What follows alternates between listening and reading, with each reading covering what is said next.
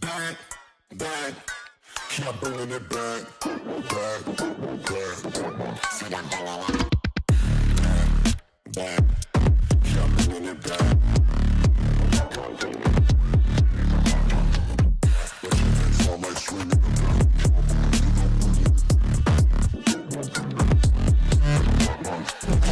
back. Keep bringing it back.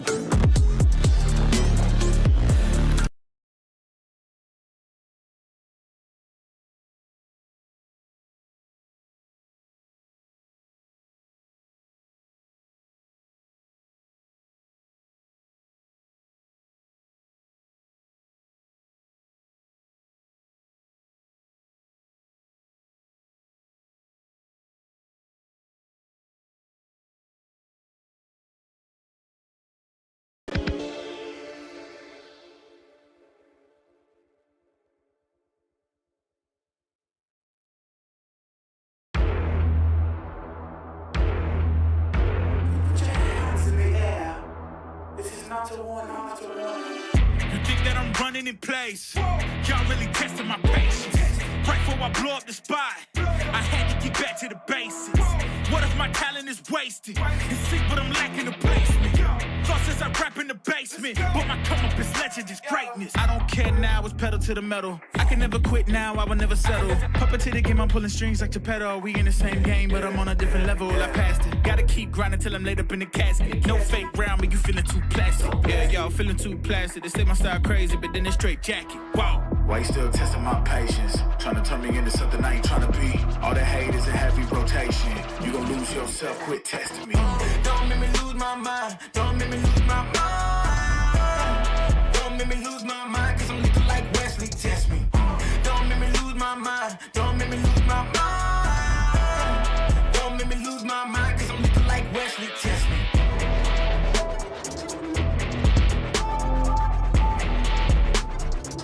Cause I'm looking like Wesley, test me.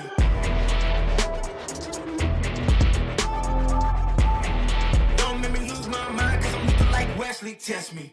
Yeah, guess I know no better. I ain't got no chill, so they call me a devil, I know. Look, I am just a man on a mission. If I want it, then I get it, I go. And if you're trying to test me a beast, you gon' need Liam Neeson. The chance that you're taking is flagrant. You're testing your luck. If you think you'll make it out, then you're sadly mistaken. Careful what you putting your stake in, cause I ain't got no patience and no limitations. You trying to figure me out, and I know I don't make sense, but no one's there when you call like you're trapped in the Matrix. You need to take a break from it. I think you should take 6. Cause yes, I hold a throne and no one else can replace this. The pain will only go deeper the harder you chase it. I'm the greatest that you ever made. It's time that you face it. So tell me, why you still testing my patience? Trying to turn me into something I ain't trying to be. All the hate is in heavy rotation. You gon' lose yourself, quit testing me. Don't make me lose my mind. Don't make me lose my mind. Don't make me lose my mind, cause I'm looking like Wesley, test me. Don't make me lose my mind. Don't make me lose my mind. Don't make me lose my mind, cause I'm looking like Wesley, test me.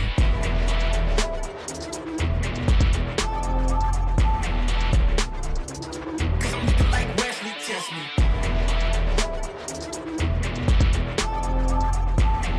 Don't make me lose my mind, cause I'm looking like Wesley, test me. Kiss like that, that, that, that, kiss like that, that, that,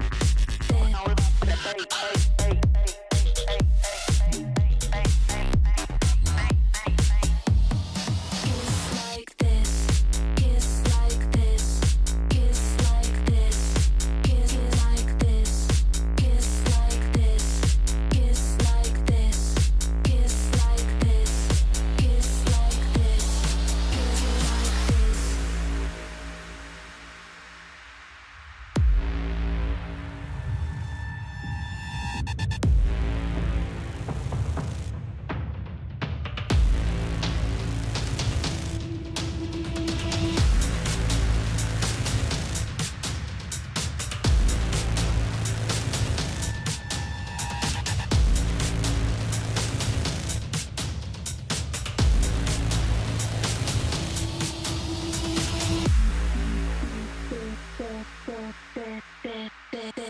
Kiss like that, that, that, that, that, that, that, kiss like that, that, that, kiss like this, kiss like this, kiss like this, kiss like this.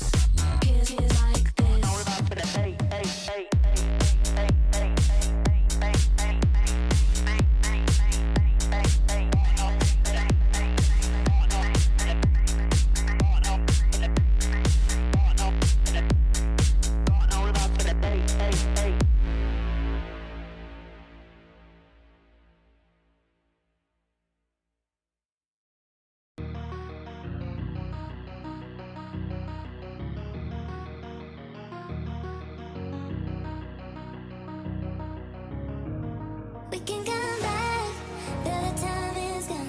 I'm round and escape from your left. Don't lie, cause I know your heart. Don't try looking for someone to forget. Cause I gave you my whole life, and instead you gave me nothing. And you left me here lonely, hey, hey. I was lost on my own way. I will never be the same girl. But someone told me never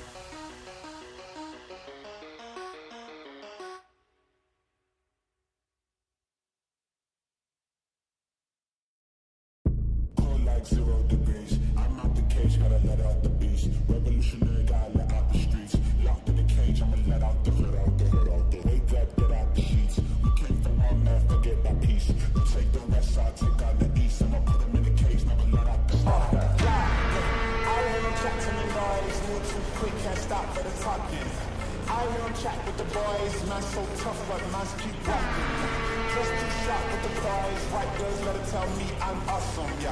Hot like fire on the pine. If you wanna touch me, I'm please use caution, caution, caution, caution, caution, caution, caution, caution, caution, caution, caution, caution, caution, caution, caution, caution,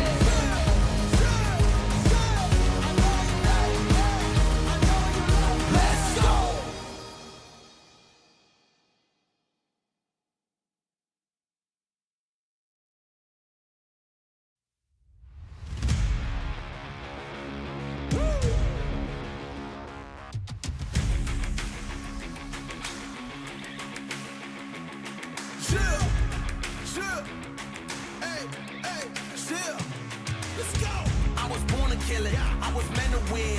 I am down and willing, so I will find a way. It took a minute, and I didn't happen right away. When it get hot in the kitchen, you decide to stay. That's how it winners made. Stick a fork in the hater on my dinner plate. I walk into the fire like it's just a bit of flame. I switch my style up, watch the money pile up. I'ma get rich or die trying, want me switch lanes. I'm always getting better, I'ma be on 5th place. On this one, then 4th on the next. 3rd, 2nd, 1st, I report for the best.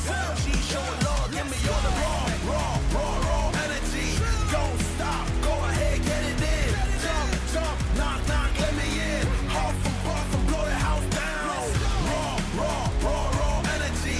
Don't stop, go ahead, get it in.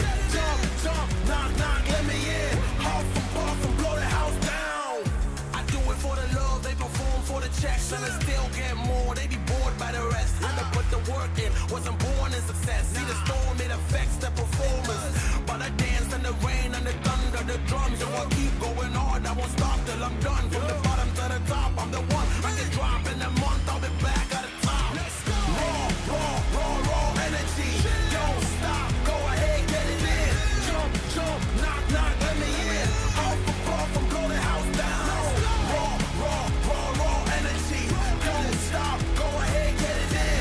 Jump, knock, let me in. Huff and puff and blow the house down. Yeah, we blow the house down. Yeah, we blow the house down. Big moves will shake the ground. All the greats who came before us, we about to make them proud. We've got to make this count.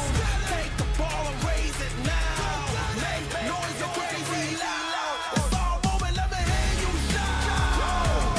Don't give up, we can turn it round. We got the fire, we burn it down. Yo, I pop champagne at the back of the club. Yo, I'm back with a sweat, tears back with a blood. How to get it out of mud, kinda like Predator. Get to the chopper, pockets getting fatter, so she call me Big Bomber. Raw energy. Don't stop, go ahead, get it in. Jump, knock, let me in. Huff and puff and blow the house down. Raw energy. Don't stop, go ahead, get it in. Jump, knock, let me in. Huff and puff and blow the house down. Raw energy.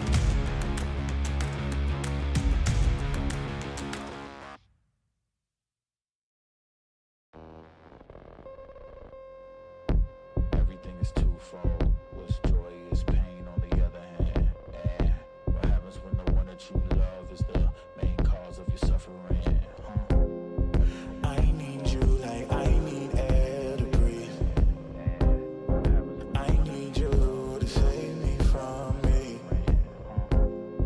I'm caught in your wave, I'm drifting away. I need you to save me.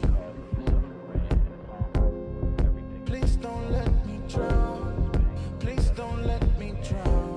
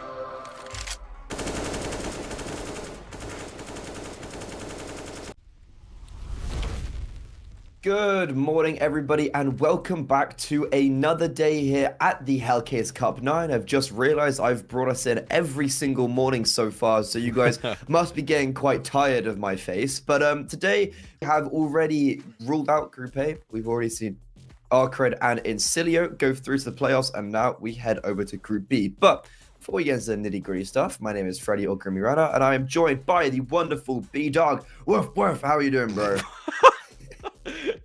Fantastic. I mean, what an introduction, Freddie. It's clear that you casting all the time hasn't made you gone a little bit loopy. So, yeah, look, pleased to be here, of course. Obviously back with fantastic production and you, so can't complain whatsoever. Hellcup 9, you said Group B. Let's take a look at it because I feel like we'll have the teams coming on screen in just a second, maybe. But we've got some, yeah, if we can get the bracket, that'd be great. Thank you. That's the magic word. I just didn't know it. You did. And yeah, four teams. Obviously, 2 of them make it through. Leon VP Prodigy is coming up a bit later. Coming up now, we've got Nexus and the Polish team that's, if you translate it, it says Brazil Cool. Yeah, Brazilushki Luz. Brazilian Cool. What a cool name. But yeah, it's an interesting group. It's definitely a very mixed bag of teams that we don't really get to see that much. Like the VP Prodigy team, it's, can't really sit there and say that anyone's really watched much of them in the past 2 years. True. Like really only played like it's mostly playing like ESC Advanced, and we haven't maybe seen as many individuals kind of pop out of this academy squad like we have seen from other ones. Leon's a really cool roster. They've got Reagent and Facecrack, and they've actually quite fun to watch play. And I watched them against Big, and they were actually pretty decent, even though they maybe got demolished. But now we have Nexus versus Brazilushki Luz, and let's go take a look at the Romanian side first, because they're definitely going to be more well known. Yeah, I appreciate that because I know Nexus. Let's go. Zello, of course, kind of having stints in sort of better tier 2 teams, then returning back to Nexus. I feel like he's always been a just dependable piece for this team. I feel like, to be honest, this team never really changes. BTN, Raga, they've been in Nexus for such a long time. Sound coming in, I think, is a really good addition to this team. And I say coming in, the last time I watched Nexus was probably about 6 months ago, Freddie. So I'm a little bit out of touch, but that's why I've got you here to kind of bolster and kind of straighten out my facts. Ursin, I know, has been on the roster a little while. I don't know too much about him, but I know that this team should always be trying to punch upwards and always kind of sits in the middle of the pack when it comes to tier 2, tier 3 Counter-Strike. And they just need to do something to get themselves up to the next level. But when you take a look at this group, I feel like they'll have no issues trying to get out of it. Yeah, I think, look, this should be one of the easier groups that we look at. Is like Nexus, I think, should be winning this. What I find always quite interesting about Nexus is that you've got now Excello, Sound, and Ursin, who obviously once at one stage in their career, normally at the start, played Romanian CS, and then they would have gone more internationally. They would have garnered more experience and then been able to bring that over. And I think Sound as well has been a fantastic newer addition. Obviously, he hasn't been part of Nexus for the last 3 years, whereas Excello has been a little bit more back and forth. I think this is Excello. We're seeing him in a very high level, and that obviously helped seeing that Nexus made it through to the RMR. And most recently qualified for the playoffs of Yellow Compass Spring, beating the likes of Metasport, Sashi, and Bates. So those are some pretty big names to be taken down. Now let's go take a look at their adversaries, the Polish squad, where a lot of you guys might not know the name, but there are definitely some individuals that you would be recognizing in this squad. Yeah, look, obviously you can see the Illuminar jerseys there, but also I think some of these players used to play on Singularity as well. Virtuoso on Anonymo recently. I definitely recognize Polo Clocku, Prism, Virtuoso. The one guy I don't know too much about, Freddie, and I don't want to throw you under the bus here, is Swizz. Yeah, I mean, when I watched them 2 weeks ago, and what I was really impressed with was that they beat Rebels in quite a dominant 2-0. And I think that's a big result for them because, they're upwards regionally. Swizz is a player that honestly, I haven't really seen much either as well. He hasn't had stints in any team for long enough. He's a very young player, but from the games he is playing, he's doing very well. Like especially that the Rebels game that I was talking about. You know, he's looking like a 1.30 rated player on HLTV, and has a genuinely really consistent time on like while playing. And I think he will be someone that will be looking at as we go into this game versus Nexus. I mean, these guys beat NIP, right, in the esports qualifier. So I oh feel yeah, like they did, didn't they? they've got. I keep seeing their name pop up on HRTV, and I'm taking a look, and I'm like, is this like a troll like name? Like who are these players? And I click on it, I'm like, oh, I know these guys. They've been actually performing quite well. Like I've been very impressed with what I've seen out of them. I feel like every game they play like goes to 3 maps. They've been having close results against the likes of Aurora, for example, Fours, Alternate Attacks. They 2-0'd Sinners in Challenger League. So I want to have high ambitions for them, but I think the sentiment I'm going to have is I'm just really excited to watch them play and see what they can do.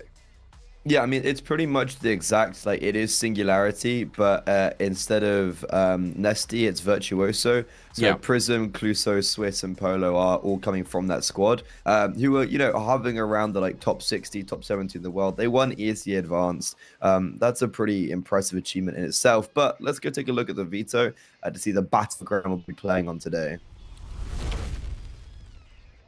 Yeah, to be honest, you take a look at this veto, I think this is basically completely expected. I thought the Nuke pick would come in for Brazil Cool, so I'm not going to butcher the Polish. I'm sorry. Even with production, I know he's like smiling. You're going to have to commit. I'll commit at some point. But I thought they would commit to Nuke, and they did. Nexus picking Ancient as well. I think that's very expected. I feel like Nexus really like Ancient quite a lot. They've played it the most out of any map in their pool in the last 3 months. And Mirage Decider, I think it's very good if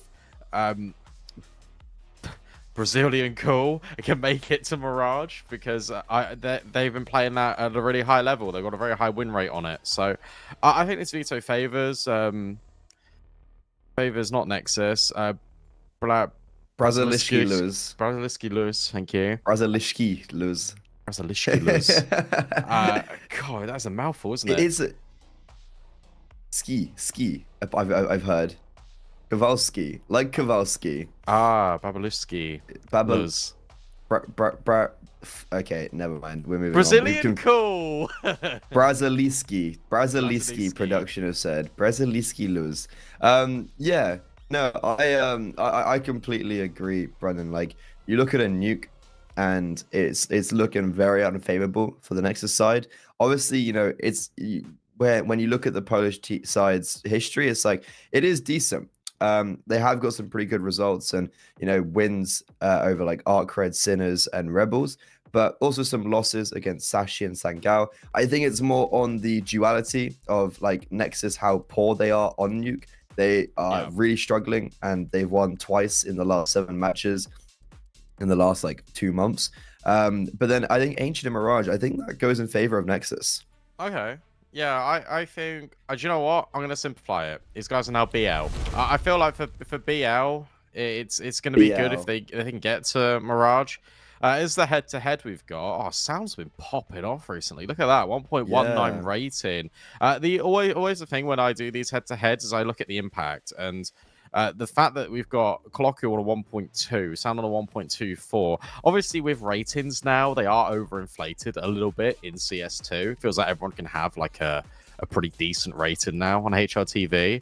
But that's why I kind of think the impact is fantastic. So these guys are going to be clashing heads quite a lot. And it's who can generate the most impact? Will it be Sound or will it be Colloquial? Yeah, no, Sound's been really impressing me, especially versus their game versus Metasports. I was really taken aback by the fact that firstly we even got to like a 3rd map, and then I was really impressed specifically by the likes of Sound and Exello. I think those like 2 players are really, really good, and they're the ones we'll be looking at in this roster. However, when I look at a team like Nexus, you almost shift to the players who do badly, like a BTN and maybe Raga, who has been struggling sometimes recently, when they are drastically dropping off the map you have Urson just kind of like doing all right. You know, he maybe has a game here and there, but then like Sound and Excello maybe picking up a lot of dead weight. There's a lot of people who have said this is one of the best Romanian teams we've seen and one of the best lineups on Nexus we've ever seen. However, with me, the asterisk then comes over BTN and Raga. Maybe not as much Raga, but it definitely BTN of like, you need to see him, you know, individually be able to keep up. Would it be fair to say that, and not directly, because it's a bit harsh what I'm about to say, but would you say then that it could be compared to like the Advent Tyloo situation? I know it's not that It's bad. not as bad, but like BTN you know has what I been mean, right? on this roster for like what, 7 years, and I've rarely seen him actually have like a good game or like a good series. Like I think there's definitely a comparison there to be made, but just not as severe. Like Yeah. like he obviously, you know, like every now and again, like I'm like, oh, that was a decent map from BTN. Like, oh, or I'll be like, that was a nice entry, or like he went positive there. That's rough. But like, and like, you know, against maybe some of the worst teams, he does a bit better. But like, if you look at his statistics, like it's really all over the place, and then just like out of nowhere, he'll do well versus big, and you're like, where's that come out from? So like, he has the potential. I think it's just the consistency. He also look, especially when you look at the players he has, there's a very clear, obvious line of like he's setting up other people for success. Like you've got someone like Sound, Excello, Urson, like you're setting them up for success. All right, I'm now thinking about prediction wise and where we go from here. And I feel like even though Nexus haven't won Nuke in a while / consistently, you start on the CT side. If you get off to a good moment, I feel like they can do it. The game is live as well. So as we transition into that, the only thing I can say is Nexus dub. Nexus dub. Okay, I think I might be somewhat in tandem with you. I think I'm going for the old Nexus dub. Wexus. Wexford? No, Wexus, because it's a W, not an N. Yeah, Wexus. Oh, it's Klossu. Ah, What? okay. Klossu. Okay, that's cool. Sure. Anyways, speaking of BL, they are already coming outside. They've already dropped. Oh no, it's Nexus on the T side. Nexus are running outside. No, they're and I'm so confused. In the kill feed, they were on the T side. Okay, well, wait. hang Never on. mind. No, they're not. No, they're not. Okay, CT side is Nexus. They failed to maintain control outside, and now the retake is inefficient. Okay, well, look. The most important thing, Freddy, is it's a 2 on nothing. Oh my god, Because what? Raga has just deleted them with the P2K. Nice little pistol from BL. Because they went outside, they then took the space and the fights. BTN hit a banger, and then the Heaven player came in, and that didn't stop them whatsoever. And then they immediately just ran in towards main. They got the bomb down, and then Raga cleaned up.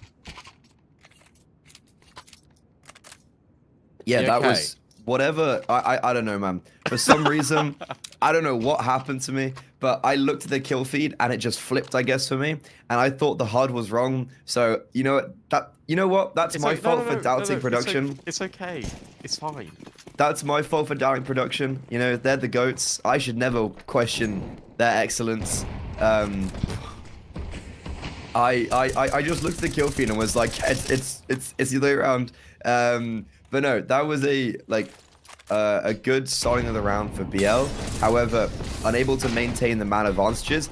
Now, can they do that? It seems like they can. BTN, oh no, he's the one player that just popped up on this A bomb site. I called upon him, and he's sniped 3 down. Speaking about snipers, Excello and Urson in tandem win it out, with the AWP being saved over. These rounds are actually getting pretty dangerous immediately. Like, the T side are just sprinting at them and making things really difficult. I really like the supportive flashbangs that come through the top, and even though it kind of blinds both parties, Nexus is still able to just about recover. The fact they keep the AWP is obviously massive, because that's a massive investment for the second round of play. That was your forced buy, dealt with. Now it's the eco, and they are running down vent. They've made it, bar a couple of players. Is the bomb down there? Yes, it is. So Virtuoso will be able to at least get some money for his team. Ooh, BTN got glocked. And Swizz. Oh, my go God. on. Oh. I mean, is there a world he can still get a knife kill on someone? Yes. Rago? Yes, he can. No! Oh, if Rago just looked the other way. That's so boring. But that's good for Nexus because they only kept 2 players alive in the second round. So obviously, economy isn't going to be the brightest. Therefore, we get into a position where they at least are able to have some stacking around what they have. But Brazilushki we can already see that they have been very quick and very willing to throw themselves at Nexus, which I'm assuming we're going to see is going to become a trend. Yeah, you're right. We haven't really seen any default out of them. Now with the AWP out of Polo, that would indicate to me that we're going to see something a little bit slower, a little bit more measured. Zello, what? Okay, that's one way to peek door. And Polo says, all right, thanks. That's an opening for the T side, and that AWP that's been carried forward for 2 rounds gets thrown into the door in the first 10. But if that would have worked, that would have been unreal. It happens. But no, that's a great start for BL. And now you can see they're just putting a slow burner on. BTN. So Raga outside. BTN outside and Raga down on the B bomb site. They're clearing all the space out, so at least they have the information. Taking that away from BL. But you've got 2 players now on this A-bomb site. They need to hold strong, because here comes the execute. I was going to say, yeah, it feels like it's coming in here, especially with Polo attacking. Oh, these flashbangs have just been absolutely fantastic. Oh, wow.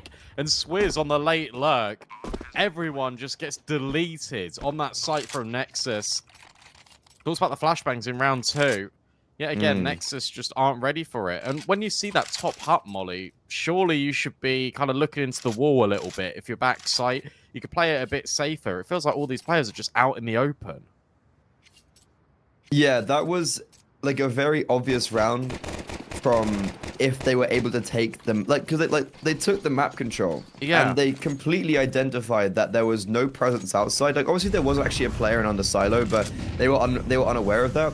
But yeah, they had all the information of where they weren't, and then didn't really have that like read on the upper bomb site. I mean, they did remove themselves from ramp, so I guess they did have that read.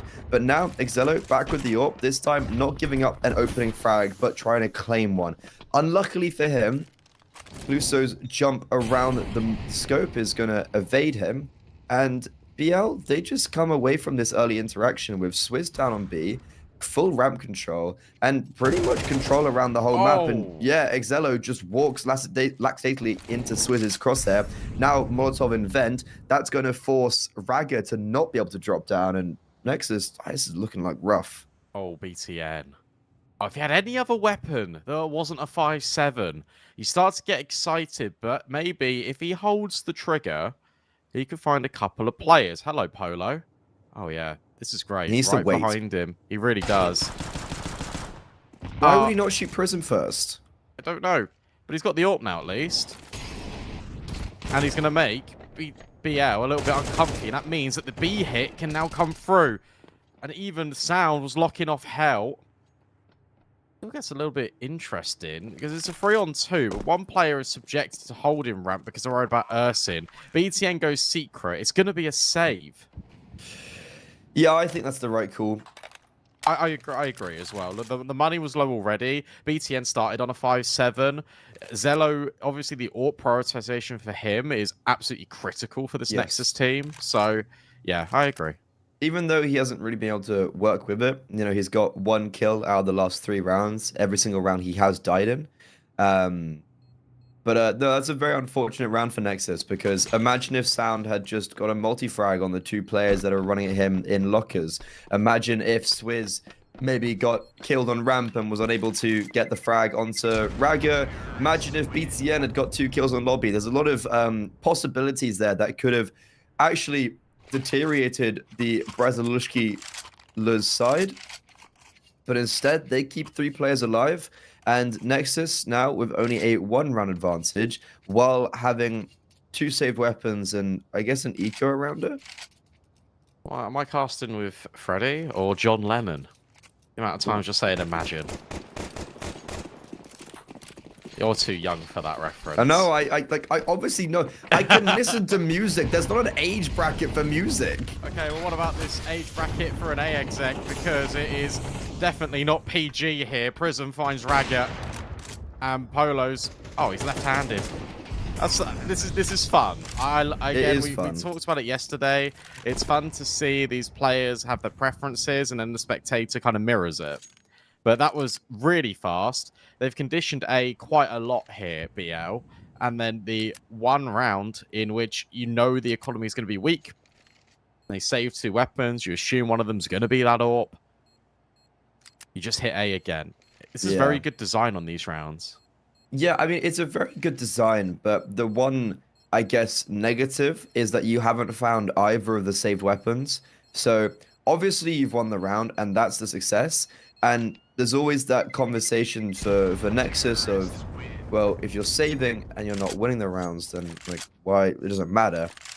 So now, as we've saved these 2 rifles, the scoreline evened up 3-3. We've seen pretty nice 3 rounds in a row from the Brazilian cool boys. They've been playing this game pretty cool. However, still, I would say the underdogs in this series are still on their map pick, but I think I would anticipate Nexus to be doing a little bit better on the CT side. And this is a round that I want them to, give me that example. Yeah. Oh, they're doing it right again. Oh my goodness me. Big nades. Flashbangs overwhelming. Closu gets 1. Oh, okay. Sound and Zello are here. And BTN absolutely picks up the slack. Polo, last player standing. Great shot. Oh, and another. Zello keeps missing. And that allows more opportunities for Polo. He fires out another shot. The sound might come straight towards him. Smoke's off Squeaky. That's way better because now you force him to potentially have to go through Hut in towards the scope of Zello. This round, I think, is now dying out, becoming a bit more like your regularly scheduled programming. But 6 shots from Polo. Yeah, that excitement, unfortunately, I think is done for now. Oh, hang on, because sound could overextend here. Yeah, as we say that, look at this play. Polo hits the flick. Oh, no. Excello, last alive. Polo has no idea, spots him out, but it comes at the cost of his life. Nexus, that was a 4 versus 1, and now they only keep 1 player alive, which is devastating for their economy. Even when BTN gets a double, even when the A bomb site holds securely after losing that first opener, Brazilushki-Luz almost come away from that round winning it. I'm gobsmacked. I don't know in that 2-on-1 where I guess they didn't know they had the bomb at that point because it was just in the doorway and they were both looking at Hart, but there were some nice shots hit and like very aggressive shots hit, to be fair. Yeah, but I'm unsure why Sound's pushing that there when Zello's also not in position to potentially trade him. BTN at back red, about to be tested again. All these players are now outside. You can see all the smokes flying over. Zello might even nade the smoke to help him out a bit. In fact, the nade just lands straight on Swizz. The spam's great. BTN will find 1, but Closu's already ahead of it all. Back and forth trades we go. And there's only 1 AWP that's still alive here for the T side. Zello's dead. Yeah, that was both of the AWPs rung out at the same time. But Polo ended up getting the kill onto Excello, and Excello got the kill onto, I think, Prism or Closu. But for now, we've got BL with a lot of control all over the map. Look at this. Urson can't really contest outside, so Swizz has been given a lot of serenity to walk around this part of the map. Alongside that, Virtuoso, a player we haven't maybe spoken about as much. He's got 0 frags. Also joining up with his teammates.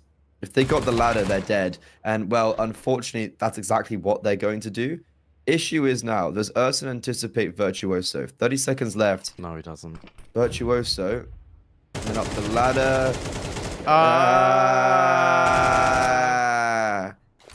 Okay, well, that would have been a great round from BL if they had just gone the long way up. Oh, he even misses the Molo. I don't know why. He nearly killed Sound, though. Yeah, but, like, that wouldn't have really, I think, mattered much, especially considering there was, like, 20 seconds left and the bomb was outside where Rago would have been able to hold. I just wanted to try and give him a little bit of positivity after... It's not even necessarily his fault. It's just whoever made the call to go up the ladder. Like, I don't know why they're not going around the long way. No, I agree. They had the time to do it. And Exactly. I feel like you've also got the outside space because you dealt with BTN, you dealt with Zello. And also, one of your players has just come from outside. So you definitely had the space to be able to do it, you know? Well, despite having some early struggles, Nexus have now found 5 on the CT side.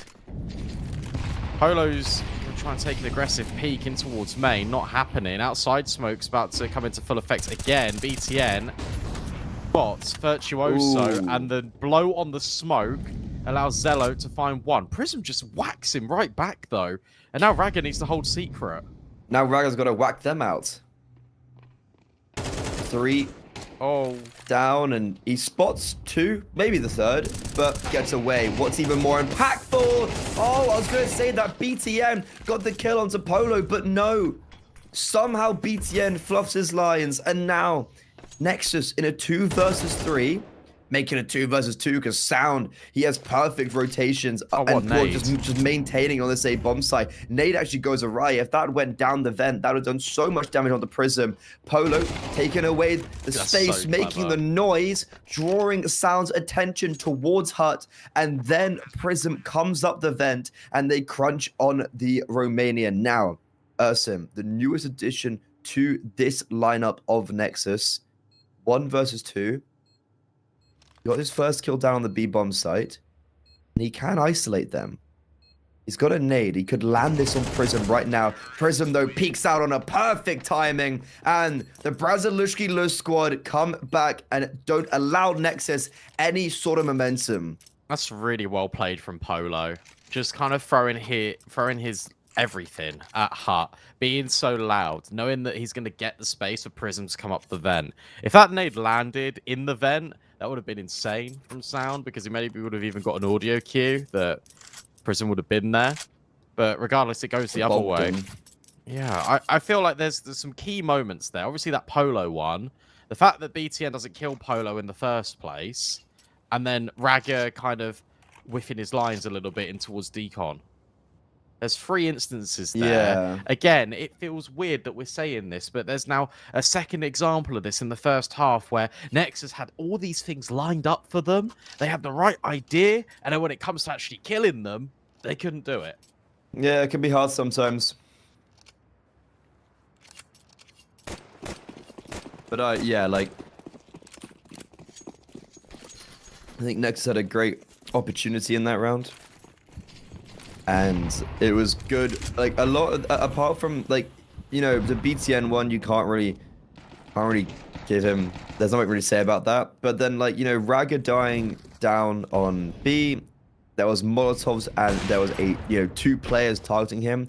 It was a good round from the BL side as well. However, now they're already off to quite a negative start with the opener going in favor of Xello, and Sound in the nick of time checks outside, but unfortunately goes for the second swing, and that's going to be Swizz trading him. And now Virtuoso in lobby, he's alone because his teammates have been traded out by a lobby push after they maybe lost outside. Virtuoso finally gets his first frag. BTM is playing Ring Around the Roses, finally gets the timing, but dies. Swizz on 7 HP and BTN. That's 2 rounds in a row now in near identical spots where he could have won it out. But round is not over. Xello in heaven. They're coming up secret. Does he realize this? No, the timing's unbelievable. He just gave it a look. And now he thinks that they might be committed in towards the B-bomb site. So as he walks his way down, Swizz and Virtuoso Oh, they're going to begin their afterplant on A, and you're in this situation where this was a force. In a 2-on-1, you might know that Swizz is incredibly low, so do you want to give this a look in if you're Zello? Looks like it. He's got a kit, and he's got a smoke. But with both these players on Heaven, and with him looking at Heaven, and with him with the AWP, this makes things very difficult. And yeah, Yeah, I actually think this is the right decision. I actually really feel for BTN in that round because again, he's made the right Do and I read. don't. He's made the right read. Sure, he should have got the kill maybe, but Swizz has just gone around the world and back again on him. Yeah, there was the because BTN was actually in main, so he like actively was searching for Swizz. I mean, BTN realistically, it's actually not his fault. It's sound for double swinging outside. I agree with that. He gets the first kill. Your AWP is on ramp, and instead of calling for some sort of cohesion, he swings outside once again. Sure, if he got the kill, it would have been the round over, but I would have gone, I don't like that. He's got the kill, but I'm not a fan of that. And Nexus now on the eco, Exello, he's been great at getting the AWP out pretty much every round. However, if he wants it in the next, he's going to have to save it in this round.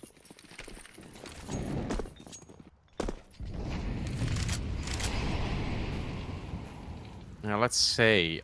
5 rounds on your T side of Nuke already is just lovely. If you BL. And opportunity for potentially a couple more. 6 kind of feels like a guarantee as long as you kind of avoid Zello. Look how patient this is. They know the money has worn quite thin. They're expecting something aggressive, and they're playing very reactive in this round. Normally, it's been BL kind of setting the pace and making Nexus come up with solutions, but this time they're posing a different question. Are you going to push us?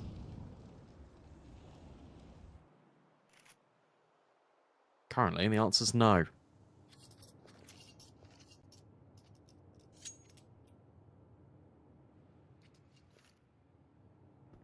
Where's the AWP? On Heaven. Yeah. It's going to be a big protect the president, to be honest. Like, if they go B or, you know, I wouldn't really like Exello to be trying to win the round here because I think the priority for him saving the AWP and at least having one player stay alive in the next round will in the AWP is way more important. But it's actually close to who's going to be closelining him, and AWP can be re-picked up by Sound, and he's equally playing with fire here. They're going to be hunting him down. Sure, he gets 1 kill on Virtuoso. He's had a very difficult game, but I think it's going to be difficult for anyone to save the AWP now until they all go down towards B. Polo, why is he sticking around? Will Raga realize as a player in main? Yes, but the dual Berettas actually win out the fight. Urson's picked up an AK from Virtuoso's body, and he's actually going to save that. So he's going to completely just give up the AWP, and yeah, no AWP in the next round for Exello. That's ridiculous on the dual elites. Come on. The dual elites. Bro just swings and just headshots him like it's nothing. Bro's just him. Honestly, I've been really impressed with Polo this game. Yeah, he's been winning out that duel on Exello as well more times than I think than he's ever lost. I think he lost one actually. I think he's like won it twice, which is really important seeing how we've only played like 8 gun rounds and he's won 2 of the AWP direct duels. Plus, alongside that, you know, getting kills elsewhere. Well, that's your AWP. That's the AWP. Polo, maybe a little bit too aggressive. That's actually quite... Like, now, if Exello is able to get big frags with the AWP, that's directly Polo's fault. Let's see. Is it going to be a 7-5 half for BL, or have Nexus got something to show us for it? My timer on my little round is counting down in increments of like 3 seconds. But fast into A we go again, and they are in. To be fair, oh, Zello spotted. Molly's thrown in. The nade goes on the smoke. What is happening? A 2-on-3 in a blink of an eye, and well, now if you're Nexus, you have to retake this. At least the bomb's planted in the exact spot they're both coming in from. Sure, they have that advantage. Nade onto the smoke, blowing that open. And now that just gives the information away there's at least one player there. Flashbang through, Exello spammed, and everyone falls. Brazilushki Luz, they win out their T side. That's a really good half from them. 7-5 on their map pick. And even though Nexus were, what, like 5-3 up, that's Brazilushki getting 4 rounds in a row to end off the first half, to end off their T side. And now they head on to the favored side. And I'm expecting big things from them. And there's a world, right, where they're able to win out Nuke, which is probably quite likely, and win it 2-0, which, you know, is maybe a bit of copium. However, Brandon, do you think there's a world where Ancient, which has a lot of reps for the Polish side, and they beat NIP on it, and they've beaten like Aurora on it, and Sashi, do you think there's a world that they are able to actually beat a Nexus? From how they're playing in this map, yes. I've been really impressed with the call-in. I feel like every single round has been set up for the future. I feel like this team is actually thinking like a couple of rounds in advance. It's very cool to see. Attacks have been the name of the game on these pistols, and Nexus look to keep that in the same vein. Bomb will make its way over. The spam is going to be a bit tricky, but hello, Zello. Oh, trying to hold these ramp rotates. Needs the help from Ursin, and he gets deleted. Zello now needs to do everything, but all his teammates are falling around him. Prism, that is exceptional. And now Sound has to clutch. I know exactly where he is, and they can just delete him. What a round out of Prism. That was ridiculous. That was sensational. He basically he fought them all in towards lobby. 1 versus 3 may as well have been for him. And Brazilushki Luz, that's such a momentum giver. 8-5, that's 5 rounds in a row for them. Sure, the bomb goes down for Nexus, but this CT side, they are looking so crisp. They're looking so sharp. And I don't know if Nexus are going to have a rebuttal. If they are, this is the round to show it. Yeah, well, look, they forced in, right? Double Galil. In fact, triple Galil. And a scout for Zello. We'll have to see. I feel like the only little blemish is that I've watched Virtuoso quite a lot, and I know he's better than this. I've been really impressed with how he was doing sort of about a month and a half, 2 months ago. It feels like I've taken a vacation from Tier 2, Tier 3 CS, and I miss it. So I'm glad I'm back. Swizz, you're back can for all hear the rounds. them. Oh, Swizz could have done something. Instead, he jumps. Virtuoso at least prevents them from going in for that heaven wrap. So Polo already with the intel. Closu on Zello. That's a missed shot and a good opportunity. Nice jump to confirm that kill. Polo. Oh, they line up. Oh, but he can't confirm the spray. But it doesn't matter because the MP9 is getting all the kills. BTN can't do anything. What a round out of Closu. Yeah, that's so unfortunate for Polo because obviously he has his aim ready for the players that are running along the railings, and then there's just someone jumping in front of him. So sure, he does get one frag, but that's close to. He saves the day for them in a big manner because Swizz not getting anything on ramp is really, I think, actually quite damning. Like he had to at least get one. You know, as a ramp player, you're kind of looking to survive. You're not looking to go 1 for 1 or 0 for 1. But yeah, BL. That's now 6 rounds in a row, and a full force buy, I guess a full buy from Nexus in the round with the money they had. Sure, they get themselves onto the B bomb site. They fall apart just to 1 MP9. Every round, it seems like they're falling apart to a different individual. Yeah, I agree. And if this level keeps up, then the game's going to be over before Nexus can really get anything going on their T side. Just the Deeks, Sound looking to hit one, and, well, instead, he gets destroyed through the wall. Maybe a drop on towards main, on towards Prism could be fun, but that's why Virtuoso's covering. That's really nice team play. Yeah, just very nice anti-eco, keeping 5 players alive. And even though there was a bit of that mishap in the last round, they still had like 3 players alive, right? And then all the MP9s were getting, you know, Closer gets 4 kills with the MP9, so he has loads of money. But there won't be an AWP in this round because of the amounts that was saved. All 5 players. Nexus, they're trailing by 5. They need to double their scoreline to even match that of the Brazilushki Luz side. They've got a Mac 10 on BTM. I think we could be seeing a bit of an A-pop here. Maybe like outside smokes being faked. And Brazilushki Luz, they were doing great on their T-side at executing this A-bomb site. Will they be able to defend if there is a hit? But no, it's actually this outside hit very full. Oh, nice work from Sound, though. But are you ready for the third element here? You've seen two players really aggressive outside. Are you ready for Polo? And he's been silent about his approach. You can see that Zello has turned around and gave it a little bit of a look. Polo, the smoke's going to fade in the sec. He tucks away towards main. Ersin. Oh, wow. That's an awesome spray. And now Polo, the player that was in a position to potentially get a multi-kill, now definitely has to. Oh, he's made noise. Urson, he's heard that. Surely on 5 HP, he doesn't get anything more. Polo has, I was going to say, made his way towards ramp, but Urson catches a phenomenal timing. I was praising the individuals and how they were performing for the BL side, but Urson and Sound, they win that round single-handedly. Sound's able to trade out both his teammates outside really well. Like, through the smoke, he just perfect from him outside. And then Urson, as you said, what a spray. He holds it on ramp and gets both headshots, even the third, onto Polo. And now BL, because it's so much money, they will have a repurchase plus the AWP out for Polo. Hello? Okay. Holding, just in case there's a lobby push. Thought he was going to go for like an AWP's peak with an AK. Instead, he just remains on ROPS. Sin, again, from his favourite position. I thought the spam was going to connect maybe a little bit more. Yeah, me too.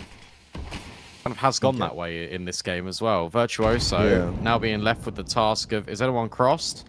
That nade's come a little bit too early, so he doesn't see anyone. But after hearing the mollies, there's definitely options for him to be able to spam this smoke. It just depends when. Yeah, there's two players outside. He's got a timing now, and that's exactly when he doesn't spam.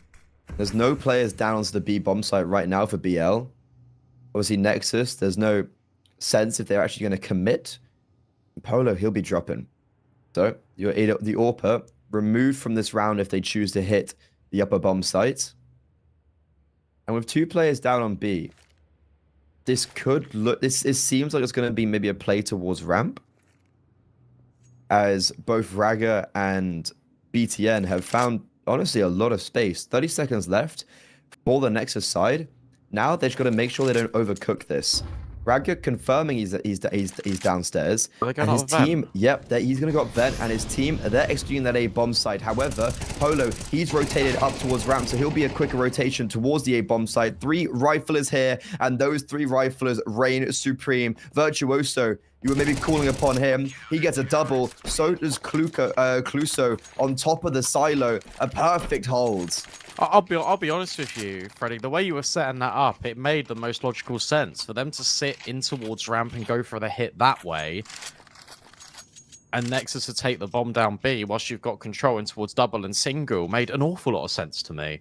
But instead, they decided not to kind of push their limits on towards B. They wanted to flash, cause a little bit of disruption. I hope the rotates would go in towards Ven if you're Nexus. But because they didn't have the intel that players were down or players weren't down, that play is always a little bit risky. Good covering, I think, from BL to have a player in towards main still in that scenario, and then the players from door can just cover in. You're right, a massive gap here. This may be the pressure starting to get to Nexus a little bit. Yeah, I mean, like, Polo's taking the first contact. Raga is surely dead. Re-smoke.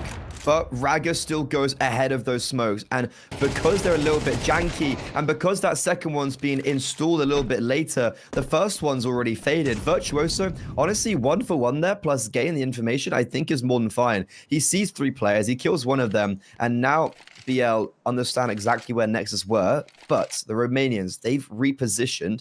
Will BL be able to react correctly off this? Well, they know they've fallen back, because as they were running, Prism was in main. Yeah, and he also clears it all out physically. So, this is, again... Yeah, but this is a good setup, though, because Swizz is really close. Jiggle from Prism confirms it. Close who can swing, and now you're not ready for this main player in Swizz.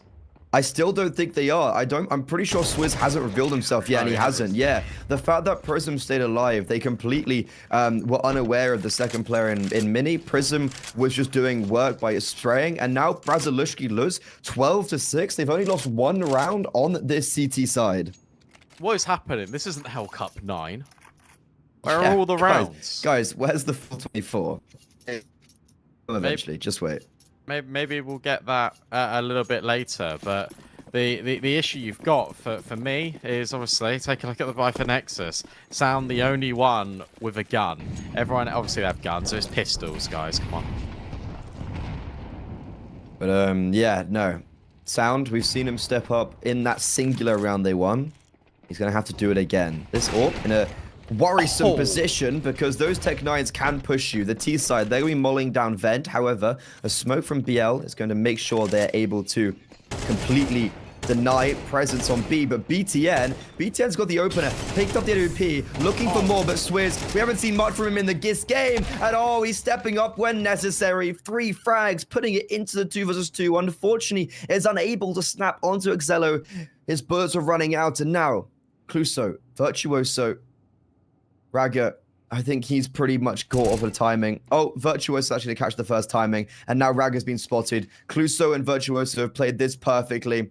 BL, they've been saved by Swizz. Finally, he steps up in this map, and even though BTN gets a double opener, Brazalushki Luz win out Nuke 13-6. That was really sick from Swizz. Just the immediate sort of swivel, going back towards double and just deleting the AWP. That was a hard kill to confirm because of the volley and all the flames going up as well. So that was awesome to watch. I feel like I've never seen that team play, Brazalushki Luz. I've never watched them, and I was really impressed because it felt like they had a really clear round to everything. They exactly knew what they wanted to do, and even in their mid rounds, their setups, they still had these bait and switches. They still were enabling Swizz towards main, for example, in that previous. I was really impressed, and I take a look at this, and I think it's a combination of Nexus. Some things are falling out of their favor a little bit on that CT side. There were so many opportunities where they could have just closed out these rounds, but they couldn't finish their dinner. And now you got to look to Ancient, and that's a much better map for Nexus. And it'd be even more impressive to me if BL can come out the gates, do exactly what they did on Nuke, and just do it to Nexus, who are going to be on like their home territory. Yeah, I mean, as we said, it's not exactly like the Brazalushki Luz side aren't well versed on Ancient. They have some pretty good results. You mentioned them knocking NRP out in a qualifier, and well, that was on Ancient. So with this, a lot of momentum going in their favor, and with that conviction, can we see them take it home on Ancient for a 2-0 or Nexus? Will they be sending us to a third, which is going to be Mirage, if I'm not mistaken? Yep. Ladies and gentlemen, don't go too far. The first map has been very exciting, a map we did not anticipate to go that favorably for the Polish side. So now, after this break, let's see if Nexus can come back into it.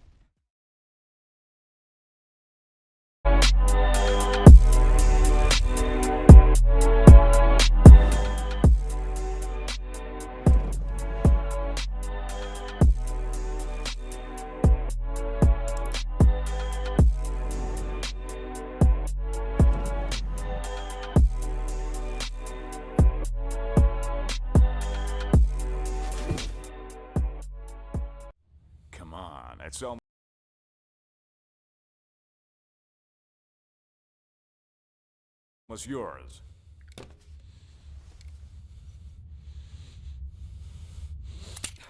When are you gonna get another chance like this? Go ahead. Go ahead. Why are you slowing down? You almost got him. Come on. Whoa, whoa, whoa, whoa. What's going on here?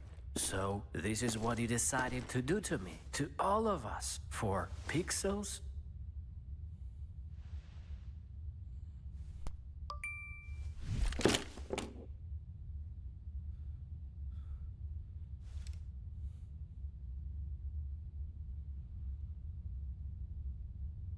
Fuck you and your Roland.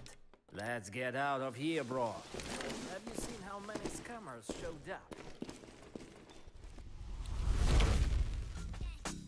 Would you let me come back, back, back, back?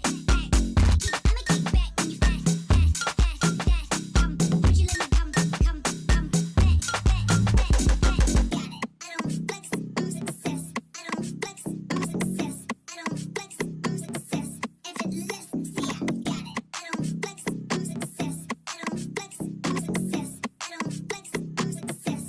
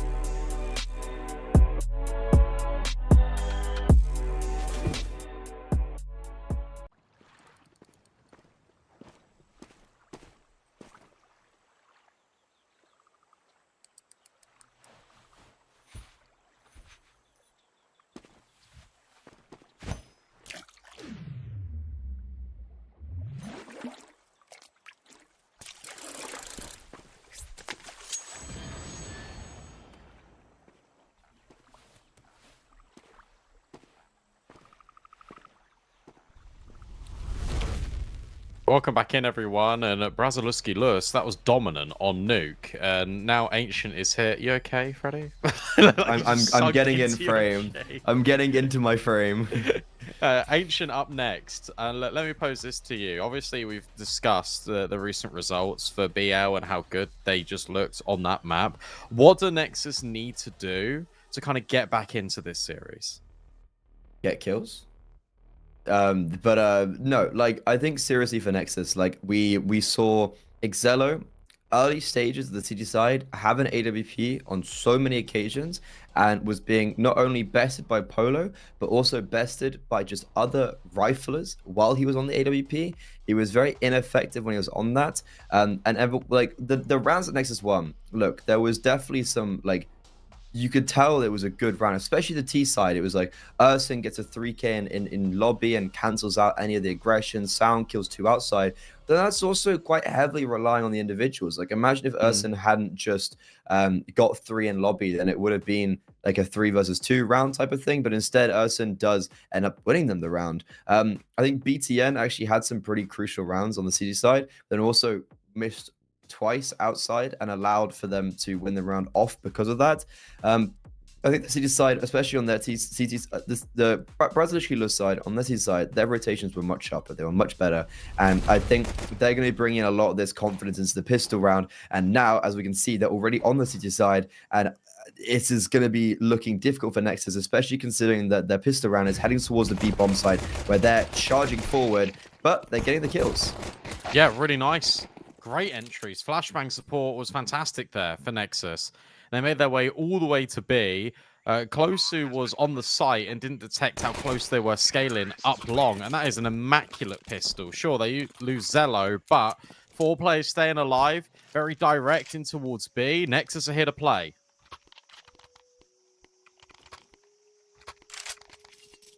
Very direct, not a huge amount of utility. There was actually a nice flash play that was set up for the Braziluski side, but that didn't come out in any of their fortunes.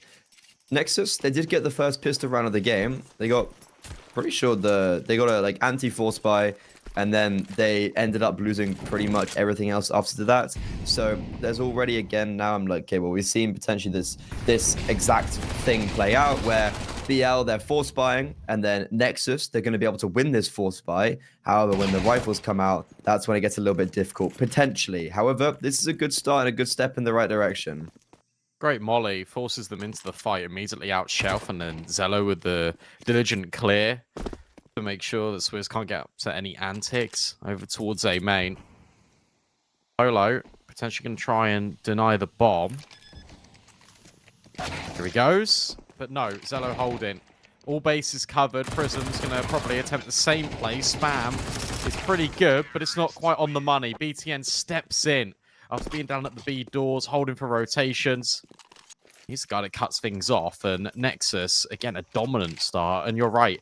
It's now going to be the eco. We now look ahead to round 4, really, unless the pistols can pull off something special. But the way that Nexus are playing and the way that they're covering all bases, I think that's going to be really difficult. I mean, it's hard to really say how well they're playing after we've just only really seen one gun round where they're up against, you know, MP9s and stuff like that. And now up against Eco, BTN, very nicely done. 3 kills with the SMG. That's going to be giving him an extra nice little bump of economy. I think statistically, and from what I've seen of Nexus, they should definitely be winning Ancient out. It's just, I'm worried about because of what happened on Nuke of how Braziluski played. Yeah, no, I agree. And I feel like it's just because, to kind of cover your sentiment, it felt like there was a lot of individuals on Nexus that were trying to bail them out in situations, whereas it felt like a more cohesive team effort out of Braziluski. So let's see. Polo's on the AWP immediately.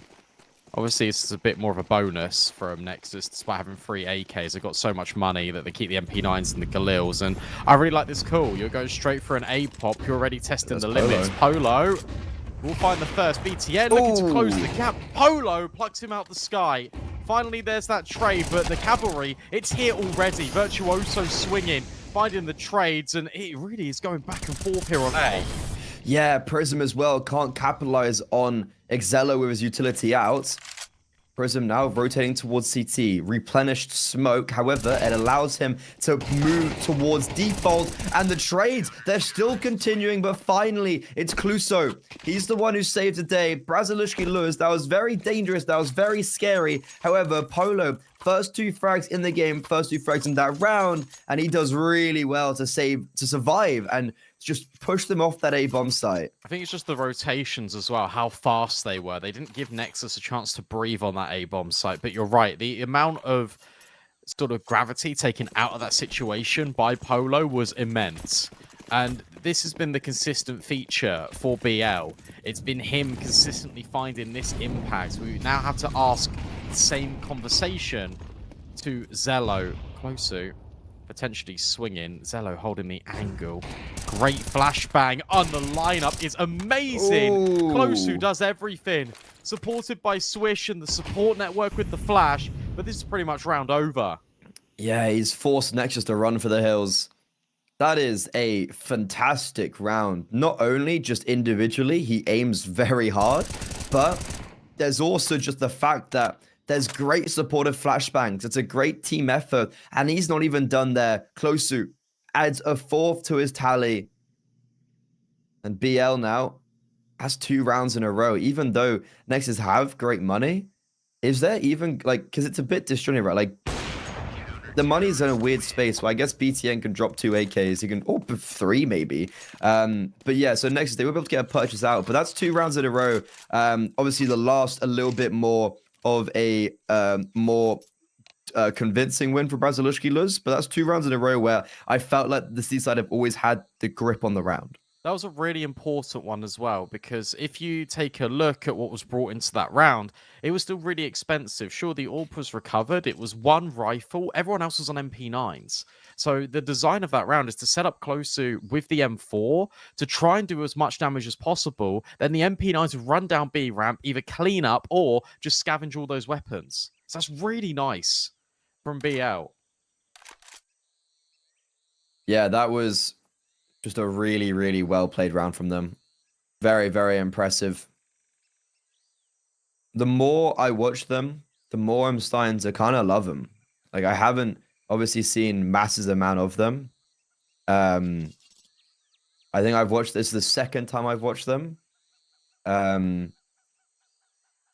But if they're playing Counter-Strike like this, then can't hate them, can you? No, you absolutely can't. And look, whilst we've got a little bit of a technical, got to just say, you take a look at the right-hand side of the screen, crowdfunding pool is now up to 32,000. And if you want to get involved and you want to kind of fund the prize pool for this tournament, if you go to Hellcase, there'll be a specific Hellcup case you can open. And the contributions from that will go into the crowdfunding pool. Hellcup 9 will definitely be the promo code there. You kind of see it flash up on the banners all throughout the map. And also make sure to check out ShadowPay as well. Safe marketplace for buying and selling skins. If you write ShadowPay in the chat, you can learn a little bit more. And of course, you can use ShadowPlay to record your clips. Yeah. That's not a sponsor. That's not a sponsor. That was just me saying the wrong thing. Closu's doing a lot of damage yet again. But I like this from Nexus. They're out mid. And they've got spacing towards Shell. Virtuoso not flashed off the angle. And him smoking this off forces Nexus in towards Red Room. Straight into the AWP.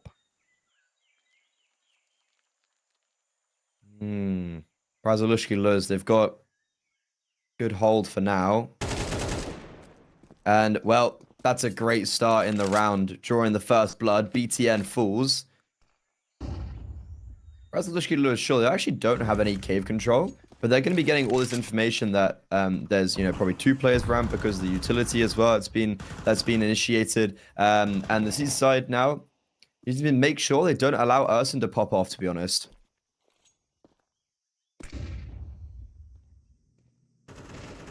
They're still worried about this Red Room. It's been left open for such a long time. That spam is incredible. Prism, Closu, dropped down really low. Polo. Oh, I don't think he spotted it, but Virtuoso's covering, doesn't matter. Ragga finds the kill. Are they ready for Swizz? Also on this A bomb site. It looks like they're really committing in towards the B play. Prism can't get past Urson. You said they need to make sure he doesn't pop off. Closer in this smoke. Sounds aware. Could be here. Does clear it. Really well handled from Sound. And now Swizz, who was that A player, can't even get past the Galil. Nexus recover it. Yeah, overall a great round from Nexus. I think the fact that Ragga's able to get his one kill in Red Room as well and crunch that B bomb site forced the Brazilushki Luz side to maybe fight a little bit more aggressively and very disjointed fights. Urson, he's been offered up those frags kind of easily. He does just duel the AWP to be fair, so he is successful in that, and that's quite a hard thing to be winning out. But Brazilushki Luz, that's a round where they have the opening kill. It's a round where they have the reads and maybe needed to do a little bit more in the mid rounds to take that space. However, first time towards middle for the Nexus side. They will go 1-for-1. However, big damage, and Prism, he's looking for more timing. They're walking through the smoke, but so is he. They're holding hands. Will he realize there's one more? Yes, but he quick switches, so he's unable to get that frag. But look at this aggression from Swizz. Fantastic stuff. 3-on-2, and the angle from Closu is fantastic. Walks forward in towards default. Zello needs to be aware of this possibility. Missed shot. Zello will get another chance, and he hits the no-scope. It's still entirely possible. Bomb planted, but where are these players? They're both coming in from behind him.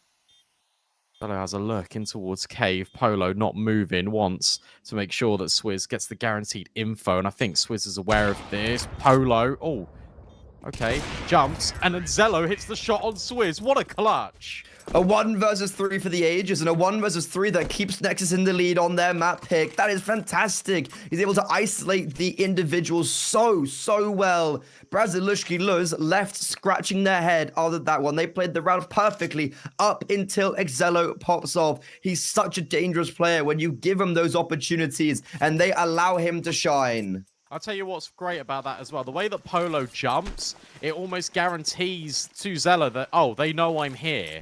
And if you are jumping and there's not a second player immediately following up, then he's got to be behind me. So really good presence of mind in that clutch. And now, BL have got absolutely nothing. It's just deagles and pistols. I cannot believe they let that one fall out of their hands.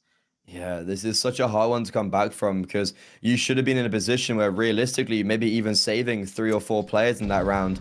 But instead, we now come into a reality where Nexus, they're going to be having 6-2 most likely. BL, they're on the back foot, and it could have been like a 4-4, 5-4 for BL, but that's not the reality. And the Nexus now, just about making sure they can build up further from that clutch and just make sure that it didn't all happen for nothing, right? This should be an easy round to start your crusade. Yeah, especially with the players moving away. Closu's backed off, doesn't go in towards Cave, which I think is quite good for him, but they're worried about middle. They're worried about the amount of chaos BTN is kind of ensuing. Back towards Red Room. Prism swings. That's a nice one. And yeah, Closu can't follow up. So good ecos for BTN. Good round in terms of mitigating damages as well for Nexus. This is exactly what they needed. Needed a response here on Ancient. And well, we're definitely getting it. Polo, 3 HP in a dream. Not happening. It's done. It's over. Nexus up to 6.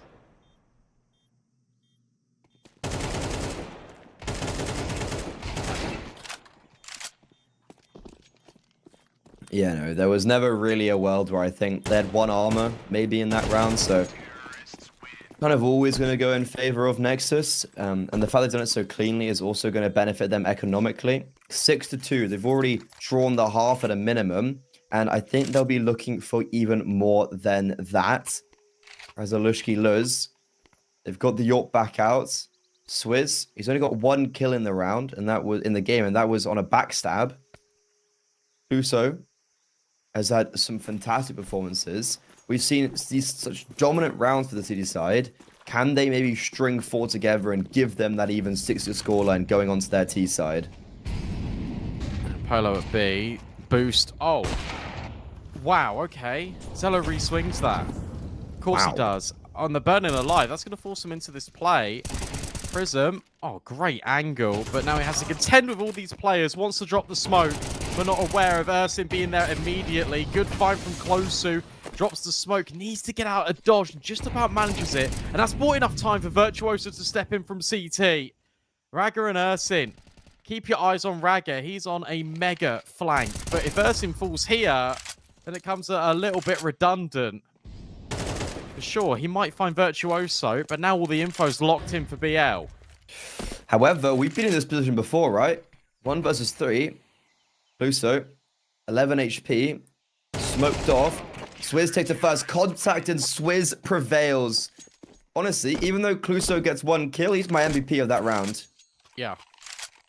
Just by him staying alive, buying all the time for Virtuoso to step in, for the flank to come through from Swizz. I think Closu, when you watch him, he's been taking up some really nice little off angles, just all over the B bomb site in this first half. I feel like he's been in 4 or 5 different positions that Nexus would typically expect a player to be in, but not on the angle that he's on. So he's always got the advantage. Important one to win. And potential to try and make this one even money. We've already spoken about it for Nexus. It's not ideal. Sounds down to a Tech 9. Fight for middle is going to be imperative. BTN actually gets dealt with by Raga, and then Virtuoso cleans up. There's a player advantage. He's still with BL. This is looking more like this. Sound, though, what? Is able to isolate Clusu.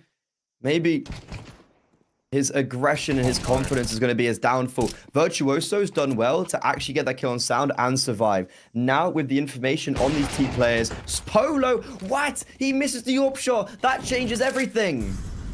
He got stuck as well. He got stuck on the little dragon's head. So he couldn't even take the shot and fall back. That's massive. There's a kit on Virtuoso, but he's half HP. And now Nexus could have been absolutely anywhere on this bomb site. Ursin makes his way out towards Big Box. Zello in towards Donut. This is a difficult one for them to piece together. At least they have a kit. Ursin should be the first contact, and he will be. Not killed. Staying alive is very important, but he can't get the Molotov out. And you can see Xelo's kind of just leaving him up for dead. Smoke on the bomb and a kid. They need to get on it now, but Xelo, once again, reigns supreme. Left, right, good night. Even holds a spray for Virtuoso. He does it with the AWP, he does it with the AK. It does not matter. That was sick. That was a really great round, to be honest, out of Nexus, because that was even with a team kill in the mix. That was a 3-on-4. Sound gets the better of Closu with the Tech 9. And then as soon as Virtuoso gets spotted out towards Shelf, because they really want to deal with Sound, well, Sound's got the info. Virtuoso came from Shelf. He heard a player sprinting down B ramp. Only one guy in towards A. And that missed shot provides a whole lot of opportunity for Nexus.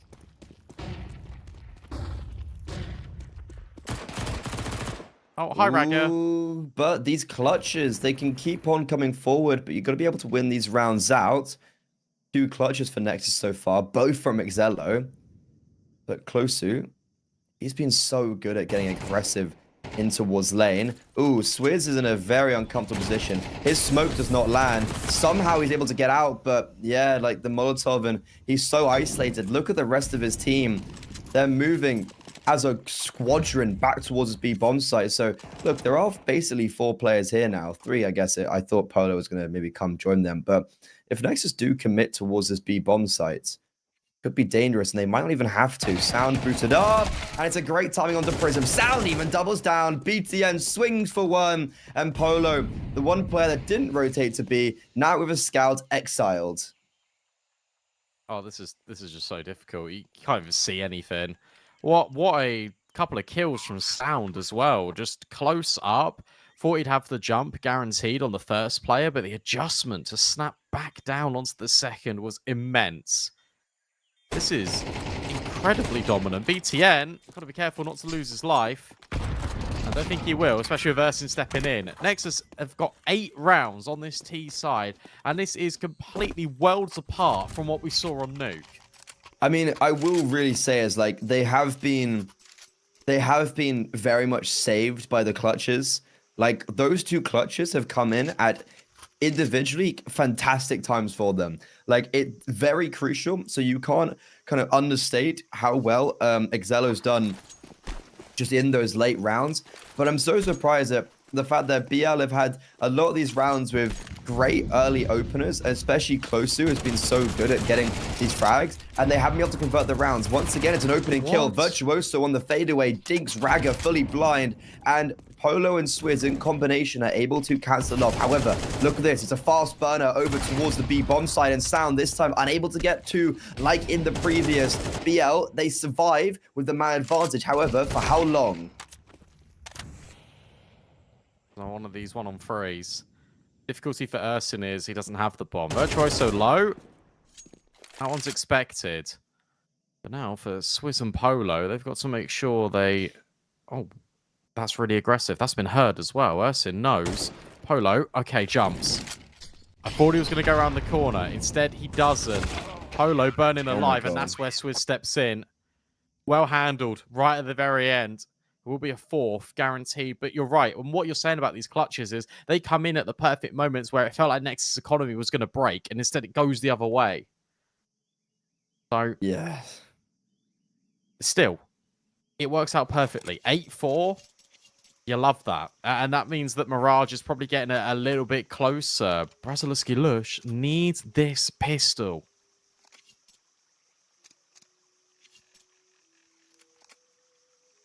You know, that was definitely scary. I could really see a vision where where, you know, they're able to win out that round. Nexus, Ursin gets the 1 versus 3 or whatever. Oh, we are not live. Oh. Who, you know, being live is boring. Yeah, no, really, really good half from Nexus. I think Braziliski Luz, like, I really would have anticipated them to do so much better than they did because of ultimately how well they actually were playing. I agree. I felt like the thing that you hit the nail on the head when you said how are they getting these advantages and then not being able to close. That's been the most difficult and just divisive thing, in my opinion. It's just the clutch potential of Nexus has been just laid out in the open for everyone to see. This is quick out of the T side. Ursin needs to find a couple of kills, needs to alleviate a little bit of pressure, but with that molly, he's forced all the way back. Bomb's going to be committed. It's a 5-on-5 retake. Yeah, BTN's got a flashbang already pinned. They're going to go straight through the smoke. However, the flashbang's a little bit ineffective. Only really gets the kill onto Swizz. And wow, they fall like flies. They know BTN's towards CT. And in a flurry, in a flash, Braziliski Luz claim every single frag while only losing 1. That's wild how quick those kills came in. Yeah. And obviously, yeah, the flash wasn't the best thing in the world, but still, it's the element of surprise of suddenly, hey, look, it's not just one player running through this smoke, it's all of us. Bar Ursin. Doesn't quite work out in the manner that Nexus were hoping for. A very concrete pistol being set up by BL. Of course, Nexus is going to eco. They want the guns out as soon as possible. So it's a gentleman's agreement in round 14. BL will go up to 6. The buffer will close slightly from Nexus. Unless nothing. Unless... That's a really good amount of damage for USPs.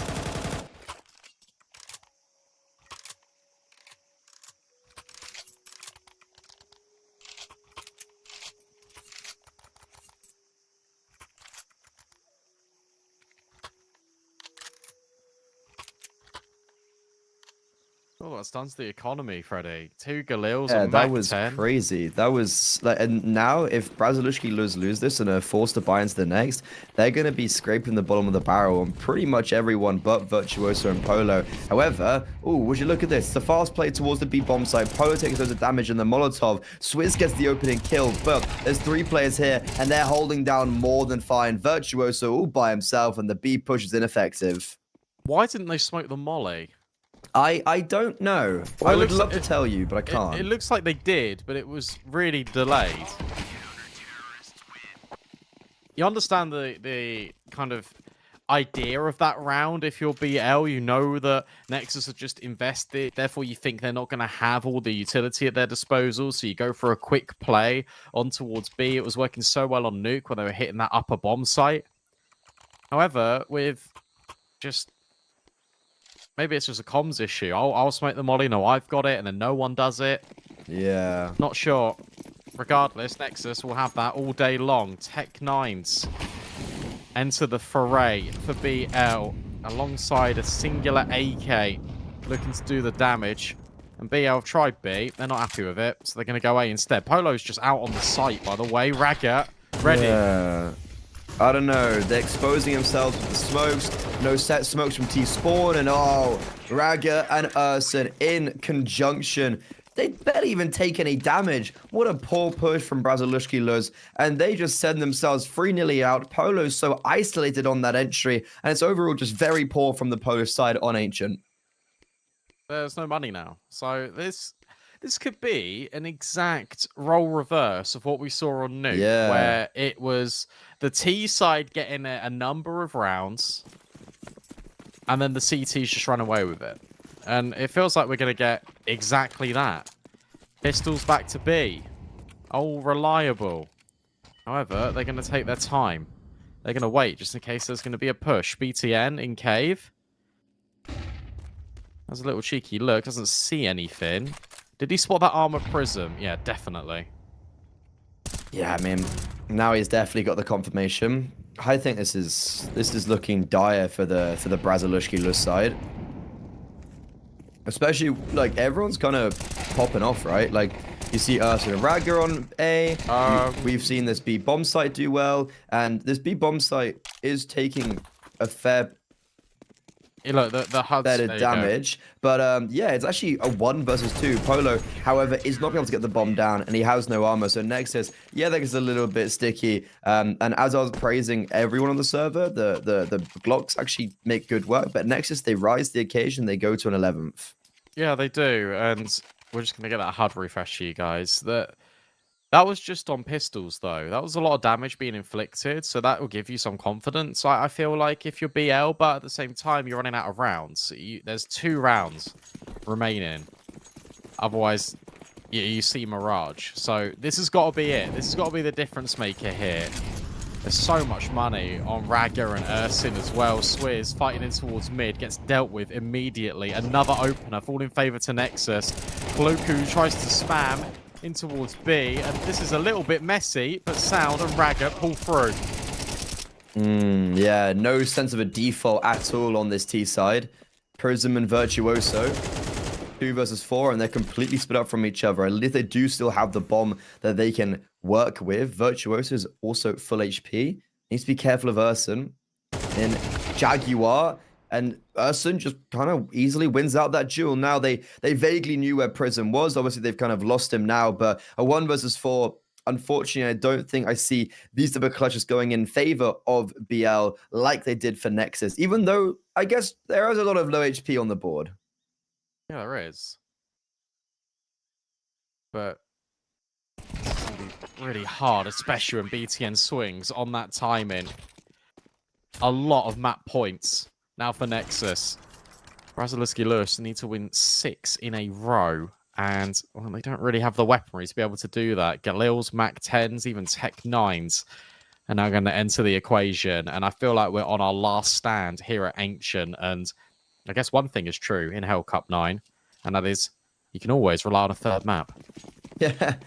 No matter what happens, it's always a triple. We've had 1 game so far be 2-0 so far in this tournament. We've really had, you know, viewership retention figures. But, BTN, what's he been eating between the break? 18 and 11 now. He's had a great time on Ancient. Really revamped himself since Nuke, where he felt like he was missing shots, and that's really good from the IGL to be stepping up in that manner. But obviously Excello, the 2 clutch in this game, you know, changed everything. But Brazilushki Luz, they only go towards B. They move like rooks towards one part of the map, and Swizz does catch Ragga off guard. However, Ursa, he'll catch Swizz off guard, back into the advantage for the remaining side. Oh, I quite like this disengage. However, it's all a bait. for Zello just to remain and stare at Shelf. And now all of the pieces are falling apart here for B out. Zello's worried about A just for a moment. BTN now gets confirmed. That's the bomb in Cave. Between him and Sounds, they should be able to close the show.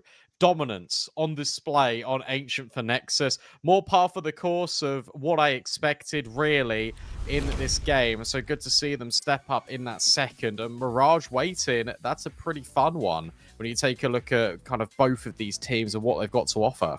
Yeah, I think Mirage is a perfect map to be ending this on. Brazilushki Luz have had a lot of success on it, beating a lot of teams in ESL Challenger, only losing to Aurora, who, you know, just made the finals of ESL Challenger Melbourne. And then you look at Nexus, and it's like, okay, most recently they had a quite a good win over Metasport, and a Metasport with actually all 5 of their roster, and then also wins over the likes of Parivision, and some pretty decent victories in there as well. So when we look at this, I'm giving Nexus, like, it's the momentum has just gone bam, bam, like both maps completely isolated. It feels like there was a very clear favorite going into both of them, but Mirage maybe a little bit less clear cut, even though Brazilushki Luz are great on it and they have a really good, you know, recent history. Nexus, they're still very good on it as well. They're still, you know, being able to get the results like they have against Metasport and others. However, with that in mind, Brandon, we're going to be throwing it to a short break, and when we're back, we will be having the third map. We'll be having the first game of Group B go the distance. Brazilushki Luz, they've replaced Secret at the last minute, and they're showing why they are here.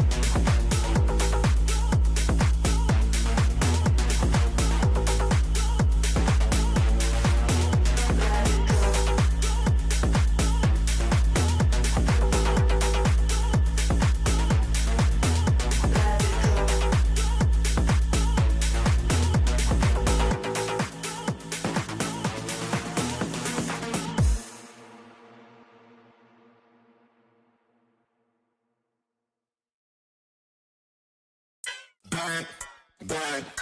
Keep bringing it back, back, back. So I'm bringing it back, back. Keep bringing it back. But you think so much swinging.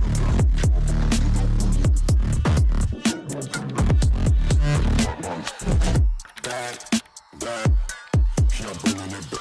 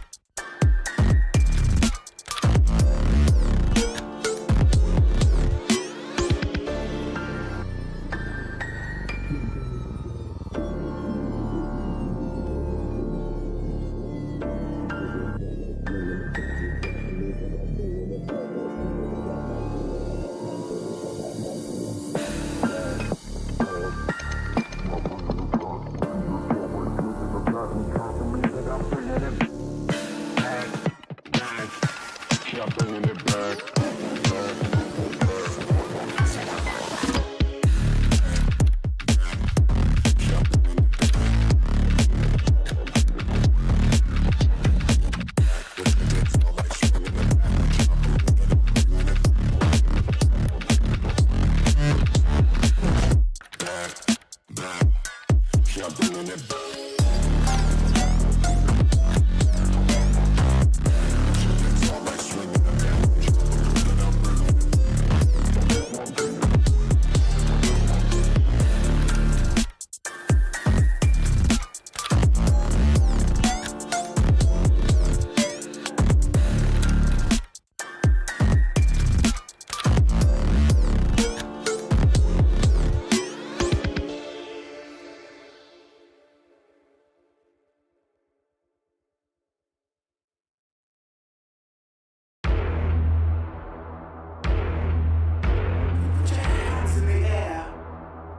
You think that I'm running in place? Y'all really testing my patience.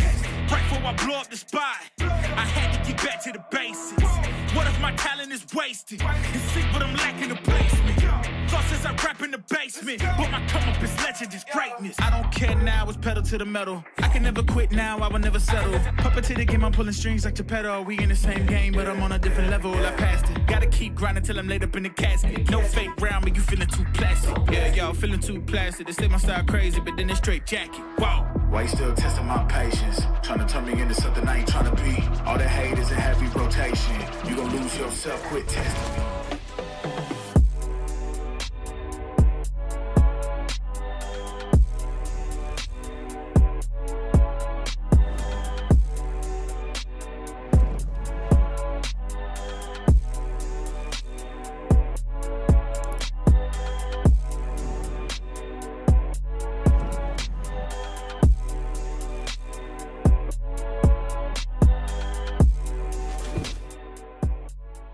You look into your inventory and there's only...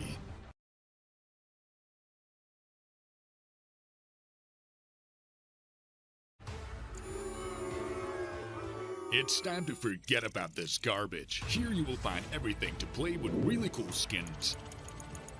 Open top cases. Upgrade dropped skins and turn your junk into a cool gun using the contract system.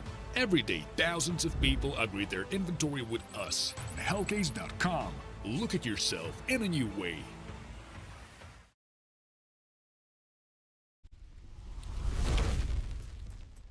Welcome back in, everyone. Third map here between Nexus and Braziliski Luz, and it was 13-6s on both map picks for the team. And here we go, the knife round, obviously. Knife. Very exciting. Look, what I've been impressed with is the clutch potential out of Nexus, and it felt like all the individuals were getting online. New little falling animation as well. It's fun to see. Nexus win the knife. They probably start CT. Freddy, I feel like we take a look at this. I actually think I favour Nexus here. Yeah, I mean, Braziliski Luz are really good on Mirage. So I think we've seen very clear-cut games so far. Like, it's been very obvious who's going to be winning after a certain point.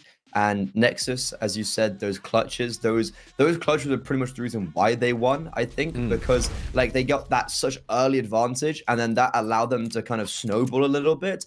As we go on to Mirage, I've seen Nexus very recently on this map beat Metasport in a very clutch game where they had the lead and they kind of were maybe throwing it away a little bit, but Exello got this insane Deagle no armor 1 versus 2. And it completely caught me off guard. But Exello, look, he's had a pretty good game, I think. Like, even on Nuke, when I wanted more a little bit from him at the start, he still was like because he was stepping up and then just failed to continue. I felt like on Ancient, everyone from Nexus was really finding their footing. Yeah. And no matter where Braziliski Luz went on their T side, they were always walking into some sort of like difficulty. They were always walking into some sort of trouble. And I think for me, that's going to be favoring the Nexus, especially as we come into this next game. Into Mirage, because it's like, look, if everyone's firing on full potential, and if BTN's gonna bloody top the scoreboard, then like, if that's not a win if that's not a win condition, then I don't know what it is. Yeah, no, I agree. I feel like Nexus has taken a while to warm up into this series, and obviously the caliber of events that they've been making deep runs in as well has been fantastic. You mentioned the Metasport victory as well, a team that has been really rising to the ascendancy. It's up to BL to answer back. Obviously, starting on the T side is going to make things potentially a little bit more difficult. It's a fun pistol. It's almost El Clasico of a couple of players go under. BTN spots the contact. This means that the A players can remain quite close. And dual Bretters at ramp could be everything. Fantastic flash from Ursin and BTN delivering the damage, and the bomb's been dropped at ramp, which makes things very, very difficult. At least Zello's fallen, but at the same time, his sacrifice is everything, because it's still a 4-on-2. Virtuoso, if they can find this kill onto BTN, then it's very possible Virtuoso's found another. How on earth has BL turned this one around? Sound 1-on-2. Dink immediately, but it goes the other way as well. Polo steps out from default, and it's Braniluski-Luz turning around a 4-on-2. That is an insane pistol round to be losing for Nexus. You know where the bomb is. You don't know where Virtuoso is. That is true, to be fair. So he's maybe able to get one kill, kind of like unsheathing his dagger behind the cloak. But Braniluski-Luz, 2 versus 4, and they hit some marvelous shots. That is a great start to their crusade on Mirage. And for Nexus, you're definitely there just like, oh, like head in your hands. That's horrible. We've seen how quickly momentum builds for both of these teams. And neither one of them really wants to force buy into second round. So you kind of get this buy one, get one free if you grab the pistol. Braniluski-Luz were force buying a lot. It just always lost. Like, they actually did it twice on, even on Nuke when they were on their CT side. And same with Ancient. They were they force on their T side they force bought after a bomb down, didn't work, and then on Ancient they force bought, it didn't work. So maybe Braniluski-Luz would have thrown caution to the wind. But for now it's Nexus on that full eco, and well, flawless. Exactly what you want. Just making sure that you grab all of the kills immediately. No casualties. That's something that happened on Ancient. Remember the USP round where everyone was in mid for Nexus? They got 3 kills there. This time it goes completely the other way. So Braniluski-Luz gets to play a little bit more of a bonus. No AWP for Zello. That's the key factor here. But at least all the M4s are in play. Let's see what Nexus are going to bring to the table, because I imagine it's going to be a little bit more pacier out of this T side, especially with the MAC-10s. Virtuoso makes it over in towards the left-hand side, but loses his teammate in the process. BTN, that's a nice find onto Prism. Yeah, that's a big opening kill for Nexus. However, mid-control still in favor of the T side until Sound, not even with the flashbang, like it doesn't blind Virtuoso, but he just still swings with conviction. And now it's looking a little bit more like it for the Nexus side. This should have probably been 3-0, but because of that pistol round difficulties, now they're going to have to be coming back after the pistol round loss. There is going to be a frag from Polo onto the CT player. BTN has been dropped to 14 HP because of the grenade in towards jungle. And now there's 2 versus 4. Swizz also has another nade. If he plays this correctly, that could be a guaranteed frag. But for Nexus, they have no kits. No, they got to find these fights, and Polo grabs another Swizz on towards stairs. What? Not again, Nexus. Another 2-on-4. BTN is still incredibly low, and Polo's repositioned towards Sandwich, which means this ramp play is going to be a little bit more tricky. Swizz taking the contact for Polo, and there's that nade. Another 2-on-4 converted by this T side. The clutches are now going in their favor. The shoes on the other foot, and Nexus are sent scrambling. That was a 2 versus 5, right? And that was done near flawlessly. Polo once again a part of that clutch. My god, that was fantastic. He gets 3 kills in the round. Swizz gets 2. And that grenade, as I said, gets utilized at the very end. Lands on BTN. And Nexus once again left in despair. How have they not been closing out both of those rounds? And as you said, shoes on the foot. How'd you like them apples that Braniluski-Luz say? I'll tell you what's incredible there. In that round, it's the reposition out of Polo. So he reveals himself in towards default and then moves in towards Sandwich. Sound's hitting some Deeks. And that's in as well. BTN, hang on a second. This one's completely fallen out of favor for the T side. Nexus arrive with a vengeance. Of course, Polo could still clutch. Yeah. He's yet to die.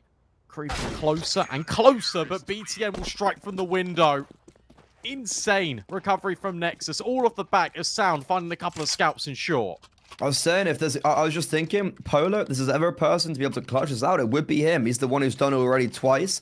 But no, Nexus with the Deagles, Sound starts it off, and he gets 2 kills, gets damage onto the third, and also just impedes them running up short. That then allows the likes of Urson and BTN to be able to react from that He dropped the bomb, and Polo in a position where he can't really help. Brazilishki Luz. This has been an insane map so far. There's basically been 3 like disadvantageous 2vx's, and now as we head into round 5, AWP out for both sides. Polo already up with a opener. Yeah, Nexus tried to wipe the smoke to give Zello a little bit more opportunity, but the boost was just on the corner of the wall, so they couldn't see anything. Nursing goes straight into the line of fire. And holding patiently. At least Nexus has still got the mid control. 2 players under for BL. They want to retake this in the mid round, and they'll be allowed to do exactly that.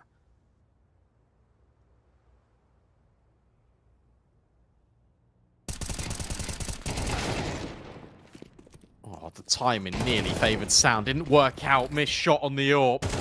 Swizz finds another. BTN will have to go absolutely nuclear if he wants to achieve anything. Tucked in at default, but there's too many players overwhelming. And with Ragger's position now known already, being dinked through the wall, it's a clean conversion.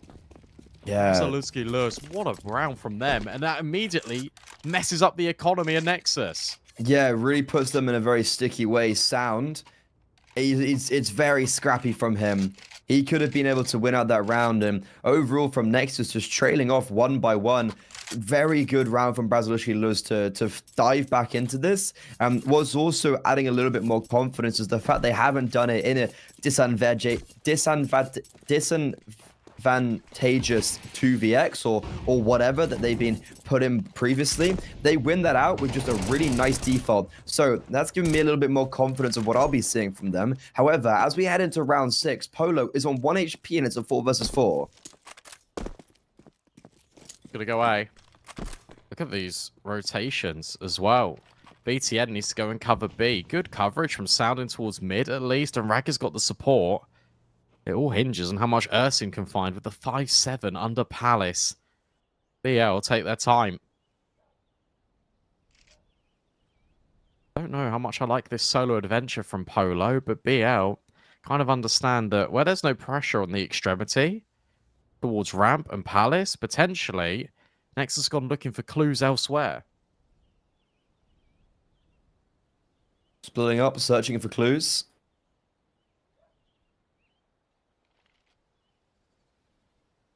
And it seems like they want to try fake some sort of presence with Polo over in maybe B-bomb site or leave him to lurk underpass with 1 HP. And yeah, throw in some util. Nexus is already going to draw Sound away. Ursim goes fishing towards Ramp, and he's going to catch hook, line, and sinker that bomb. Now, 3 versus 4. Once again, to remind you, Polo's on 1 HP, and they know he's in the kind of B apartments vicinity, and it's awful. It's all falling apart here. Nexus, they came into this round with barely anything, and now they're going to be surviving with 4 players and the bomb and the AWP picked up. Nexus, they are keeping this game very contestable. Yeah, that's sick from Sound because he gets so much room in towards B, and that just it enables the rotates, not B, sorry, middle. And you see that BTN works his way over towards B. He holds, he sees 1 molly, he doesn't feel anything off the back of it. So Nexus are pretty committed in towards A. Really nice angles also being taken up, just hiding around the corners. The fact that Ursin takes the first contact, you can sacrifice a 5-7 into that exchange for info, but he comes out on top. Jump out the window for BTN, enables Zello on the peak. And now BL, yet again, in the same position, have to go A, and they will with their utility. Ooh, Ursin lines 2 up. It's a very severe advantage, and this force by this gun round from Brazilishki Luz, you would think that's an eco of how easily Nexus were able to swat that away as they drop like flies.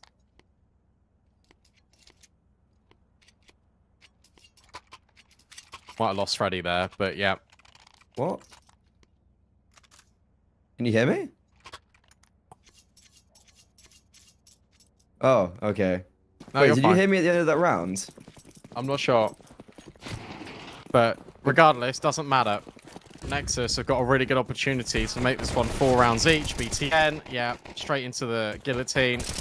This one's all said and done. Equalization now for Nexus. They are working their way back, and let's be honest, if it wasn't for those 2-on-4s and 2-on-5s, this would be a lot more one-sided. Yeah, I mean, we have had one like really good default round from Braziliski where they were able to wrap onto that A bomb site. But apart from that, as you said, yeah, it is those kind of clutch situations. Nexus, they were able to build upon from a low buy round, win themselves, and now they're looking to take the lead. 4-4. It's dead even. It's been a very back and forth map so far. It's been very exciting, and look at this different change of play. Virtuosos, be careful because 2 players are pushing towards ramp. I like this. It's the first time that Nexus have actually shown aggression towards ramp very early on. Now they understand that well, no one's really here. You got to be careful about middle. BTN won't spot Prism, but he will make his way out the murder hole just to hold for crosses in case they want to try and poke and prod in towards spawn. Virtuoso just checking just in case his flank has been compromised. Not going to be the case. 1 minute left. We can hear the quick switch and Raga can't. 4 players basically now in apartments. Prism, the player that was boosted not onto window, but the ledge on window, gonna be left to lurk. But no, he's actually gonna fall away, make noise, throw a Molotov, and join up with his teammates. Here comes the B execute. 2 players are here. BTN spots them, but it's actually Raga that takes that first contact, able to reposition slightly, taking the fight straight to them. Maybe that was the mistake. The crossfire gets dismantled as BTN also has to go on the back of the bomb side, and it's a 3 versus 3. BL, yeah, sure, they're taking a lot of damage. This is so winnable. Bomb being planted in the smoke. Urston, a spam, it's missing. And now, Sound, here comes the rotations. Oh, they've been chopped apart. Exello, 1 versus 2. Cluso and Polo, they did really well to hold on to that one. I saved them the jewels. And now Exello, we've seen him in these positions before. On Ancient, 2 clutches. And with the deagle out, Cluso on 5 HP will be low. However, he can't connect the shot. And Braziliski Luz win yet another 2 versus 3 low advantage. That's actually wild that they are able to win that round because the T side mollied themselves at the end of apps. That wasn't a Nexus molly. That was Braziliski Luz trying to molly Van and it slightly misses. So they have to jump out the window. Are you sure it wasn't also just a Molotov for, like, because I saw, oh, they're clearing out. Like, they're clearing it out and they're jumping through window. Potentially, but you're giving yourself one direction and then you're setting yourself up in a crossfire to go through the window. So, yeah, it could be that. But regardless of it, the timing wasn't amazing. Polo spots BTN in con. They can't get the kill.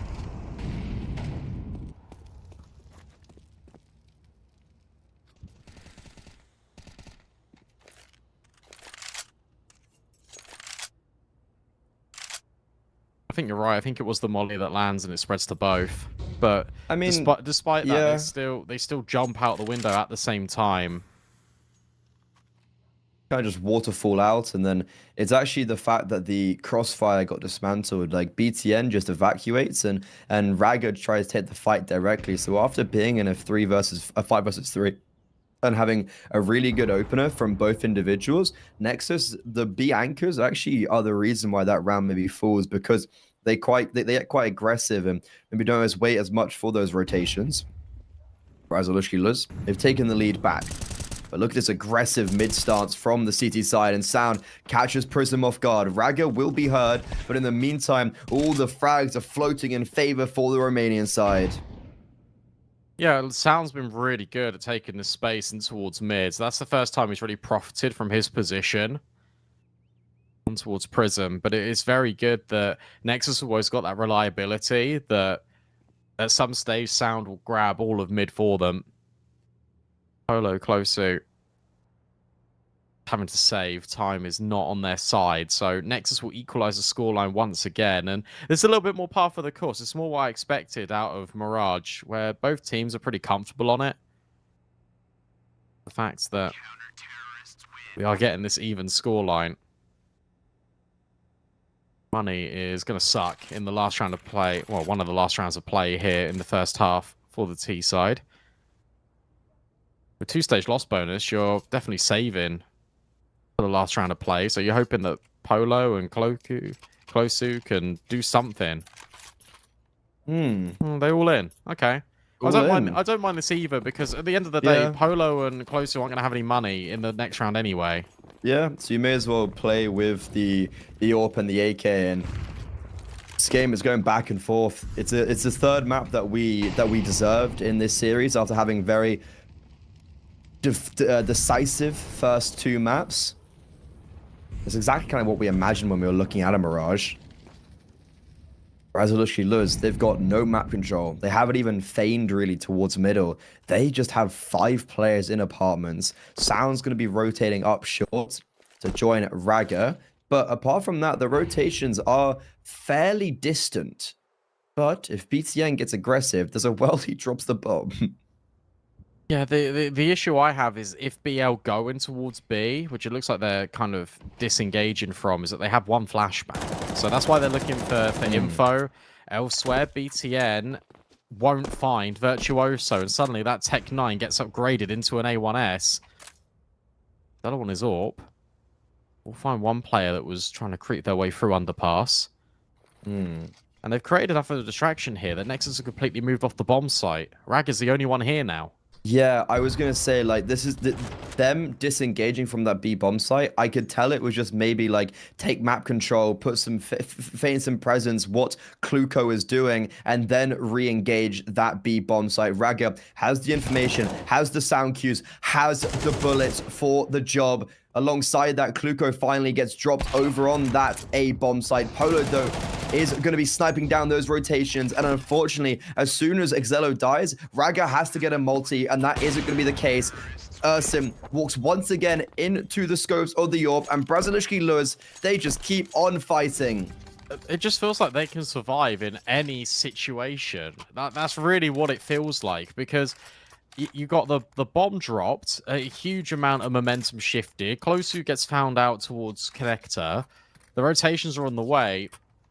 But notice how Polo has remained so vigilant.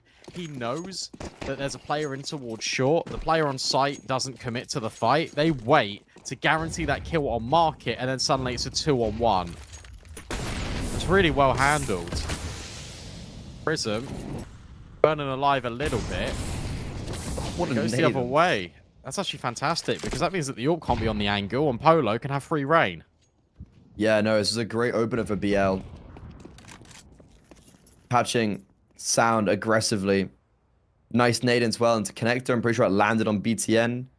However, Swizz sure is low, but they're going to take advantage with Gluko lurking in apartments. He could catch Raga off guard if he chooses to aggress, and Cluso is actually going to move out of position at the last moment, thus allowing Raga to neutralize him, clear the B apartments, and now start rotating towards A, where the execute's coming. Polo in middle, though, could potentially clothesline someone like Raga if they choose to rotate through mid. But the teammates on the actual A bomb site need to make their way out of ramp, but that's going to be very difficult with the lack of utility they have and the AWP peering down range. Yeah, this is just really difficult, because now you feel like you need to get contact through Polo. They're going to take their time here. Prism, again, baiting out with audio, allows Swizz on the angle. Raga on Polo, could be everything. And we'll claim him. Raga never moves. Swizz finds another onto BTN. The issue is, you know that there's a player out connector, so you need to fight him. Swizz finds another, a one-on-one. 10 seconds. There's not time for this, surely. Surely not. No, there isn't time. Yeah, he needs maybe like 2 more seconds, maybe even 1 more second. That's super unfortunate. He just gives up, and Exello, well, that's another clutch to his tally, I guess. And Nexus, they even up the scoreline going into the second half. It's been neck and neck. Neither team has been able to really string any meaningful rounds in a row. And yeah, it's literally just so back and forth. This pistol round could give whoever wins it that little surge of confidence. Yeah, and momentum. I really like the idea from Swizz because he literally just unlocks everything in that round. There's so many potentials that can become discovered once he finds these 10 kills. All on 10 HP as well, yeah. And if he had just a couple more seconds, that bomb goes down, and then Zello is in a really difficult clutch because the afterplant could be absolutely anywhere. He could put himself in whatever angle he desired.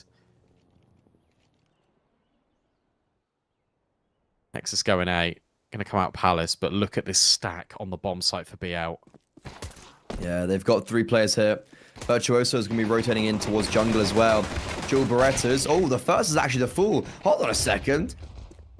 Nexus, they just ripped open this A bomb site. Now, 2 players remaining in CT. Well, make it 1. Swizz, the almost hero of last round, can't get it done. And Nexus, they get the bomb down. They win the round and do so quite defyingly. Yeah, they thought the dual Beretta crossfire would be pretty potent. There's just so many bullets you can lay down range, and instead it just didn't happen whatsoever. Nexus are just able to find the headshots close range with the Glocks, just deleting and churning up the opposition.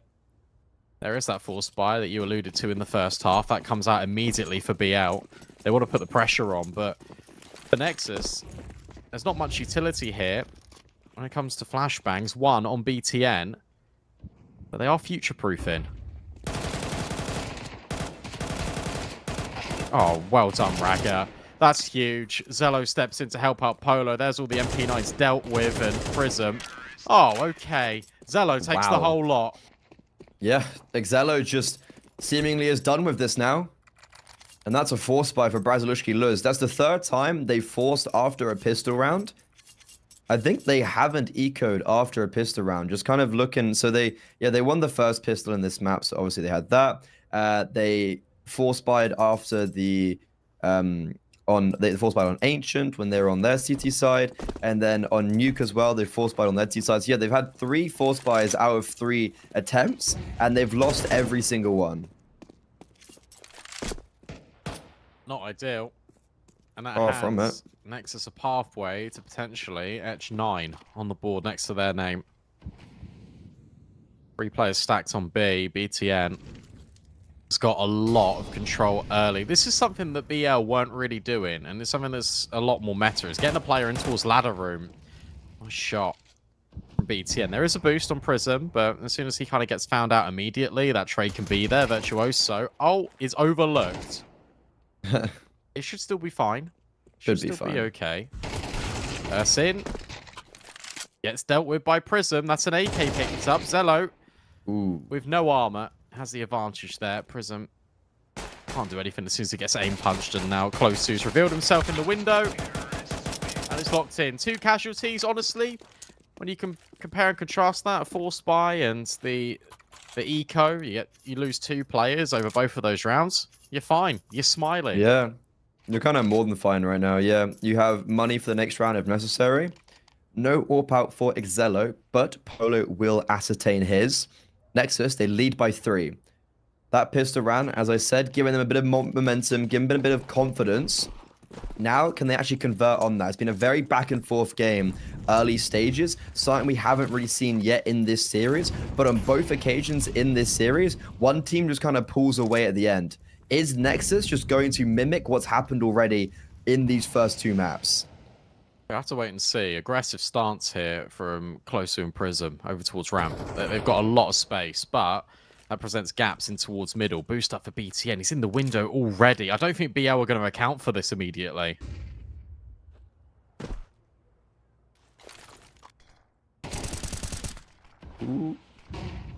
Swizz does identify BTM. He's also had a great game, and he's had a great 2 maps on Ancient and Mirage. Maybe he is just that win potential for Nexus. He steps up. It's like, oh, tick, that's done. fun angle from Polo, just on the bumper of the van. I love that angle. Virtuoso really worried about jungle now. I actually really like this setup because Swizz is kind of delegated responsibility to look at ramp, which helps out a lot, and Virtuoso can just hold the cross, and that means that Swizz can turn around at a moment's notice. Yeah, this is a really awkward round for Nexus because obviously they've got BTN in window, but like he's known, and Exelo's in ladder, so you have two players kind of segregated in middle, and now Prism gets caught off guard. Cluso will trade out for one. BTN is aware. And Cluso, that's a great double on the bomb site. Swizz now charges in for a double spray down. He just lines them up. And Brazalushki Luz, that's a great retaliation early in this second half. I'll tell you what, it's one of those like cliche sentences I'm about to say, but it's so true. Nexus take mid. But then what do they do with it? Like, not a lot. And that's a lot of struggle that teams sometimes face on Mirage, where they know how important mid control is because it makes sure executes onto a bomb site easier because you can split. It's not just one-dimensional. But in that round, as soon as BTN gets spotted, they're just like, oh, well, drat. Like, what can we do here? And as a result, they take way too long to kind of think of a solution. They sit in mid. Obviously, BL, we're not going to give him a fight. That's a pretty simple round. And where they didn't see the ramp aggression Nexus, BL are just going to run it right back. Yeah, BL, this is a really good round. However, kind of does fall onto the shoulders of Swizz a little bit. A great rotation towards A, and he had a great hold there in the previous, but here he falls and just gives up that B bomb site. Virtuoso, though, a quick rotation is going to be catching off Nexus. Bomb yet to be planted because of that. And now with utility set, it's making it very difficult for Sound. He's waiting for Exelo. The city side have no idea where he is. So you can see that's why Prism is maybe still skulking around that A bomb side, around top connectors, seeing if anyone's going to lurk out. But no, Exelo in apartments. I think they're going to be getting that information very soon as he starts to throw some utility. Sound. And this bomb even ever go down? Molotov actually just, clearing out the back of the bomb site. So they have the information that no one's there now. And speaking of Prism, who was over on A, he's rotated towards short. But the first contact comes in from Market. Sound doubles down. They individualistically give him those 1 versus 1s. And now Prism, who was in a great rotation to try and clamp on this B bomb site, is in a very unforgivable 1 versus 2. Sound, he's on fire in this round. Exelo has perfect coverage from apartments. Exelo falls. Hold on a second. Prism has a kit. Sound's low HP, but Sound has the read perfectly. Walking around these pillars, acutely reading into Prism, and he saves the day for Nexus.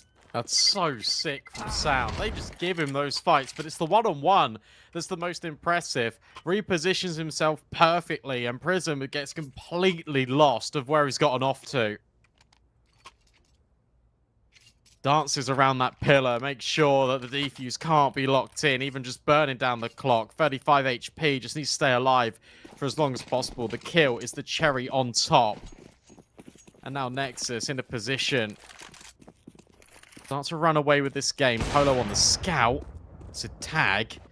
Zello with the immediate flick down. Closu now looks to get aggressive in towards B. It's been really good space taking by this CT side. Smoke missed in towards window as well. BTN's going to get a rude awakening. Look at the quick flank. Look at Closu. Ooh, he has all this information as well. I think he's heard everything. BTN throwing a smoke. Cluso could have actually taken advantage of that, but I think still be able to. BTN, yeah, no idea. But in the meantime, the A bomb site is just being ripped apart. So sure, you've got this great lurk from Cluso, but he's actually just made noise. And okay, he will get the kill on BTN, but literally everything else on that A bomb site has gone in favor of that T side. Nexus, they get 11. They're able to get past this half buy from Brazalushki Luz, a team that's only got 1 round on the CT side. Yeah, this T side's been great. It's been very methodical. They haven't really shown too much variation when it comes to pace changes, Nexus, but why would they need to when this has been working round in, round out? The bomb site has shown a lot of vulnerability. Rag is even hunting for Closu. Feels like he will get away with it, potentially. It depends how fast Sound scales. They're just going to wait. Can he live? Yes, just about. Okay, AK brought forward.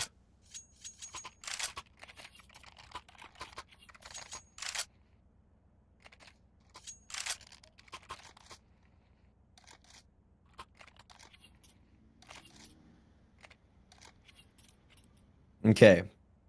Brazilushki Luz. This is their final stand potentially on Mirage. They lose this, and if they don't save anything, they're going to have no money. And it's going to be a Nexus victory on Mirage in this series. And what were you saying? This is very smart. Yeah, this is a change of pace, right? They're just going straight for an execute. BTN's in apartments. Maybe he's going to try draw some attention away with his utility. There's 2 players on short, so as soon as BTN actually maybe throws some utility, he could scramble some of this defense. But no, he's actually going to go into a hard lurk position as these smokes come down on the A-bomb site. Oh, great flash. Fantastic one. Polo was trying to get on the angle, and he just gets dealt with. You're right, that BTN lurk could be a factor. Close who tries his best to deal with the players, but no. There's simply too many. Completely overwhelming this bomb site. A 2-on-3, but look, you can still disengage. Look at B. BTN's cleared everything. Or maybe he's just going to be that backstab. Virtuoso is really aware of it. A 1-on-2. Hold this, Sin around the corner. Virtuoso finds everything. How on earth did BL keep getting away with these clutches? Virtuoso reads that like a book. BTN. He didn't make any noise. Virtuoso reads into it perfectly. As soon as Nexus put the brakes on, he starts to think, well, has someone pushed CT? Has someone pushed from that B bomb site? And my God, Nexus, they fumble the bag massively. 4 kills with Virtuoso. It may as well have been a 1 versus 4. And he saves the day for Brazilushki Luz. However, can this formulate to anything more than just an isolated round? Potentially on the basis that Nexus have really poor economy. And they're going into this next round with, what, Mac 10, Tech 9, Deagle, and 2 AKs. With also utility lacking on individuals. I can't believe that. He's playing an absolute stunner there. It's just the read. You're right. The immediate pause after it was so aggressive kind of raises suspicion. Unbelievable. Back to mid. Can't believe it. Really can't.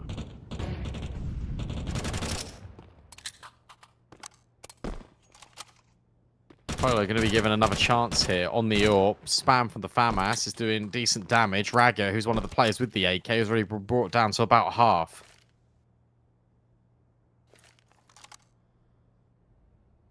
I mean, he can switch that over. Everyone does have armor.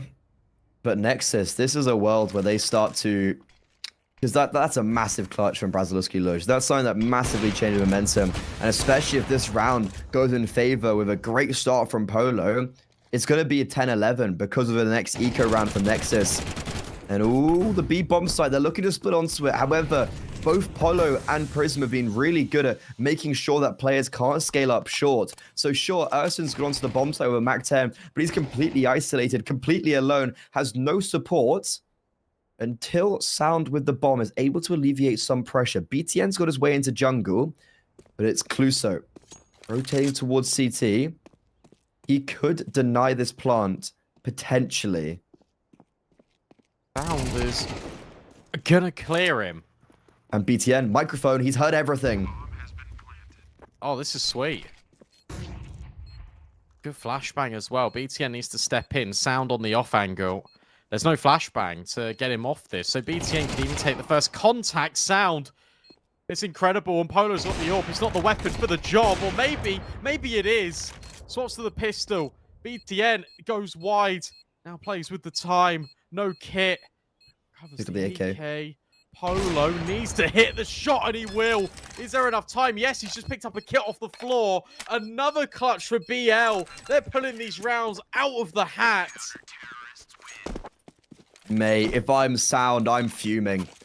You've done so much work there. A kill on B, a rotation towards A. You've isolated the jewels. You get swung on because you've taken that contact. And then even if BTN has the advantage, he whiffs his lines.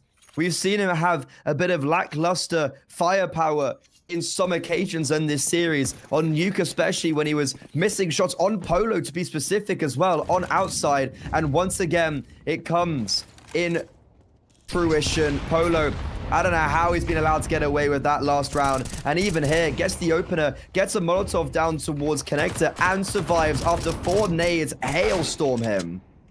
Oh, worse. What? Hang on. 2 on 3. Polo low. Prism needs to claim the lives of both. He's done a very good job about it. Fortunately, the trades are here. And whilst it gets a little bit scary, it's sweat wiped off the brow for BL. As they now start to close the gap. Yeah. Brandon, this should be realistically already done. Nexus have had so many opportunities. What they have done, however, especially in the previous, those deagle shots, they aren't, they haven't gone for nothing. They have a purpose. Yeah. And the purpose is the economy very on stilts for BL. And especially with Polo having to clutch up a 1 versus 1, they really don't have much in Nexus. They've gone for this AXQ before. It's worked out perfectly, but then Virtuoso got a 1 versus 3 4K. Now, it's actually going to be aggression towards Palace. Sound, though, he's such an immovable object. And Polo, how's he going to get out of this one?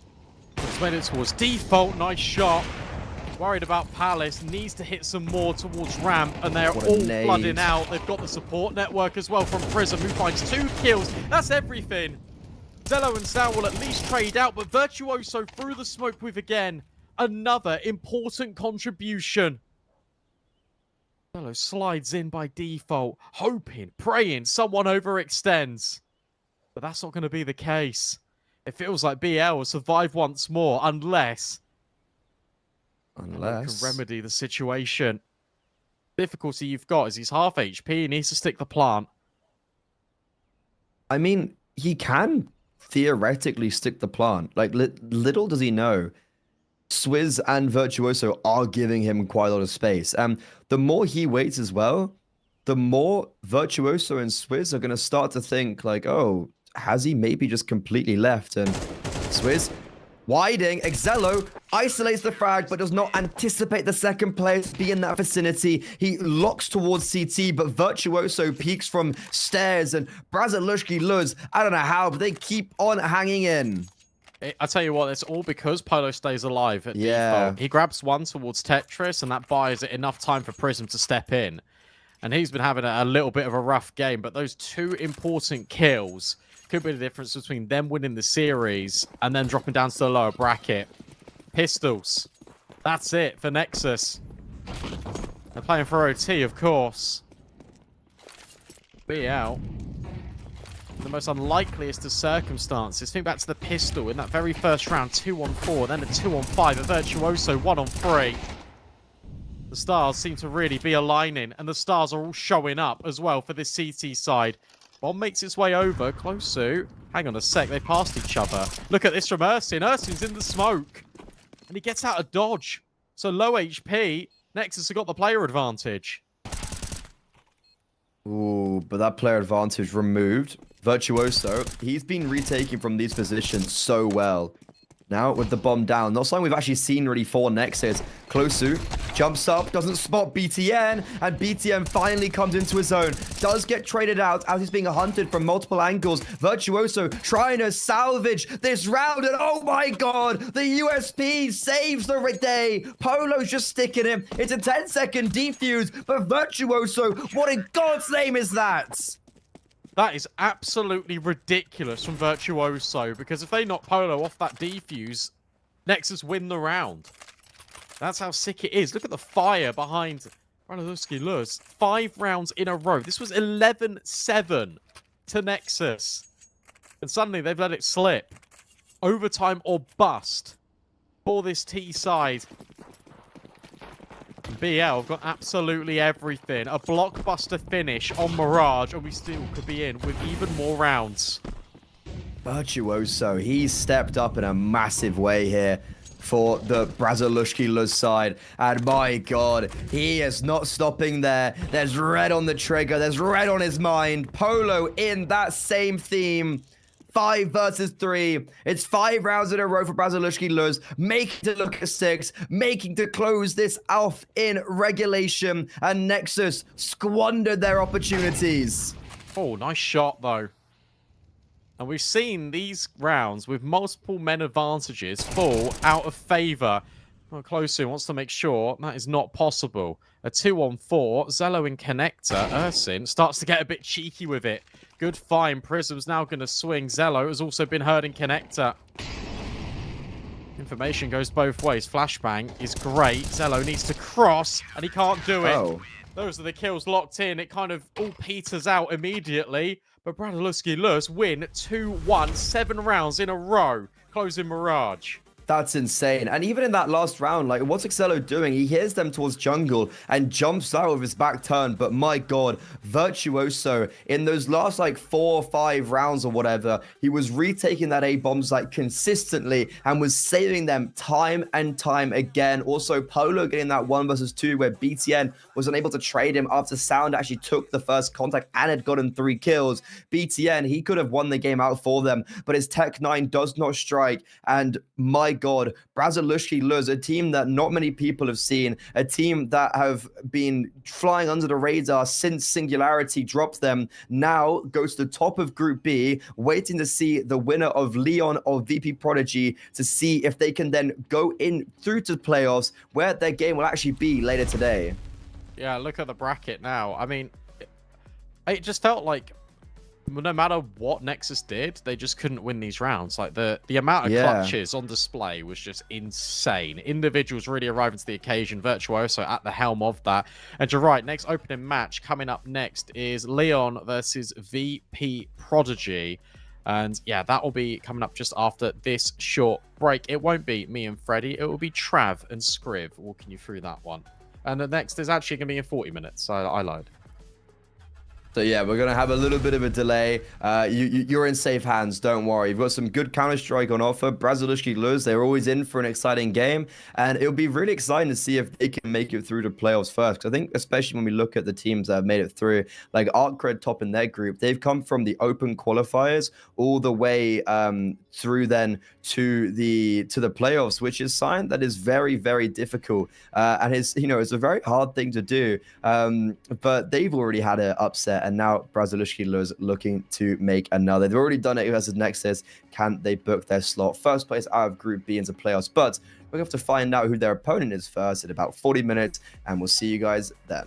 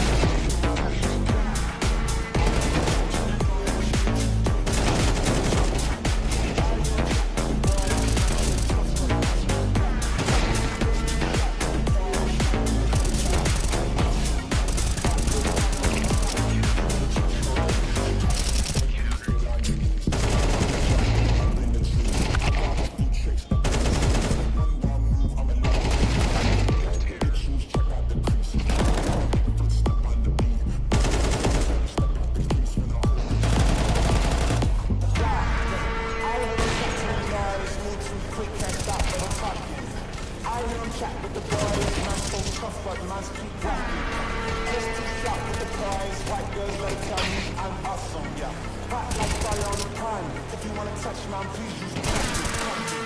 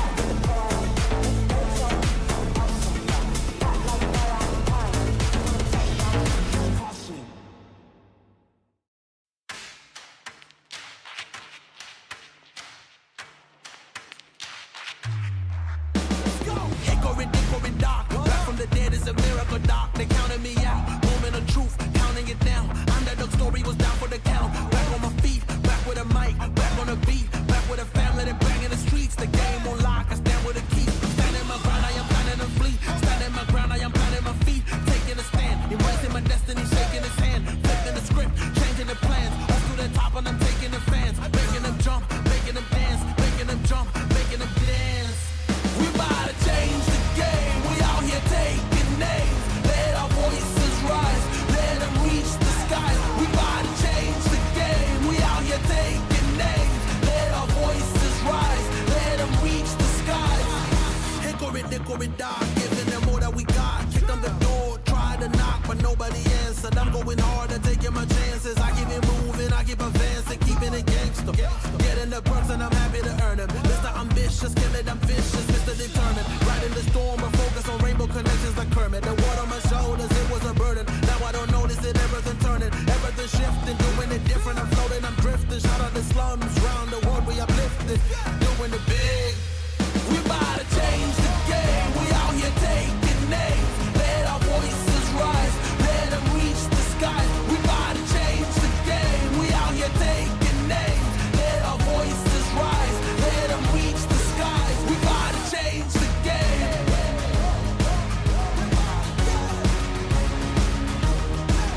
We about to change the game.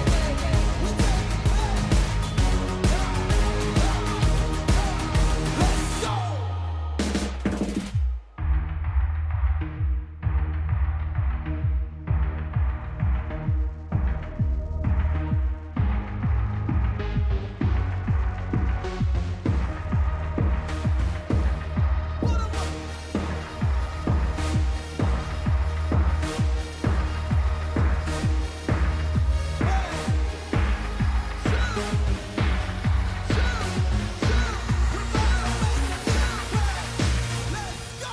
We about to change the game. We out here taking names. Let our voices rise.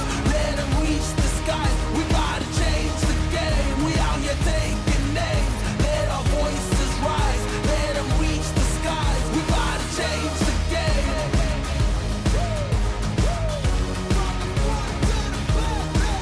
We about to change the game.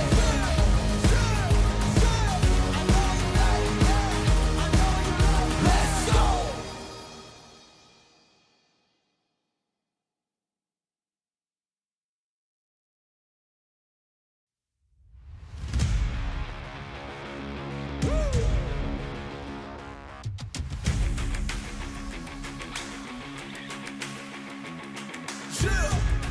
Chill. Hey, chill. Let's go. I was born to kill it. I was meant to win. I am down and willing, so I will find a way. It took a minute, now it didn't happen right away. When it get hot in the kitchen, you decide to stay. That's how it winners made. Stick a fork in the hater on my dinner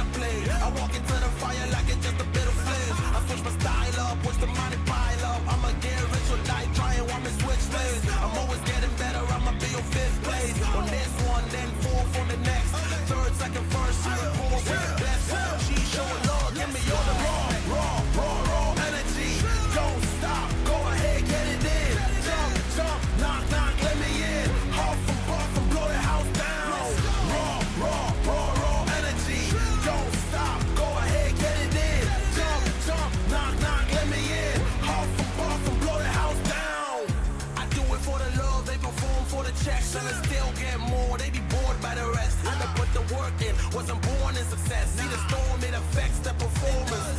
But I dance in the rain and the thunder, the drums. So I'll keep going hard, I won't stop till I'm done. From the bottom to the top, I'm the one. I can drop in a month, I'll be back at the top.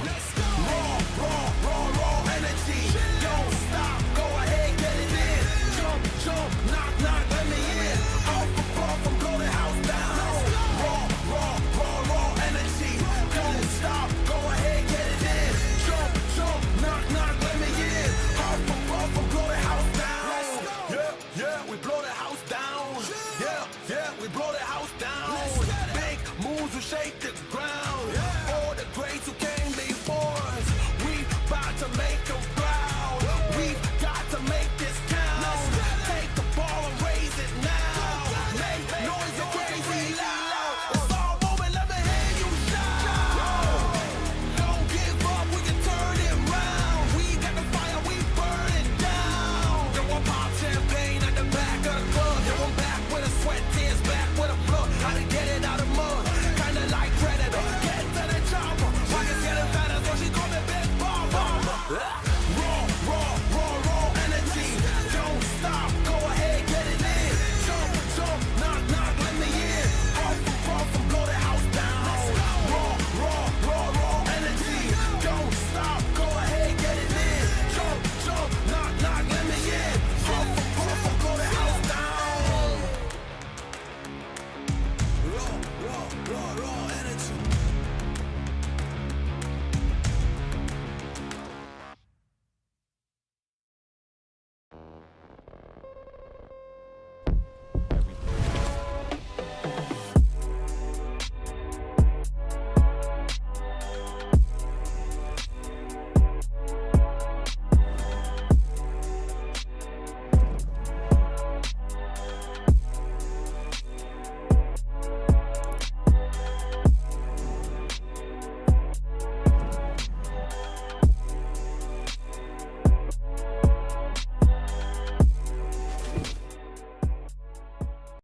Come on, it's almost yours.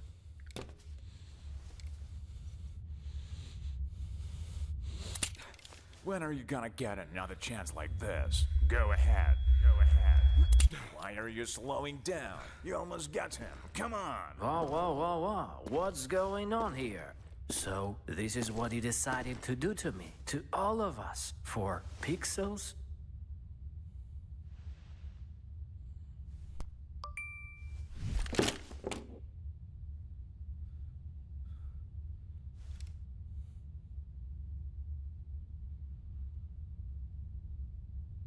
Fuck you and your Roland. Let's get out of here, bro. Have you seen how many scammers showed up? Hello, everybody. Welcome into the Hellcup number 9. Welcome back, of course. We have had a little bit of action already for today, but a change of faces. It is myself, Scrib, and Trav here to take you through the action. Looking forward to getting on it, man. I think, you know, as we've said, it's a nice change of pace into a tournament like this. And yeah, just having a little look. There's a few names that we've got on the server, but also Hellcase Cups back in the day. There were quite a few of them. Some legendary names have come through the Hellcase sponsorship, I suppose, the partnership. So yeah, very much looking forward to getting our names on this a little bit, Trav. Yeah, it's actually fun. I mean, obviously, when I first heard about this, I thought maybe it was a whole new run of cups, right? Maybe they'd go back to number 1 again. But if you look at the chronology, of course, on Liquipedia, we last had a Hellcase Cup in 2020, I believe. So yeah, we've gone from 8 from number 9. It's been a long time since we've been back, but we are back, and as you say, nice to get involved. I believe. We can have a look at the bracket and schedule and see where we're currently at in this tournament. Of course, this is Group B. We've seen one match so far, and of course, we do get a couple of these teams that will make it through eventually through the elimination and decider matches. Of course, we saw the now. Yes, I'll try and do this first time. Brazilski Luz. That's not too bad. I don't think. I'd say that's pretty good. Yeah, that's pretty good. Polish mixed team, of course, and that was actually harder than the name itself. Goodness me. Polish mixed team, of course, and there are quite a lot of well-known names on that roster, and they managed to defeat Nexus, of course, the Romanian team. So they're into the winners match, and the winner of the game that we have coming up right now Leon versus Virtus Pro's Academy team will play them in the next round. Yes, absolutely. So, for me, maybe a little bit of a surprise. Nexus have been looking good recently. Some decent placings from them. They did very well in the advanced season and whatnot. So, I figured that they would be the ones to take it. Indeed, as you say, some recognizable names on... Oh, God, I've got to go for it now. Brazilitsky? I don't know if that was as good as Trav's. Brazy, mate. I think Brazy works, right? Yeah. Brazy does indeed work. But yeah, some recognizable names on there, but a team that haven't really been all that noticeable. They've not been together very long either, as at least a sort of official roster. So this would be one of their first outings, to be honest. A couple open qualifiers and whatnot, but as far as a proper tournament goes, this would be one of their first outings. So yeah, a very impressive victory, I would say, from them, and hopefully we get to see, if they can keep that up into Group B here. Of course, we will be covering them a little bit later on ourselves. But the game for now is, of course, Leon up against VP Prodigy. To just kind of zoom into this one, I feel, Trav, a pretty interesting mixture of players. VP Prodigy, people will recognize the name of, the Academy League. They were a pretty decent team. There's been some recognizable names come through here. Norvi, Latic spring to mind, as players that have made it through. But of course, on the Leon side of things, we are all faceless, unfortunately. But again, a few recognizable names here. Ragin, you might know. And of course, Face Crack is one that I definitely have to go into. A real blast from the past, this guy. When I first started commentating in 2017 kind of time, he was around everywhere. He was on fours. They were doing very well. Solid tier 2 team. The players like Almazer, obviously Jerry, and Extra Power, for a long period there. A great lineup. And he was a really good player. And then into 2021, they went through some really big changes, brought in some younger players, made some massive changes to the team after being together for many years already. Shelfie, right? Was about that time? Exactly. Zorti, maybe, I think, as well, came in. Yes. And he just kind of disappeared. Almazer's sort of the same. These were two players that were decent, were good, very, very good CT-sided players, I seem to remember at that time, and could have easily slotted into many CIS tier 2 teams. But Face Crack just kind of, hardcore disappeared. And then just little stints, like 3 months here, 2 months there, testing the water on a different team. I think one of his longest stints was with a team called Indie Ray, who people might remember, making a deep run, I think, into one of the closed qualifiers for the major at that time. So I think they did relatively well and got quite close to making it through to the Rio RMR, if I'm remembering correctly. But yeah, so, and then again, disappearing. And then he went into the Middle East for a bit. E.G. Howe, right? Yeah. A little bit on Invictus, which I think I'm going to say was Asian at the time, or playing in Asia, but a Russian team, on the other side of Russia, so they can't really compete in the European tournaments. So very strange to see him back, but also kind of glad. I have given him a little rundown there, a little synopsis of the Face Crack career. But he was always a great player, and I'd be curious to know what it is that he's looking to do with this team and what it is that he's looking to bring. Yeah, I mean, I casted Leon play against Big and Thunderpick. They did okay, but clearly they're not really at the level just yet. I mean, as you say, Face Crack's sister is pretty cool. Raijin was on Hard Legion, K23, and most recently Paravision, of course. Lime. It's also a difficult pronunciation, that one. Lime. I usually go with Lime. Lime has been, of course, on Hellraisers, 2 stints. He was on Forward as well with Mo and Doja, that roster. But yeah, Eights and Wisely, the more unknown names. What I saw from Eights was pretty decent. So yeah, we'll have to see. Let's have a look at VP Prodigy. Of course, this is Virtus Pro's Academy roster. And well, apart from Denisera and Shady, who came from that Quasar team, I think, that's been around ESEA Advanced and also made it through some decent online qualifiers back in 2022, if I'm not mistaken. The other 3 are all brand new to me. Dwashka, that's going to roll off the tongue nicely. Something, I'm sure we can get some wordplay there, and Cuss Me as well. I mean, these are some great usernames. I've got to say, great aliases going on VP Prodigy, I've got to say. But yeah, I mean, they've found some decent wins in the last month. They beat TSM, they beat Guild Eagles, but no, it's fair to say that those 2 rosters are also up and down in their own ways, aren't they, TSM and Guild Eagles? So They're good wins for a young team, but still. Yeah, absolutely. I think these guys should, again, be looking to impress. It's a little bit of an interesting one with the academy teams, obviously with no academy league, academy system anymore. Hopefully we do see the return of it at some point. But ultimately, it's a bit of a for sale sign type thing, isn't it? You know, so these academy teams for me can function quite interestingly. I think there will still be an onus to play as well as you possibly can, but there might be a little bit more greed going on. There might be a little bit more trying to bag all the resources for yourself, especially if you are a name that breaks apart from the rest of the group. You know, there's obviously a lot of talent here, but the hard work, the talent, the look as well, all these sort of things have to come together for you to prove yourself as a young up-and-coming player. And I think that tournaments like this as well, where we do have a group system into it, we have a few teams that I believe are invited into playoffs, but ultimately it is looking, you know, to be a pretty open-ended kind of tournament, because there's a few names in here, a few teams in here that usually don't get into the latter stages. You know, they're usually sort of stuck in a qualifying stage, as it were. So I think the VP Prodigy are in a great spot to prove themselves and maybe indeed take the top end of this Group B here.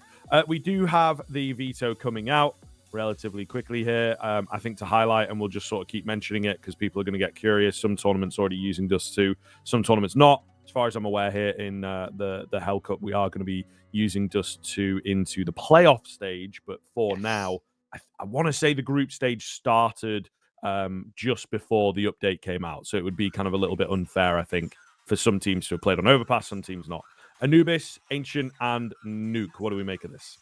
I like this, honestly. I mean, Anubis, I think it's where I've seen Leon do some decent work. They played big on it, if I'm not mistaken. I could be wrong, but I'm pretty sure I watched them play big on it in the Thunder Pick tournament. And yeah, I think they did pretty well. I still think that Ancient, obviously, now we've lost Overpass as well from the pool in the future. I think Ancient's going to be even more even higher played. It's really, of course, increased in recent times, become the middle ground map for so many teams, especially in the BO1 opening quals and stuff like that, right? Nearly every single team, it feels like is happy to go to Ancient. I feel like we're going to see it even more coming in. But yeah, I think it's good that we get these first two maps to start off the series, and of course with Nuke as well as a decider. It's actually 3 fun maps. I mean, we don't have the possibility of a save fest on Inferno. We don't have the slow T sides of Overpass. We don't have the, let's say, could be monotonous ramp takes of Vertigo, right? I mean, lots of people wanted Vertigo removed, didn't they? And I'm sure that's a conversation we'll get into when we start this series and have a chat about those recent changes. But yeah, curious. And we've got a head-to-head, of course, as well. 2 of the players, of course, we've touched on earlier. FaceCrack, long-term legend, of course, of the Tier 2 scene, all the way back to 2015. Like we said, that's borderline 10 years. That is terrifying. And Dennis Herrera is the player we put up against him today. And actually pretty similar ratings, and impact actually is looking pretty good for FaceCrack, even though these days he's in his 30s, bless him. But he's doing all right at this level. Yeah, absolutely, man. You know, I think... Again, has been a bit of a stalwart of Tier 2. We don't really know what's happened in terms of him joining other teams. Maybe part of the reason that he had to move on from Fours was indeed because he was off to the other end of the country, which obviously makes it a bit difficult to connect to the European servers and, you know, join some of these more CIS-based teams, as it were. But yeah, he looks really good for me. He's the IGL for this team, as far as I'm aware. And plays a really, really solid game, as you can see. So I am very much looking forward to watching FaceCrack here. You know, I might have to go back on a little nostalgia trip tonight and watch an old Fours game from 2018, you know. Just because they were such a great team within Tier 2. They were in like every tournament, and they were always vying for a top spot, always competing at that time against maybe one of the Tier 1.5 teams that would sort of dip back down to try and win a quote-unquote easy online tournament, and Fours always gave them a difficult time, if not taking them down. And as I say, on CT side, one of the greatest teams at that Tier 2 level to watch. So we'll see whether that has translated. Very different game now, of course. Well, completely different game now, of course, into CS2. Yes. But hopefully FaceCrack can continue to bring some of that spark that he had back in the day, as it were. Yeah, and honestly, I think he's not really been that bad. In the couple of games I've seen from him, he's been pretty good. And obviously, it's a bit of a. We already mentioned the aliases on VP Prodigy being a bit fun, be fun to call them out in play-by-plays. But honestly, Face Crack is a legendary alias, isn't it? I mean, it's what you do in game, isn't it? You try and crack faces, isn't it? So yeah, it's crazy no one else has stolen that one. But but yeah, it's going to be fun. And of course, obviously. We can have a talk about some of the other teams in the other groups of this tournament as well. I mean, you've got in Group A, we've already seen Arcrated and Cilio make it through. In Group C, you've got the likes of Sampi, Alternate Attacks, Endpoint as well. And that's Endpoint's new roster, which is actually a fun roster to see. They picked up Sayot, which is from the X-Sprout Boys, which is actually a pickup that I really like. Sayot was one of the players that I touted as a future star, and well, Endpoint know a thing or two about bringing up future stars and then selling them on, don't they? So yeah, it should be interesting. In Group D, you've got Mounds NXT, 500, the Bulgarians, of course, and the new One Win team as well. So yeah, lots of interesting teams to make it through. And we still, obviously, with the playoff invites, having the likes of Gaming Gladiators, Aurora, who you've just seen on LAN in Melbourne, Bleed, Nine Pandas, Sashi, Sinners. It's pretty good. Yeah, for sure. I think there's a good number of stacked teams here, and very excited to see how they perform. Like I say, there is also a lot of room for me, though. You know, I think that it's not necessarily super top heavy in some of these groups. Nexus, maybe we would expect to be the top of Group B. They've already gone down with a loss. Group C is maybe the one that is a bit harder out there. I think these will have been sort of predetermined and whatnot, but you know, Sampi obviously looking very good recently with their EWC qualifier or qualification, I should say. They've been absolutely spamming the games as well. I saw Dweg, shout out Dweg one time, tweet about it. They've played like 150 maps in the past 3 months. So, you know, I think that Group C is going to be a bit scary. Endpoint, fresh look for them. But again, there's maybe room in there for Ents Academy to go a little unchecked. Everyone might have their eyes on a team like Sampi in Group C. And then, yeah, Group D, One Win, I think on paper, they look like a fantastic team. I'm not going to lie. You know, a tier 2 machine here, a good mixture of young guns. Latic is just absolutely fragging at the moment. Jo is an IGL that we really like the look of in tier 2 and, you know, is maybe a little bit in... I don't want to say like contract jail, but, you know, just sort of playing within the same teams for a long, long time, not really moving around. Whereas now it feels like coming into something like this, you know, you've got a great mixture of individuality, potential, experience. Neelan and Buster, great experience between the two of them. So I'm looking forward to what One Win can do, actually. Yeah, and it's funny actually. Just looking at it now, of course, we got the game today, of course, with Leon, who I've got to say also have a really cool logo. Works out really nicely. And they've got Raijin, who we just touched on, of course, earlier on. And I actually saw a post the other day from someone saying, I didn't realize that Ryujin and Raijin were different people. Because it's actually quite hard sometimes to remember all these like tier 2 players, right? And that's actually very similar usernames. And both of them are actually really talented. And Raijin, as we mentioned on One Win, he's still only 21. His name's Boris, which is always funny as well, which is love a good old Boris. But yeah, anyway, let's stop waffling and get into the action here, as it looks like Leon and VP Prodigy are getting underway very soon. We got a few messages coming through from production. VP actually has some TeamSpeak issues, I think. Yes, so I think for at least a couple of minutes while we wait for the game to go live, we're going to throw it to break very quickly, and we'll be back with the game straight into first map.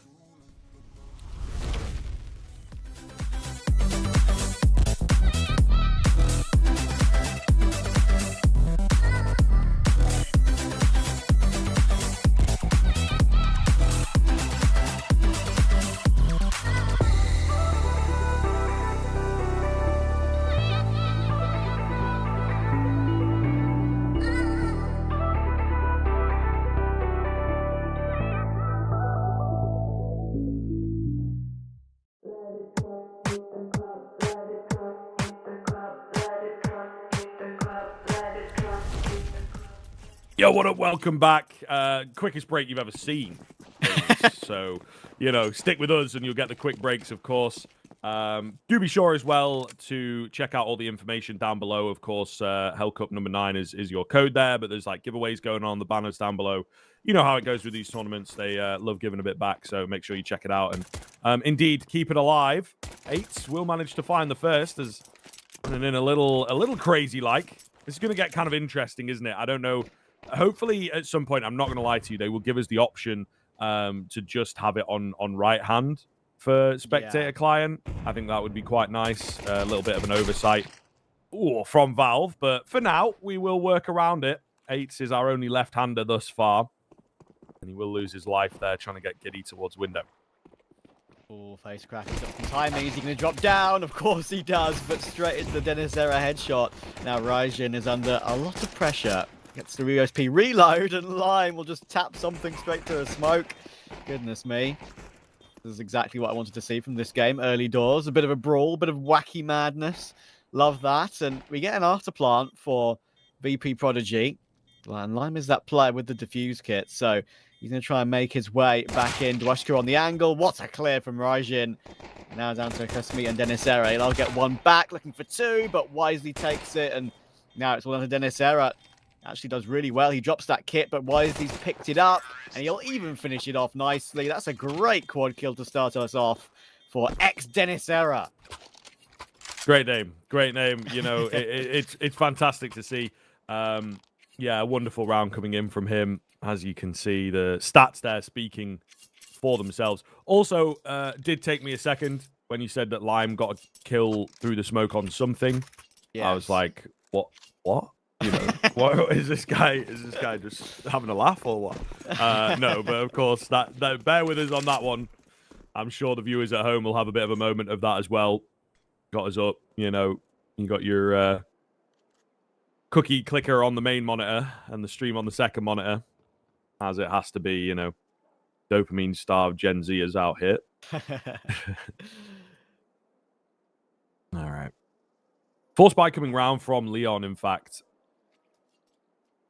Not the most common move, especially on Anubis. You see a lot more teams go for the eco, get the early rifles out, right? You don't need loads and loads of deep utility on this map. It's maybe one of the things that limits the CT side. Ooh. However, if you can make it work, put your money where your mouth is, then of course the force buy is a good idea. 8s will take the head of something there. And he's actually switched back to right hand as well. It's actually funny that, isn't it? I mean, I agree with you. Seeing players with the left-hand V model on a broadcast. I mean, you replied to my tweet yesterday, right? It's yeah, it's different. It is cool to see what that they see from their exact point of view with the switch to the left hand. But yeah, we'll obviously see if that changes in the future. If we'll see it from their exact point of view every single time. Whether we do have a sort of a client-sided one where it's right hand every time they go. He switched again, of course. We just favors it on specific angles. Who knows? That is the idea, I suppose, of re-adding it back to CS2. Valve saying fine with a full stop in their tweet, often that so many people have asked incessantly for the last few months. Dwashka will get the bomb plant on toward the B site, and Leon, with the man advantage here, can absolutely go for this because they've got a kit up on Raijin.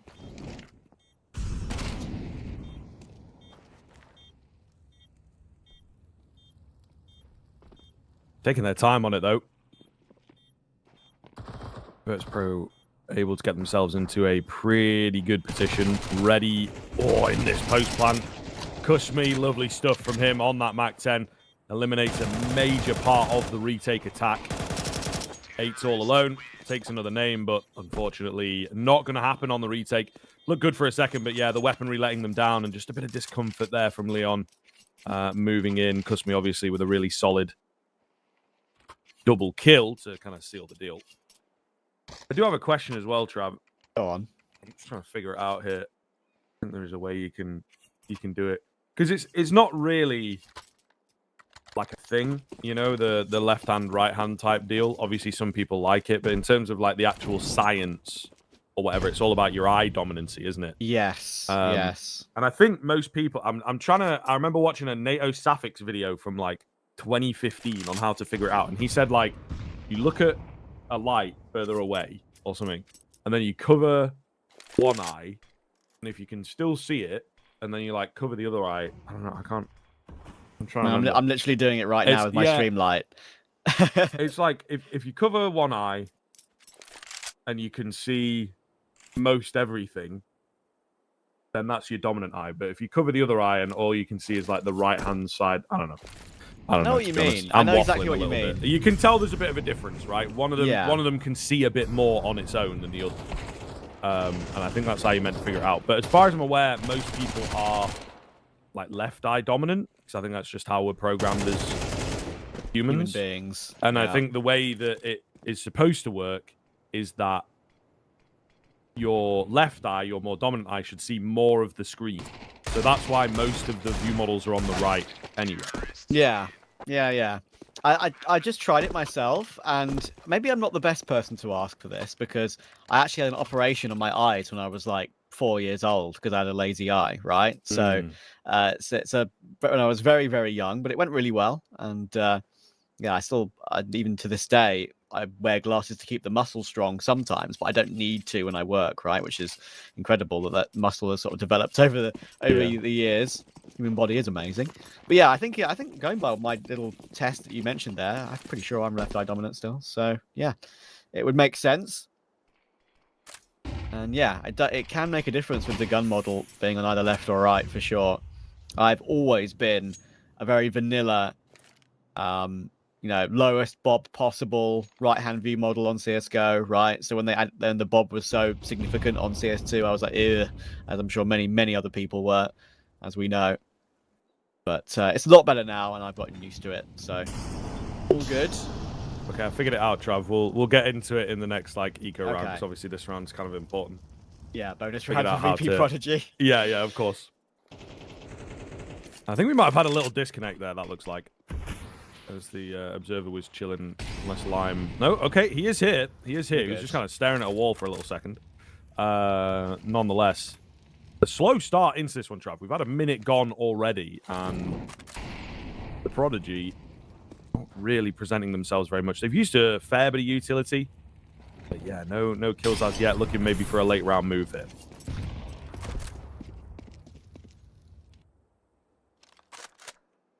"35 seconds, and VP Prodigy need to make that late round decision. Something and Denisera are together. Lime shifts across the angle rather than swinging, which means he takes a lot more damage and is lucky not to go down. But Eights with the AWP takes Cusme, and wisely will find Dwashka.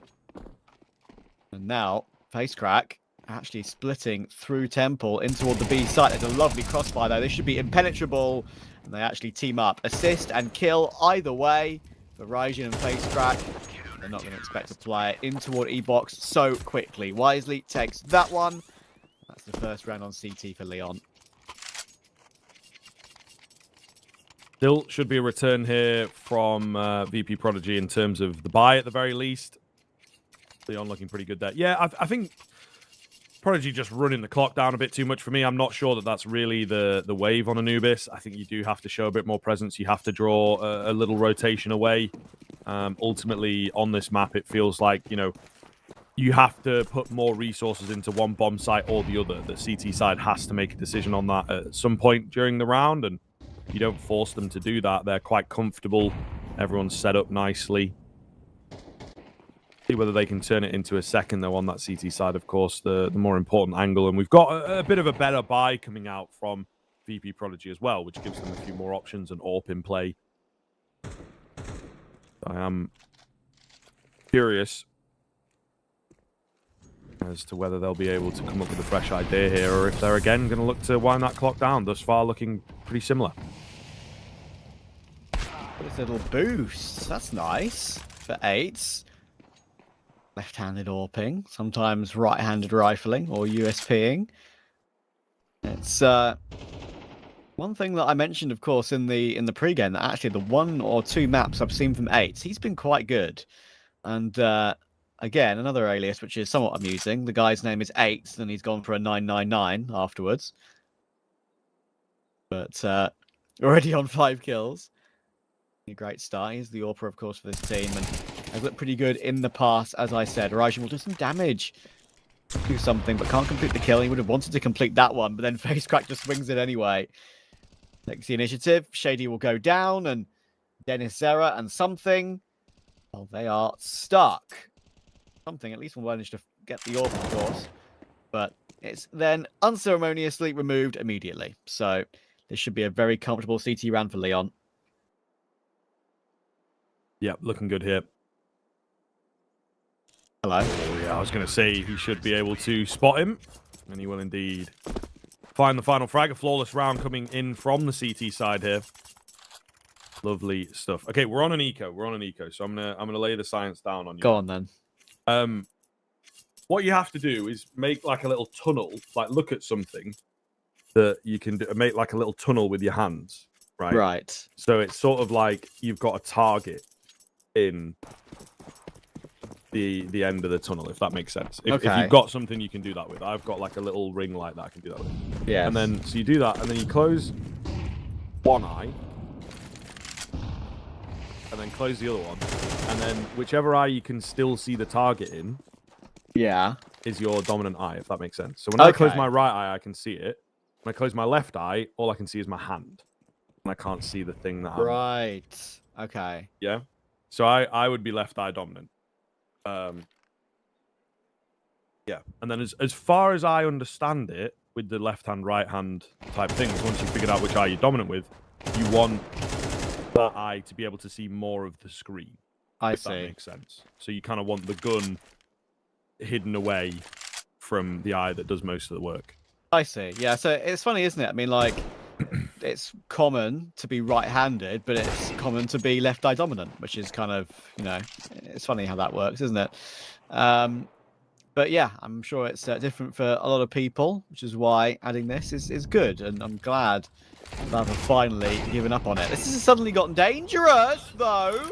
It's an eco, and Shady is hit 2 1-dings. Lime tried to throw a Molotov at the absolutely wrong time. Oh dear, Leon. Shady's found the AWP as well. Facecrack may have utility, and they may have kits and a smoke, but with the picked up weaponry, it's going to be so hard to get their way in, and Facecrack will go down, and it looks like Leon have just lost to basically 1 Deagle and a few Glocks. Oh dear. There it is from Shady. What a round from him. 4 kills with the Glock, with the Deagle. 1 Glock kill from Custom. He actually really opened it out, right? Damn. Yeah, that is kind of wild. I figured they were in a good position. You know, it started off well for Leon. I think a double kill in from Wisely. Wisely, yeah. Wow, Damn. just fell apart. So VP Prodigy showing a little bit of, I think what we expect from them a bit more is this very explosive, individually styled Counter-Strike. And they have some good names here that are looking pretty confident. You have to bear in mind, right, if we're going to go on sort of raw statistics, this Anubis map is actually a map that they've played a fair bit of officially compared to other maps. So it's not like it's going to be a massive catch. And as you rightfully pointed out in the pregame, beating out Guild Eagles, which I think, sure, Guild Eagles a little shaky at the moment, but that is still no mean feat for an academy team, for a team that you wouldn't necessarily expect, especially in the fashion. It was 13-5. You know, Guild Eagles really did struggle. Damn. So very, very one-sided affair.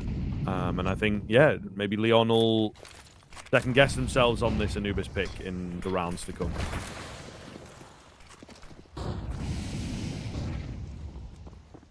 Like this from Leon, the immediate hit back, right? They've gone for the aggressive canals take with utility, put the smoke down on the steps outside the water. Raijin actually even looking for a pickup toward Rugs, perhaps. But besides better of it, and that while they may have got all that control, they don't actually get a reward from it. And to be fair to VP Prodigy, they've done well to not give up anything in that scenario.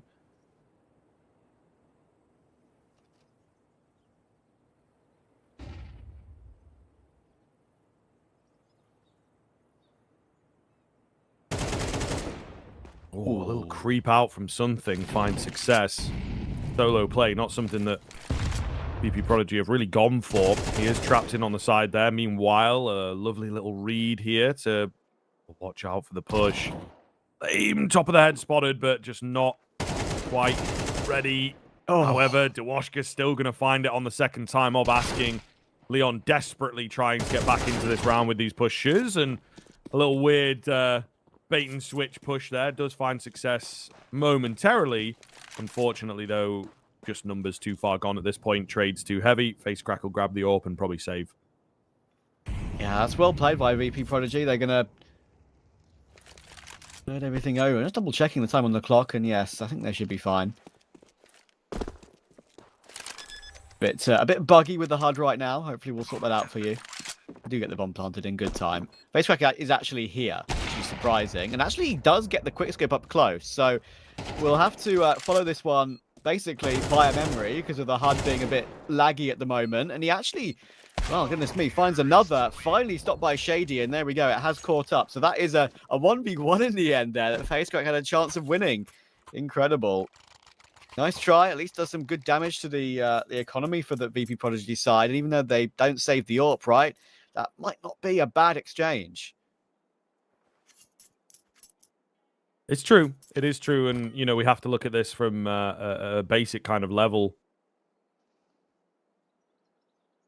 This T side can take off without even looking. You know, it can really, really start flying. And it's in a position to do that. I think Leon going to come round with attack pause. Makes a lot of sense for my money. But I think VP Prodigy absolutely in prime position. 6, definitely here. It's going to be an eco out from the CT side. And yeah, they should be able to take it further, if you ask me. I think that Leon have got to watch themselves that this game doesn't, you know, turn into a bit of an embarrassment. Yeah, Shady has started really well as well. 10 kills, 3 deaths. He's a couple of really impactful rounds. That quad kill, of course, with the Deagle and the picked up AWP to really set VP Prodigy up and running on this side. It's also amusing as well. I mean, we've already mentioned the aliases, but seeing something in the VP Prodigy jersey with just like the VP Prodigy logo and then just something written underneath it. It's like, if you didn't know, it'd be like, why on earth does it say that? But that's the uniqueness, of course, of strike names. Kasmi's got a sort of expression on his face which makes him look like he's saying, yes, that is my alias. Cuss me out.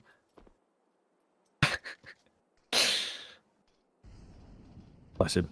I think it's one of those things, though, isn't it? Like, I think the word cuss is just not as popular in the English language anymore. So that's maybe a part of it. It's not. It's swearing, isn't it? And, yeah. I don't know that we really say cussing anymore. No. We've evolved past it. We've evolved past the need for cussing. Well, indeed. I think it's one of the. It's like if you maybe come from a family that doesn't swear, yeah, you know, that like that's one of the things that they're trying to instill when you're a young child. Then maybe they say cussing instead. Yeah. And maybe if we're getting technical, does cussing cover a broader spectrum of words? Would you say? Yeah. I mean, not sure. That's actually taken quite a lot of damage, VP Prodigy have in this round, and Lime's got an AK saved over, so he'll try and keep this, I would imagine.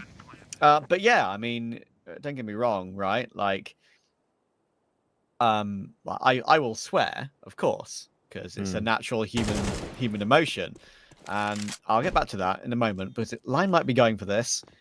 I think there's a kit drop, so he might just be looking to do more damage and at least try and grab the AWP, but they're trying to stop him from doing that, and that's actually good protocols there from VP Prodigy. Flashing Shady into the angle, making sure Lime can't nab the AWP, and yeah, well played. But yeah, I mean, I think there's a famous like Sebastian Vettel video where like another driver swore or something, and he's like, "Can I answer the question instead?" It's a natural human emotion to swear. Don't pick on players or drivers for swearing, right? Like it's just normal. It releases like a hormone, I think. Yes. That, you know, like especially when you're in like pain or whatever, but when you've got adrenaline and all that kind of stuff, I think sometimes it's a little harder to control. It's the adrenaline thing. But like even now, like if I swear in front of my mother, she'll give me a look, right? She'll get even now she'll give me a look, and it's like, yes, mother, I'm sorry, I said the word. It's in the English language. It's it's just letters put in a specific order. But you know, I do try not to in front of my mother, but sometimes I'm guilty of that, sadly. And wisely, well, he's got a nice opening frag in this round. Onto Shady, one of the main men for VP Project, with an HE as well. Very nice. Another boost over the top of that main smoke that has already worked previously for Ace, but can't make it work this time, and Dewashka does some good damage.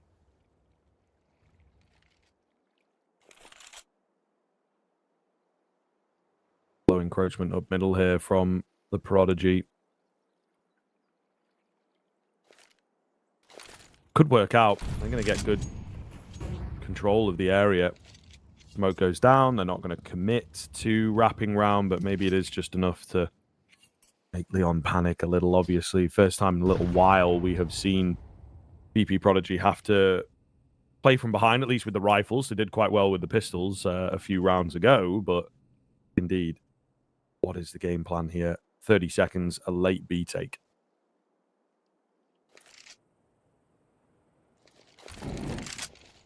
Let's see if they recover this disadvantageous situation. Again, low time on the clock, which is the issue, and face crack getting one is big, but now he's under pressure from that E-box position, and Dawashka's done really well to find another two.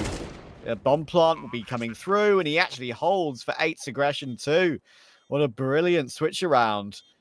And now, Leon, they may have a kit on Wisely and that smoke, but Wisely is on that long rotation, and I'm not really sure he's in a position to really get that interaction, right? So I think VP Prodigy have fought through for a 7-2 here, unless a couple of kills come through. This flank, though, is so late. They're actually not expecting it. Unfortunately, for Wisely, the AWP of Denisera is still in position, and that's when Lime clears out E-Box. A swing from Darashka. He gets 4 kills. That's what, our second or third quad kill in this game? They're looking really nice.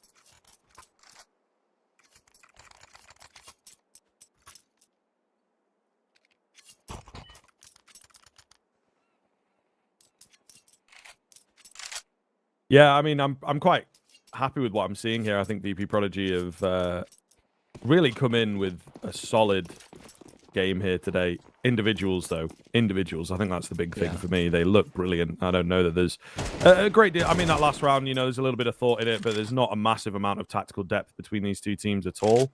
It is just a very simplistic sort of game. VP Prodigy, massive fans of running the clock down and working the pack, as it were. Leon, as we said, just before that timeout came in, problematic kind of area for them if they couldn't get rounds on the board. They inevitably lost that 6th after the timeout, but it was that previous round that we maybe needed them to step up into, and they were close. They were close. They had an advantage, right, and they let it slip, you know, and that's not the first time that's happened in this game. It was maybe a little bit earlier on, but ultimately not looking good now. I think that for me, if this continues, VP will easily clean them up.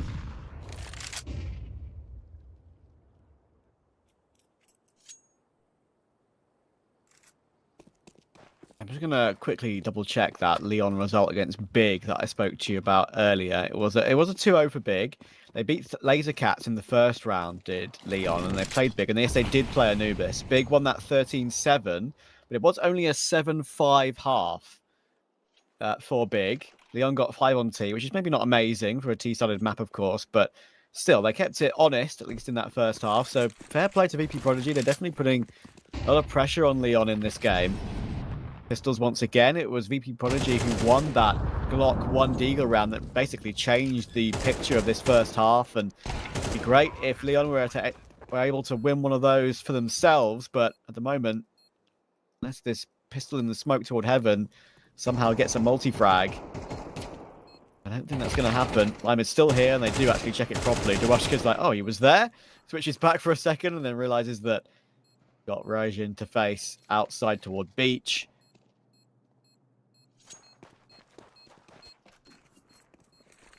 Yeah, this is very comfortable.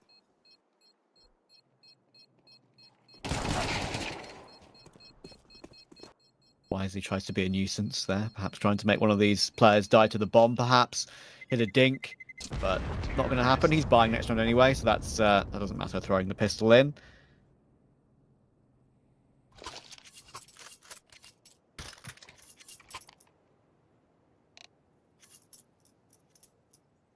Yeah, it's getting out of hand here. I think Leon's pick, obviously, we talk about the T-sidedness of Anubis all the time. Makes sense. It's just the way that the map is formatted, but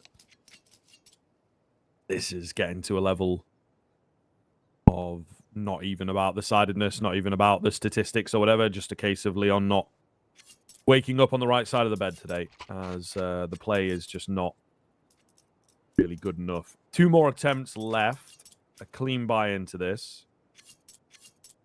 maybe they can make it work. Yeah, hopefully won't be too long before we figure out the technical issue. And as you can see, the round will get reset. Everyone disappears and reappears immediately. We've figured it out, I believe.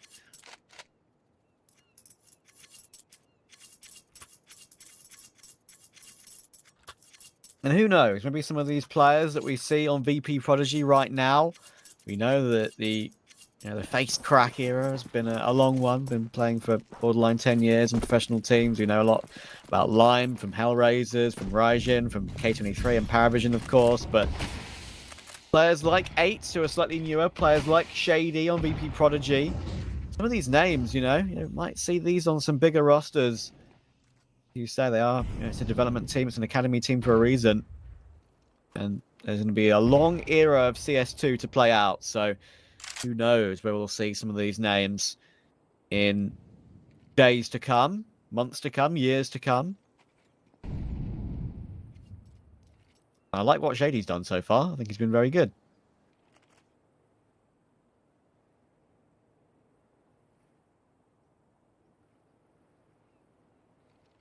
Something just chilling here. We've seen him be a real nuisance in a couple of rounds.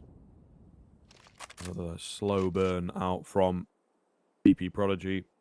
Curious to see, Leon, despite all these slower rounds, we've not seen them try and pick off any aggression. Middle is quite a common area, but maybe some B main bursts and whatnot to just display a bit of presence and not allow VP to do this. It's very simplistic. It's a style that was everywhere a few years ago, and it seems that they're maybe sort of plucking that out a little bit, that they just play it quite slowly and then cause Leon to panic a bit in the late round stages. 8s will find a key headshot, however. Molly coming round, a trade there from the other AWP, but they're not ready for face crack. He's going to play the trigger discipline as well. Should pick up a double here. He does indeed. Bomb going to get dropped with 10 seconds left, and Leon, a bit of patience this time, actually does pay off. But it's Pro Prodigy not ready to break in, not clearing all their angles cleanly. It is they who get beaten by the clock. That was super nice from Face Crack, I mean, it would be a cliche to saying he's using all of his years of experience, but he really was there because the time on the clock was so low. The longer he waits to commit to those kills, as soon as they don't check his position, the more important. I mean, I think it would be impossible anyway, but the more impossible it would get for VP Prodigy to recover that situation, and he gets 2 comfortably. And once again, his individual level is looking pretty good. On Leon, up to 10 kills. We've got a few players running around in spawn, so I'm getting the impression we are having a quick reset, and yes, we are.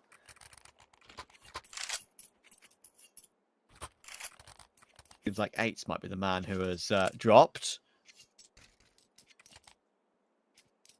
Be hard to tell sometimes, of course, with different HUDs around the scene. Hard to pick out straight away, but he's back in now by the looks of it.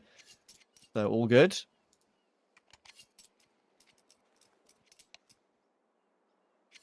Yeah, we've had a little bit of a technical issue, but we've been okay. They've been rolling through quite quickly, which is nice. And I believe, as we've kind of seen, actually, yeah, so it is definitely confirmed, but just sort of maybe to confirm for people out there, we are on the old map pool at the moment, but the new patch itself. So yes, that always comes with issues. Yeah, cleaned up Inferno. Seen 8s use the left hand number of occasions. Yeah, switching back and forth. Every single I'm curious, to be fair. update is pretty good quality of life, right? Yeah, for sure. Do you reckon we'll see? Wow. That just blew up the Molotov? But they dropped it to a teammate, right? And it just disappeared. It blown away. Is that what you're saying? Like away from the other players? I don't know if it... Did he get picked up? I'm not sure. They've got 4, look. They've got 4. Yeah. Yeah, okay. Maybe. It kind of looked... He dropped it forwards, though. It looked like it sort of... It might have blown backwards. I think it might have blown backwards into a teammate, maybe. That's kind of crazy. That's kind of crazy, actually. I'm gonna watch that back, actually. Yeah, yeah. I'll have it open on my on the second monitor. Don't worry, I'll check for you. Okie dokie. Well, Looking very good here for them, Trav. They've done so much damage. Kills, yep, coming easily here for Raging. Well-placed Molotov. Splits them up. It causes them to push forwards. A few of them unhealthy. Oh, he picks up another, though, and Stenacera going to get very, very lucky indeed. Something finding wisely, but not enough numbers here. Not enough firepower for that VP Prodigy side. Leon will indeed take it. 8-4, decent recovery at the tail end. They close the gap nicely. And 4 rounds, not bad for your CT side. Yeah, not bad at all. It's not bad at all. It's definitely workable. We've seen many a game recovered from this sort of position, haven't we? So we shall figure it out if Leon can hit back. But yeah, the damage done. VP Prodigy was kind of all through that eco round with the Deagle. JD getting 2, picking up the AWP, getting the last 2. I think it was Lame who was sort of struggling with utility on that defense, trying to get the Molotov down before he got swung and then double dinked by a Glock close range. So that was very awkward for him. That really set VP Prodigy up and running on that T side. It could have been a lot closer game if it wasn't for that. So, I mean, it definitely would have been at least a 7-5 if it wasn't for that. So, yeah, let's see how Leon answers back on their T side. A mid play coming through. Maybe in toward camera or in through Temple to B.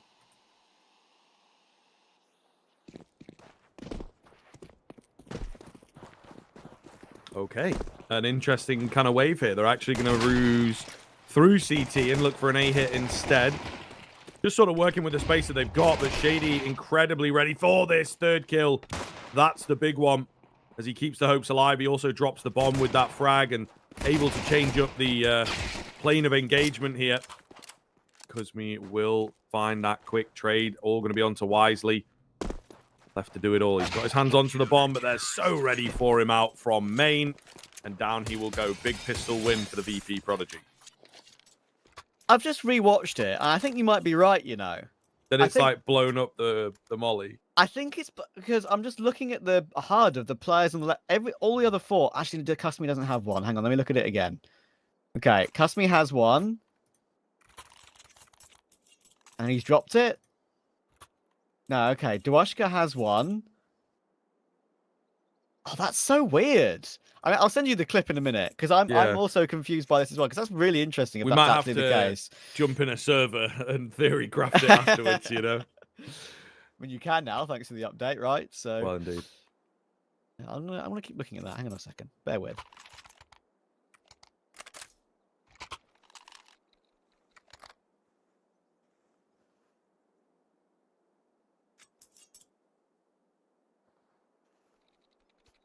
Awkward little buy here from Leon. They will go for the Hero, Galil, and the Flash. I wonder what the plan is going to be. VP Prodigy, after winning out on that previous, don't really need to take too many risks with this. So I think they can just rest up, play. Oh, on their setup's got to be careful with the peak here. Good respect being shown by Kusmi.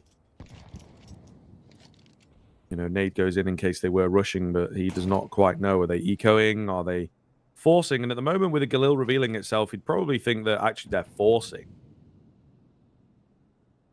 But I do like it here from the Prodigy, playing very safe, very respectful. Yes, they're in a good position. Yes, they're in a game-winning position, potentially. But they will take it slow, take it easy. Kusmi peaks round, finding the first, eliminating the boost, in fact. And now looking good.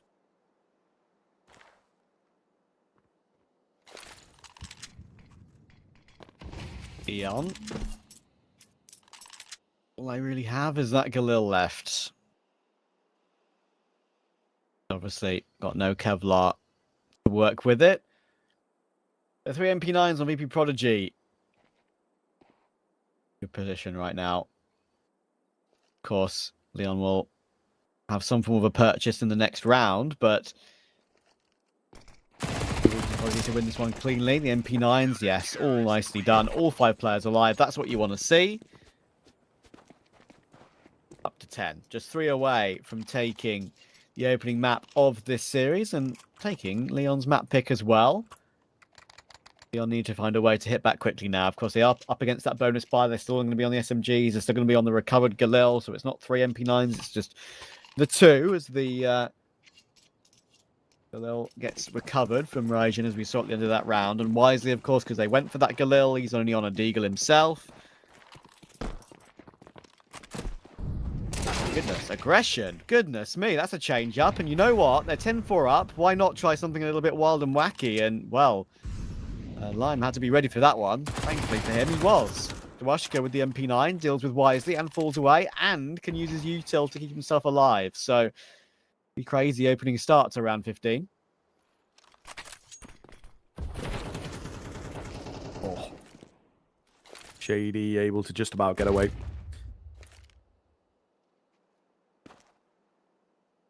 Low build up here. Lime around the corner. Oh, yep. He was ready for the peak a little bit. Shady's shaking the nade, but not going to throw it down range. Playing safe once again. And you can see immediately on the CT side, the VP Prodigy style. It's not super aggressive or anything like that, but there's just a bit more presence going on, you know? Showing themselves towards middle. Not being as predictable. Not just playing around basic setups. And it leaves Leon guessing a little there. Slightly more split on the T side, therefore, and have to take their time, decide intently where they want to end up rather than just walking around as a group.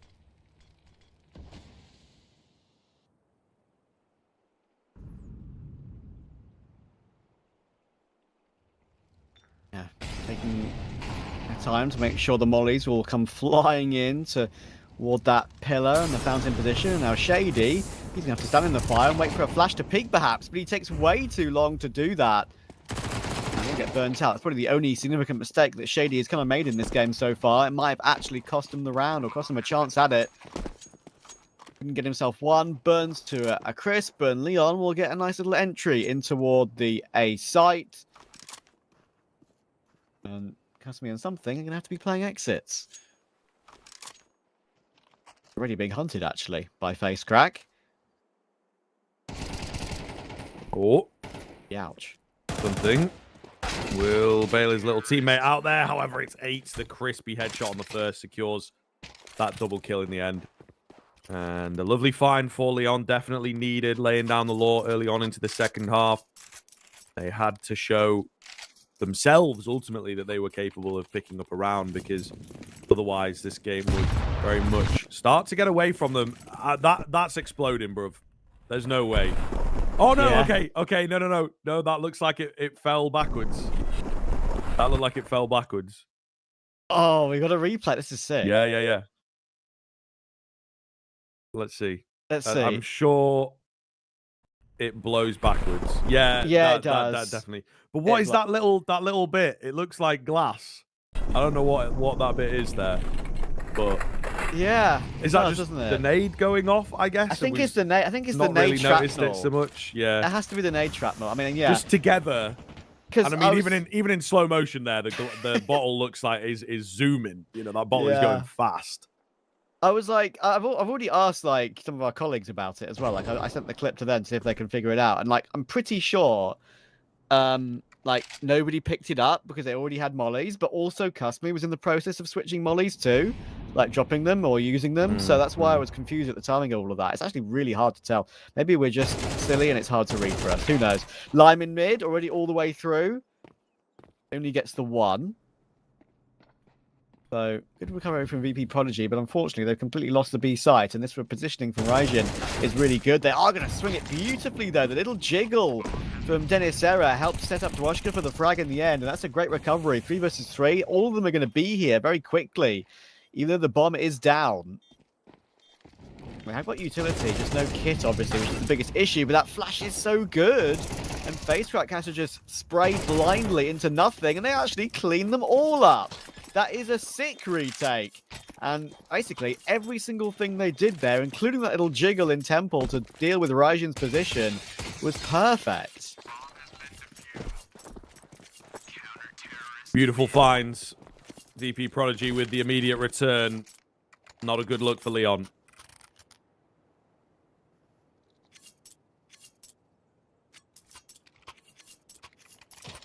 Best they possibly can, but not really ideal. You know, a lack of utility. AWP out for 8s. kind of fair enough. But yeah, severe lack here, Trav. Not a big fan. And of course, you know, you're in this position.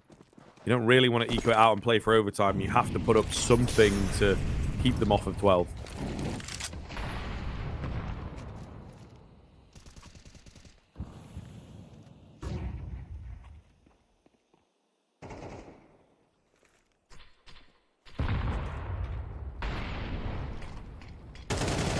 Or something. Been disappointed with himself not being able to take that kill. Raijin managed to get a cheeky 1-for-1 in an unlikely situation. Of course, only a Mac 10 on face crack, and 8s and Linemen have any helmets, of course, as well, and they've been tagged up anyway, so it doesn't actually matter. Shady and, of course, all the AKs picked up on VP Prodigy would be a one-hit shot anyway in the bonds. 1-for-1. Denisera will deal with Lion, but 8s finds Denisera on that immediate trade again. And 8s has been pretty impressive for what has been a rough game for Leon so far. Had some really important impact on the open. Now, Dwashka on A, he's got a job to do. Caught in transition. Yeah, just moving in between angles. So a chance here for Leon. Shady getting a bit giddy. Eliminates the first. Ooh, denies the bomb plant for a time. That maybe allows this flank to get into full activation. The AWP is watching, and I think Kusmi might just have heard the scope. So it's all going to come down to this. Shady finds his kill on Wisely, and maybe we're on. The AWP surely would look away, but no. He was ready for the flank, goes in nice and aggressive, finds that kill, brings it down to the 1v1, peeks a bit early, and takes the frag. 8s with a big 1v2 and a fantastic read on that flank. Yeah, really nice from 8s. I called him out at the beginning of this round after he only really got one quick trade frag, and, well, good for him. He's finished off it as well. Great stuff in the 1 versus 2, and, yeah, I felt like perhaps VP Prodigy missed a trick on that one. That was a very winnable situation. Unfortunately, it is just plainly difficult in the end, of course, because the bomb's planted somewhat in the open. You can sort of defuse a tiny bit behind the cake in the middle of the A site, but you would still have been open to the shot, as we saw from 8s, and I didn't even have a chance to fake it or anything. 8s just peaks on the timing, which is what the right thing to do. Take the initiative, right? Rather than let the CT make his play first. There was a smoke in play, it would have been a problem, but no worries.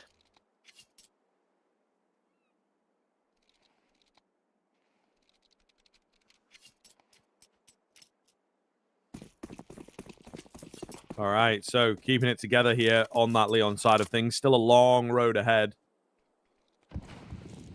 And the Prodigy not really giving them any breathing room. Yes, the buy is not fantastic, but it is still something for Leon to have to contend against. It's going to be an A stack for VP Prodigy, and you know what? They would be correct here. A beautiful move. Smoke goes down a bit early. Is that going to throw Leon off? It doesn't look likely. They are pretty content with the A hit. VP Prodigy are ready for it here. Oh my goodness. Straight through the smoke they're going to go as well into their doom. 3 remain on that T side. Bomb has been dropped inside the smoke. Kusmi finding another, as Wisely was probably trying to just creep in and get the bomb. And I think now with the location of the bomb actually confirmed, they will stick around. There was a brief moment there where they thought, okay, we've shown our hand. We have to rotate B. They're going to rush the B bomb site, but no.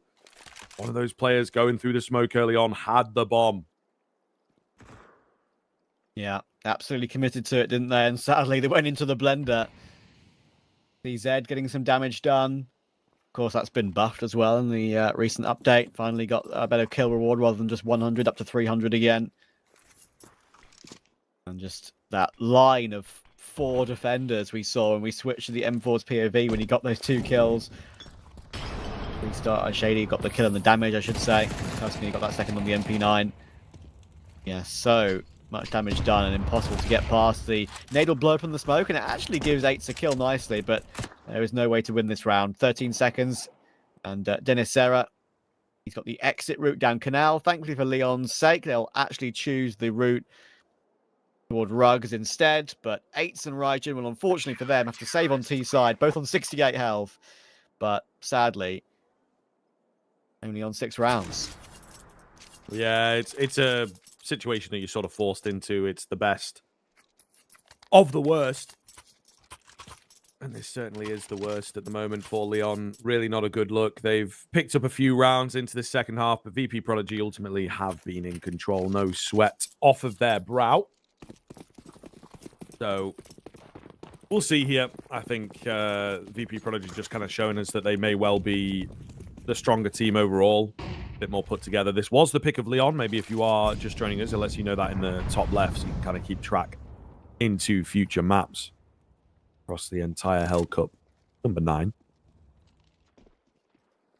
Big nade damage to kick us off, Trav. That's kind of wacky. Yeah, 51 on face crack and 8s. And this double mid hold for VP Prodigy. Leon could be about to go into the blender again. Not once, but twice. Denisera, oh, that's a good reaction to actually take Raijin, and that's when the camera player can peek. That nade might reach Lime. He's a lucky boy. He hops away. But look at Shady. On the back of all of this, he has got a pretty god-tier flank here. He's going to choose the Rugs route, and actually that could be a problem because Lime could be here. Oh, this is a bit weird now. Lime's only 14 HP. He could just switch around here, Shady, and get the kill. Oh, this is going to be so easy. Oh, it's going to be so free. 2 kills for Shady. Only 2. Good response from Wisely, but everything has to be picked up. Bomb, AWP, all of the above. And 35 seconds. They're forced to try and take B, and they don't have much intel, of course, on B. Fracerak's going to clear the sites, and the Molotov in toward Temple will at least mean they have a chance for a plant. And they're going to have an AWP in the alpha plant too, which is very critical. But damage done to Facecrack again. He's stuck behind the site right now. It's going to have to all be Wisely with this AWP. Utility coming over the top. It's a great kill to take, but now Facecrack is stuck. He has to pick up the AWP himself to go for something, but something himself takes it. And he'll get 2 kills to close out map 1 for VP Prodigy. And that is Leon's map pick out of their hands. Yeah, easily done as well. You know, it wasn't much of a competition throughout. That first half really going well, I think, was the thing that set the tone for me. 8-2. We did see a bit of a recovery, I think. You know, 4 rounds out in the end from Leon on their CT side. Not bad. And then you expect the T side to get off the ground.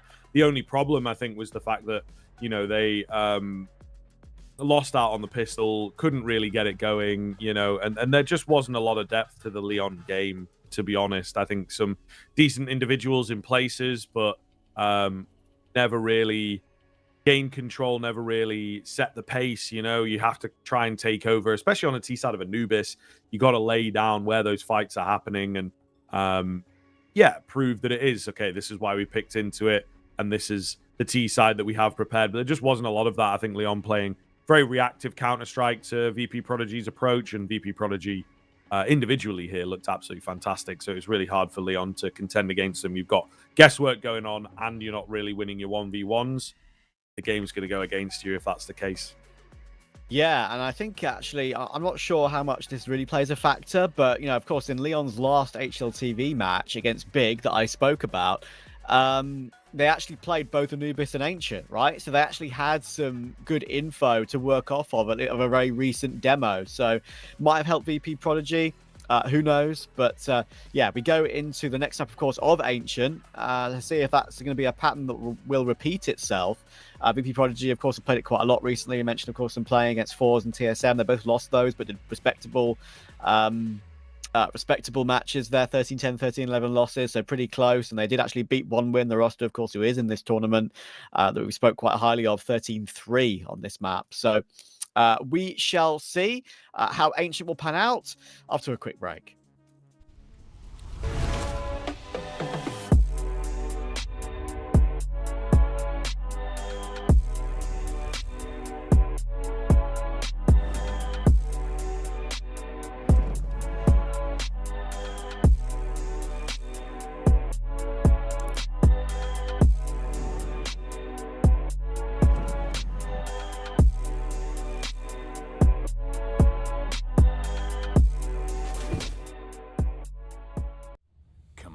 It's almost yours.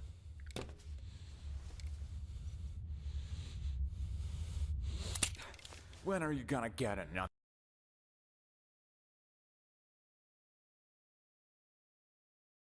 chance like this? this. Go ahead. Go ahead. Why are you slowing down? You almost got him. Come on. Whoa, whoa, whoa, whoa. What's going on here? So, this is what he decided to do to me, to all of us, for pixels?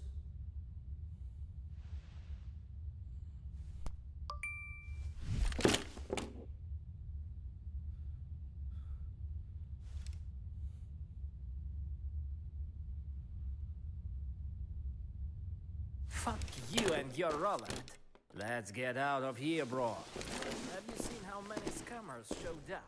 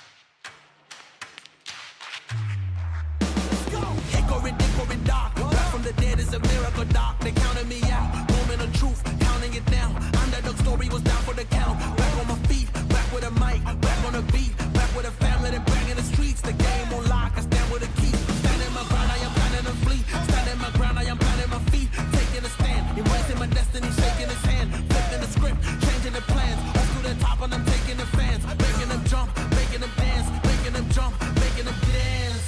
We about to change the game. We out here taking names. Let our voices rise. Let them reach the sky. We about to change the game. We out here taking names. Let our voices rise. Let them reach the sky. Hickory dog, giving them all that we got. Kick on the door, try to knock, but nobody answered. I'm going hard and taking my chances. I keep it moving, I keep advancing, keeping it gangster.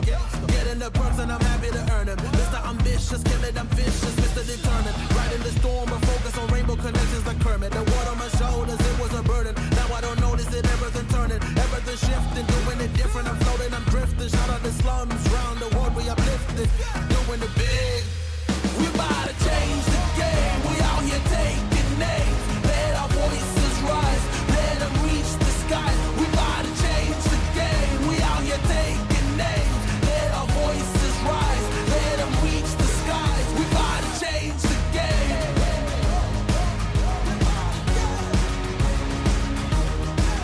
We about to change the game.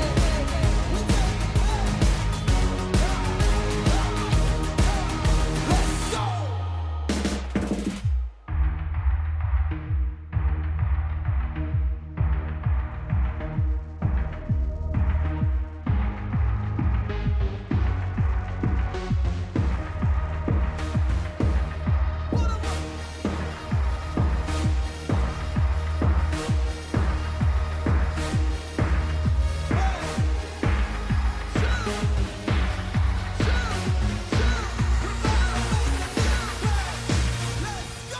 We about to change the game. We out here taking names. Let our voices rise. Let them reach the sky. We about to change the game. We out here taking names. Let our voices rise. Let them reach the skies. We about to change the game.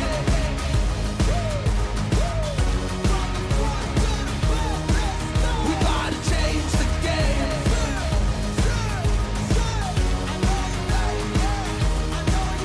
Let's go.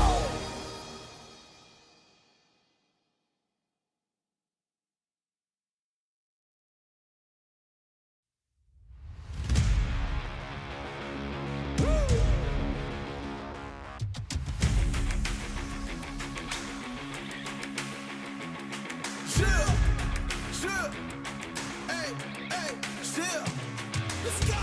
I was born to kill it. I was meant to win. I am down and willing, so I will find a way. It took a minute, now it didn't happen right away. When it get hot in the kitchen, you decide to stay. That's how it winners made. Stick a fork in the hater on my dinner plate. I walk into the fire like it's just a bit of flames. I switch my style up, watch the money pile up. I'ma get rich or die trying, want me switch lanes. I'm always getting better, I'ma be your fifth place. On this one, then fourth on the next. Third, second, first, fourth, for the best. She showing love, give me all the raw energy. Don't stop, go ahead, get it in. Jump, knock, let me in. Huff and puff and blow it out.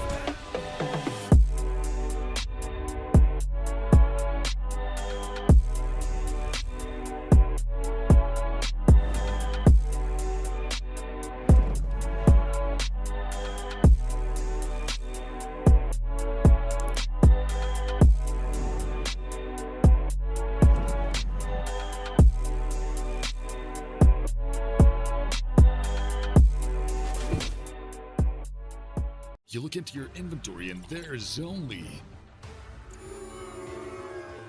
It's time to forget about this garbage. Here you will find everything to play with really cool skins. Open top cases. Upgrade dropped skins and turn your junk into a cool gun using the contract system. Every day, thousands of people upgrade their inventory with us. Hellcase.com. Look at yourself in a new way.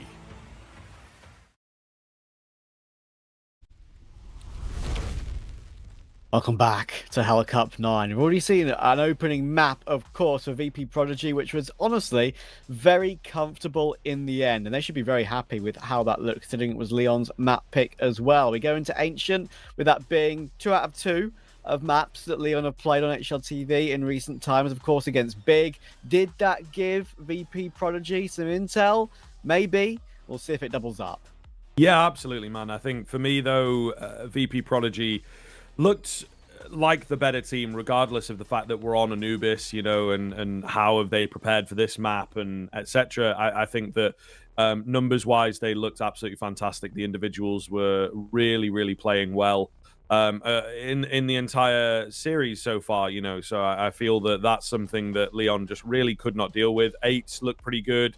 Wisey was a little consistent, but compared to 22 and 11 Shady, and then you've got a super positive Dewushka as well, looking very good. So I feel like it's not necessarily for me based on that first map down to where we're playing, down to the field of battle. It's more based on the fact that VP Prodigy just looked like a bit more of a complete product. Yeah, I think they do. Full stop, right? I mean, it's just crazy to say considering it is the academy team, but there's some pieces here that are really good. I mean, just looking at the KDs, like you said, I mean, Shady was brilliant, 1.48 rating, 94, of course, ADR as well with those 22 kills, and your likes of Cusme and something, they went 13, 13 and 12, 12, right? Which is just, you know, even middling KD, which is all you need when you have, you know, the top 3 core players playing really well. So, yeah, really good. I'm really good to see, and I'm happy that they've proved themselves so far. They've already proved themselves, of course, a little bit, and there's other results we mentioned about recently around the ground. So if they can keep this up, then you never know. Like a team like this, if they can complete this 1-2-0, you know, could be spoken about in the likes of some of these academy teams that provided so much talent for the top of the scene. It's a long way to go to reach that level, but if these sort of players can continue to play at this level against some top tier 2 opposition, eventually, if they do get a chance, of course, in this tournament, then yeah, who's to say they can't? Yeah, absolutely, man. Absolutely. You know, and we roll through pretty quickly. We're obviously going to see the game a little later on as well. The winner of this one will face off against Brazy for that game. So, you know, very, very quickly, we're going to find out who is top of the group and indeed who has underperformed and will be checking out of the tournament. So no real time wasted here at Hellcase 9. And I do feel that, you know, this VP Prodigy team now in prime position to really impress us. And if they can take down Leon, you know, not the scariest team in the world, not the scariest team in the group necessarily, but still one that you would expect to be able to put up a competition. Thus far, anything but. We are into Ancient here, though. Thank you for your patience on that one. We're just waiting for a couple of players to get fully connected in. And now we are ready to go. Yes, an Ancient it is. And the utility for VP Prodigy on this T-pistol is significant. We've got Cusme on a full belt. NSO with the smoke. So, could be a bit more of an elaborate one. At least for perhaps the afterplant. Maybe looking at something now where with control of B lane, you can smoke left and right and maybe get a plant on B, basically for what will feel like pretty free. But Facecrack has got a flash of his own to maybe set up his teammate, and there we go. They swing with the dualies, and I thought for a second that was actually Raijin getting that second kill. You won't get 2 in the end. It was Facecrack to help out, tapping through the smoke, but they should be able to commit to this bomb plant. That's what those smokes will design and allow you to do. So money for the next round confirmed anyway, but can they find a way to win it? Time working well for them here. No kit available on that Leon side of things. They're just going to move through and use the individuals. Cusme just trying to be difficult to headshot round the corner with the crouch play, ready and waiting to go. 3 comes in, and it's all worked out beautifully for Cusme. He's all alone now, though. Can't go down. 8s will take him, and there's just about enough time to get the defuse in. I think it is right on the wire, but I think he's going to be okay. Yeah, just gets it in within about a second or so there. So not super stressful in the end. He would have known in game for sure that he had that. Nonetheless, Leon coming away with the pistol. Yeah, and that was a real nice attempt from Kasmi. Triple kill there, of course. When he got that third, I was feeling it. I was like, okay, he can hit, even if he's got 3 bullets left in the clip, which I think he did. I've had a feeling he was going to win that one. But when he saw the positioning of the last CT, it felt like he sort of committed to the duel half-heartedly. He half wanted to strafe into cave and play time, because he knew if he played time, he probably wins the round even without getting the kill. But yeah, obviously also wants to fight at the same time so he doesn't just get caught with his pants down, right? Sadly, caught betwixt in between. Face crack will hold down his smoke as the reticle crosshair will show up thanks to that. But they actually do really well in this round. Dawashka actually has got a T-side UMP on this round, which is actually works out for 1 kill in the end. Lime, oh, that's a great spam through the pillar. Deny the bomb plant through the smoke and through the wall, and he's ready for Dennis Error as well. Nicely done from Leon. Of course, CT side start on this map. It could change their fortunes, could get them off to a really good start.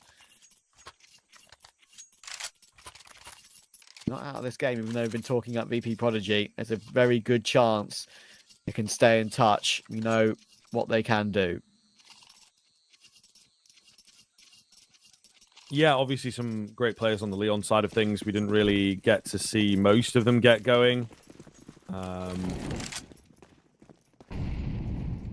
8 looked good. Hopefully we can see a bit more of him. I would say that Ancient, for me, can get the AWP a bit more active on that CT side in particular.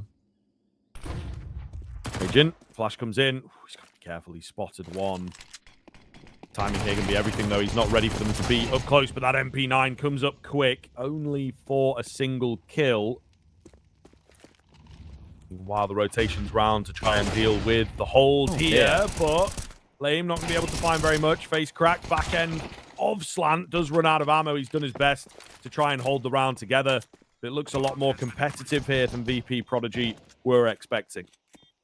Oh, timing here for Cuspy is insane. He's managed to deal with 8s as he charges through the smoke, and they can play off each other here. Sure, they've got no armor, but Shady can be the one to take point, and the rifle could get baited in. Wisely has to pick his timing correctly. I think he realizes that both have walked that way, though. But he's missed his opportunity. He does check longs. Maybe he doesn't realize both are there. He knows one is there, but actually, he's got a kit on this one. Just stick this one wisely, and I think you have a great chance of winning this. He's going to do exactly that. Hello, press E, my brother. He's going to do it right now, but their knife's going to come in from Shady. He was already shifting up close, and that is some way to win what was basically their full eco as well. And I got to say, Scriv, that's the second time that Lime has been caught out very questionably against pistols in this game. Yes, it is true. It is true, sir. I think he's going to have to watch himself from here. Not quite on the ball, not quite on the money when it comes to those types of rounds. A little too adventurous, maybe, and not giving the respect across. So, VP Prodigy, against the odds, able to come away with that round. Nice bit of aggression here from Leon, though. They'll get a lot of members in towards lane, actually, and Extendicera is going to hear most of this.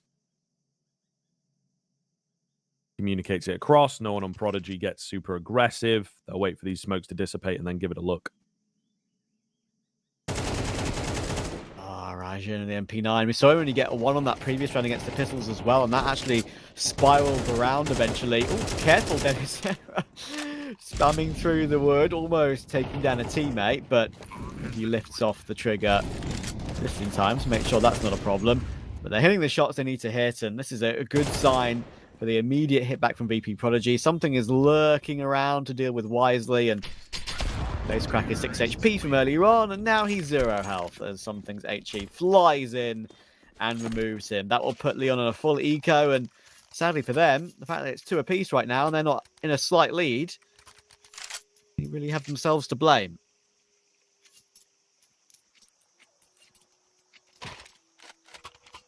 Yes, it is true. It is true. I think they will be kicking themselves. They let that round slip away from them, and now it has cost so much.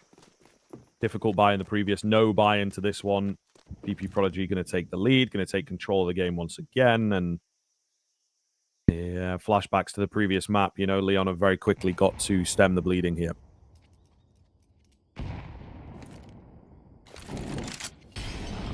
is going to be annoying for Rajan as well. He manages to jump away from it, but he's locked in by a second. You can see where he's standing right now. Awkward for the both of them. They are walking into the USP stack here, so you've got to be careful, but that's me. To be extra careful. He goes for the swing on the angle, and, well, there's someone who's not been extra careful. Dwashka will accidentally drop a team kill in, but of all the rounds for it to happen, that's probably the least important one, so no worries.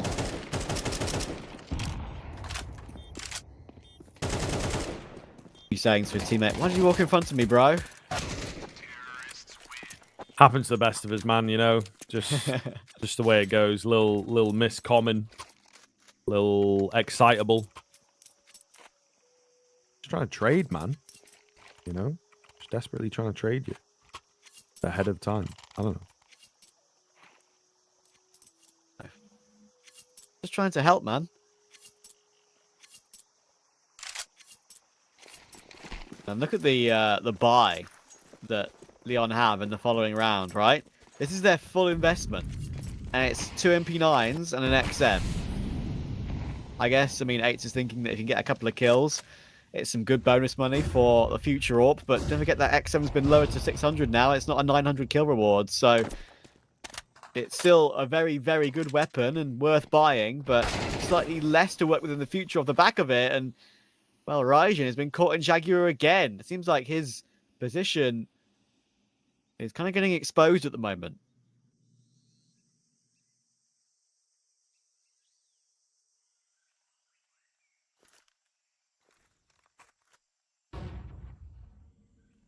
Oh, donut completely open as well. I don't know that Leon are really respecting this. A big gap found by VP Prodigy. Smoke raiding in. Molotovs to join it. The bomb site is easy pickings. Plant indeed will go down. No contest there. It's all really on 8s in A main. They might have a bit of an idea around him because it's like, you know, 4 players left alive. Where the heck is everybody? He's also only on the XM10, which is not ideal, but maybe when someone comes flying your way, that makes it a bit easier, I suppose. They're just going to play around the bomb here, Trav. It's doable for Leon now. Smoke on Lime, Kit on Wisely. If they team up that utility together, they should be all right in this situation. The smoke actually will be used toward Donut, and that, of course, has locked out everyone. But then HE can come in to blow it up, but it's absolute madness. Sprays through the smoke, team kills on the action, this time on the CT side, but it's being held again. And Dennis Serra gets it in the end. 8s, I think, realized he had no time for that defuse, as it would have blown up, I think, maybe a second before that defuse came in. So he tried to get the spray back through the smoke anyway to at least take the kill. But anyway, everyone dies. Apt ending to that round, I think. Yes, indeed. Absolutely. Mental ride there. To be honest. And a tack timeout coming in. Leon getting a little frustrated, I think, with how these rounds are panning out. That one was awfully close. A few seconds back in their favor. You never know what may have happened. But unfortunately, it's going south quite quickly here once again for Leon's CT side. They're not going to have a buy. Might have a tiny bit of weaponry in places, but ultimately nothing coming here. It might be 1 team kill each now, but it's 4-2 to VP Prodigy, and they are looking a lot more comfortable than Leon in this entire series thus far.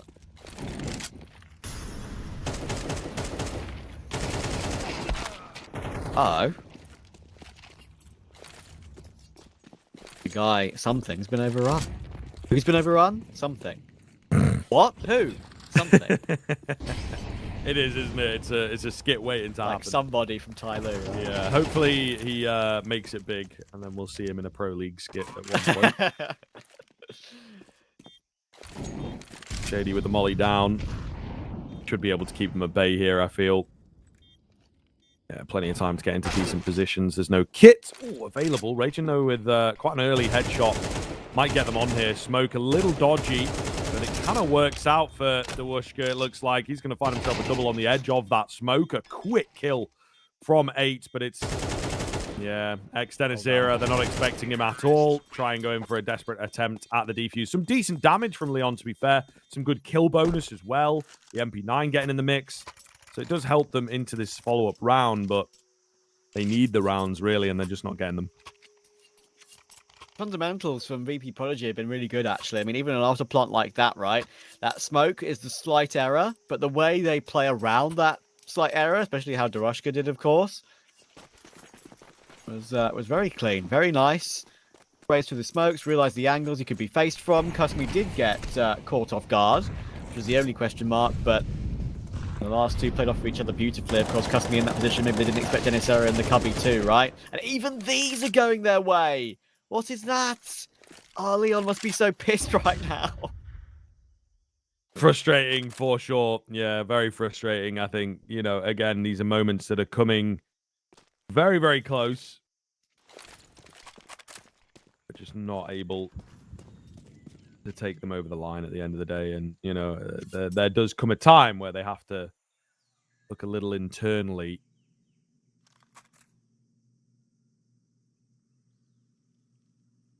Low build up here from the T side, not wanting to take any chances, not wanting to let this slip through their fingers. 8 goes in for a peek. Nobody around. Utility coming in towards middle, so, you know, they're going to bolster things up on A and hope that the action comes their way, hope that they can exceed expectations of the 5v3, but it looks like, to me, Prodigy are headed B.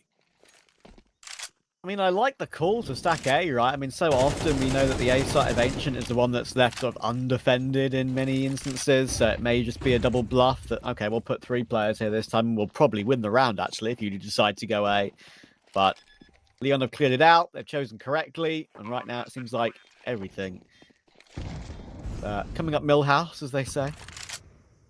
God, I haven't used that saying for about 10 years. Good God, don't know why I've just said that. It happens. But yeah, I think they can even afford to maybe do a bit of hunting here as well to remove the saving players. Rajan is pushed further forward. Dennisera is low anyway, so if he's somehow able to find this one, he even finds a little gap angle on the edge of the brickwork there. That was actually close for Rajan.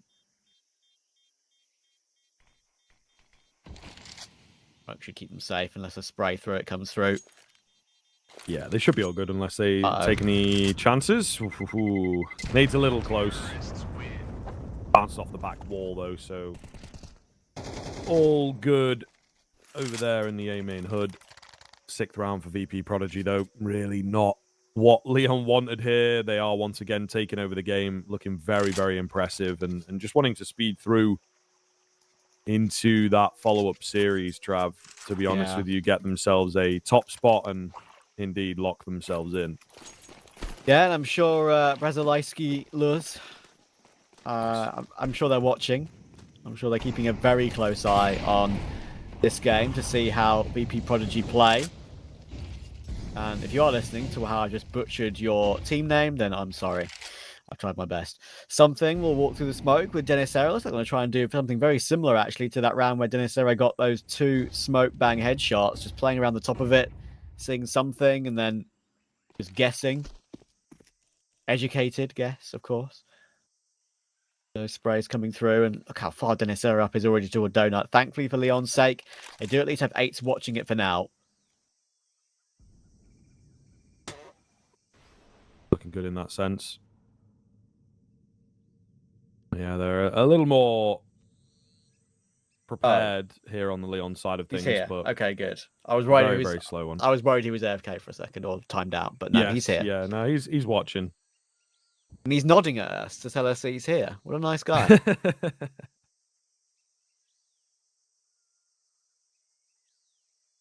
Slow move here from the Prodigy, not really wasting any moments. Not taking any chances.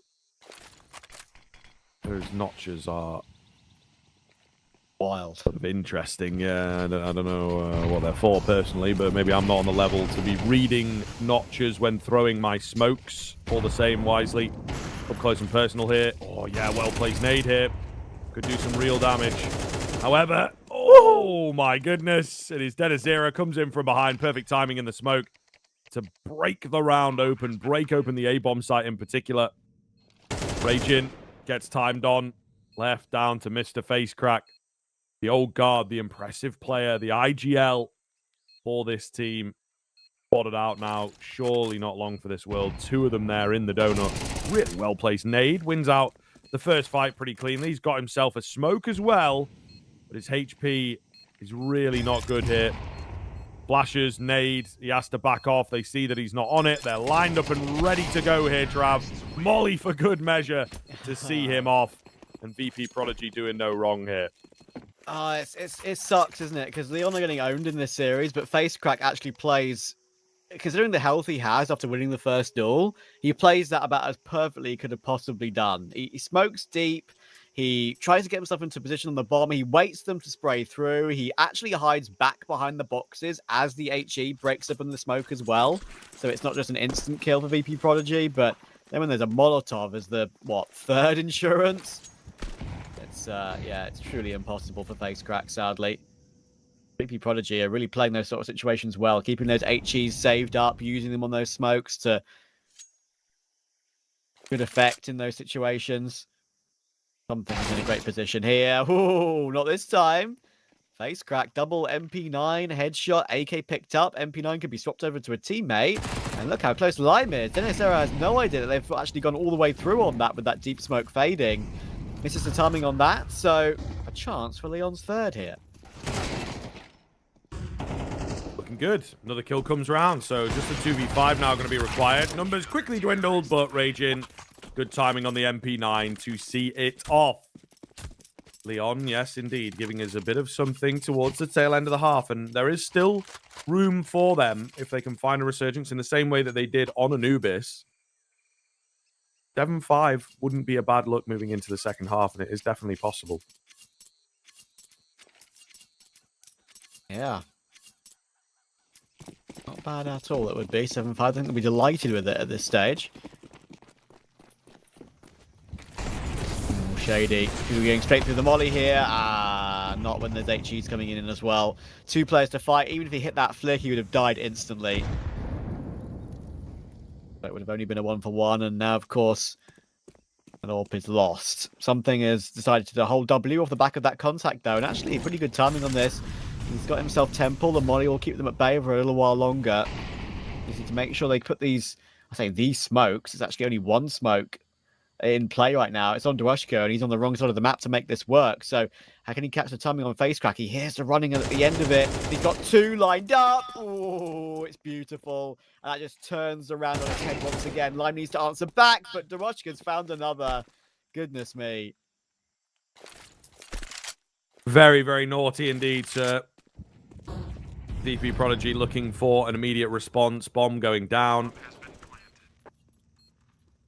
He does get a trade back in. Maybe we're not quite over just yet. It's going to come down to 8. He'll check this angle, but does he win the fight? Yes, he does.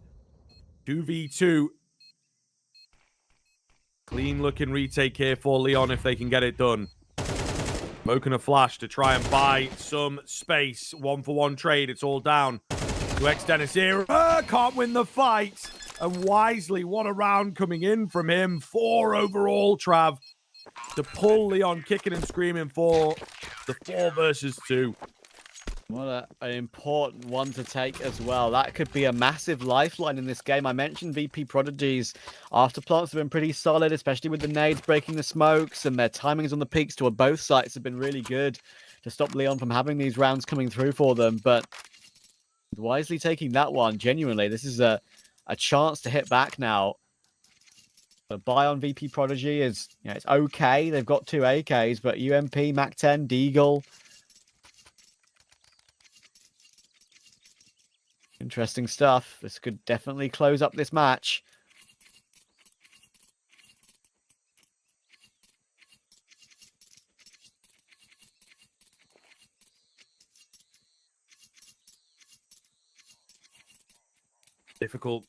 Difficult split the teams right now. Leon looking really good, though. A fantastic showing in the past couple of rounds. That retake especially, man.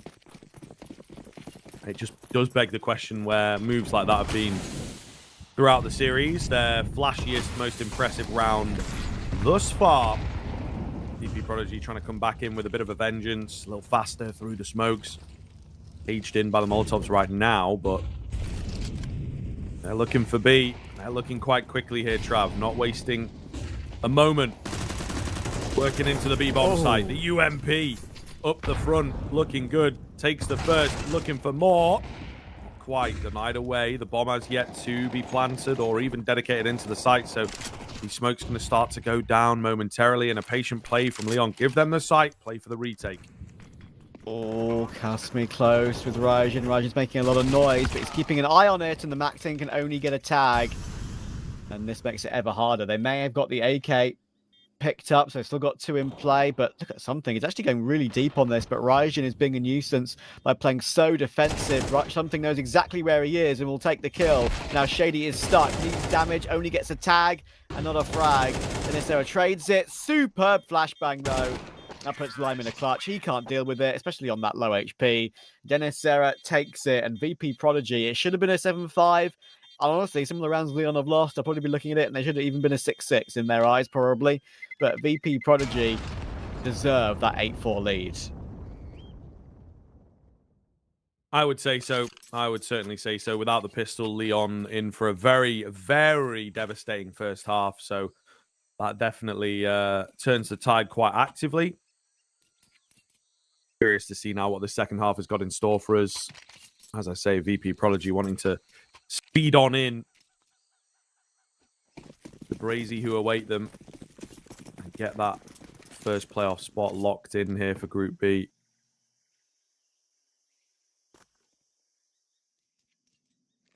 But we'll see. Leon may well, with a reset and a restart, be able to get themselves into a very, very nice boosted spot. See if they can give themselves a platform for the comeback.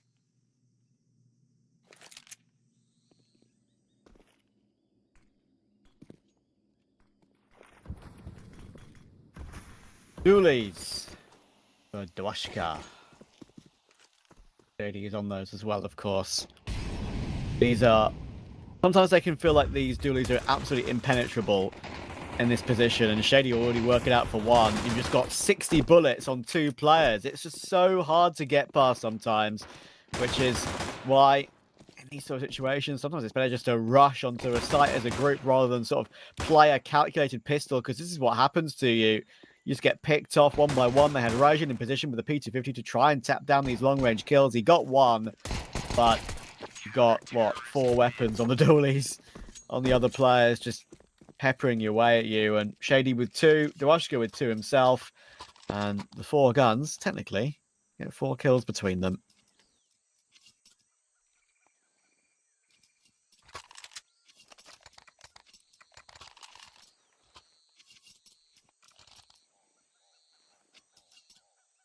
All right, VP Prodigy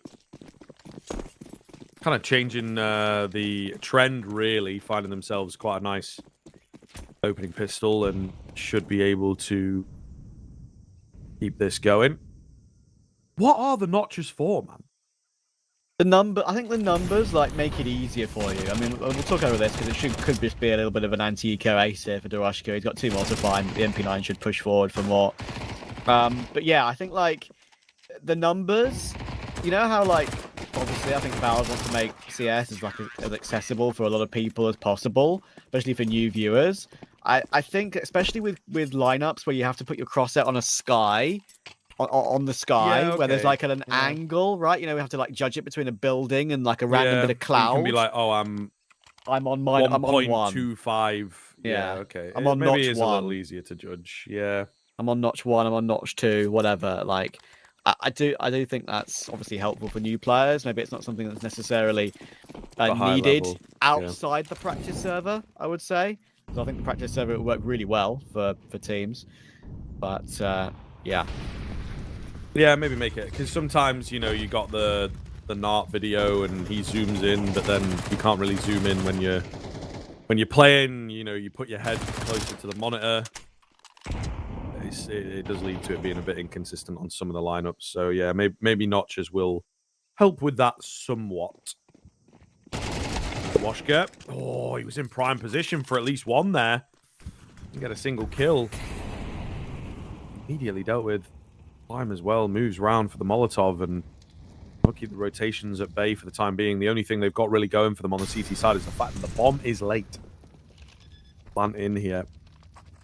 Makes it easy. And disadvantage, though, not looking good. Nice find for Denisira. They're moving in together, looking for more frags. Face crack plucks a player out of the air. 4 versus 3. Make it 3, though. Maybe we're on. They've got a kit available, but it's 2 MP9s. Really not going to be ideal as a smoke towards A main to just keep the T's at bay for now, but they kind of have to make use of that sometime soon, and they are moving quite slowly here, Trav. The bomb very far ticked. They know there's one towards A main. He creeps through the smoke, but he still gets away with it. AK recovered, and they will hightail it out of there, or at least attempt to do so. Leon finding the first rifle. Yeah, and Kasmi moves as close to the bomb as he so dares, right? It's actually crazy how much damage you take to the bomb. I mean, what is that? He's just gone from 100 HP and, what was it, 100 armor to 25 at the end of that round. Pretty sure.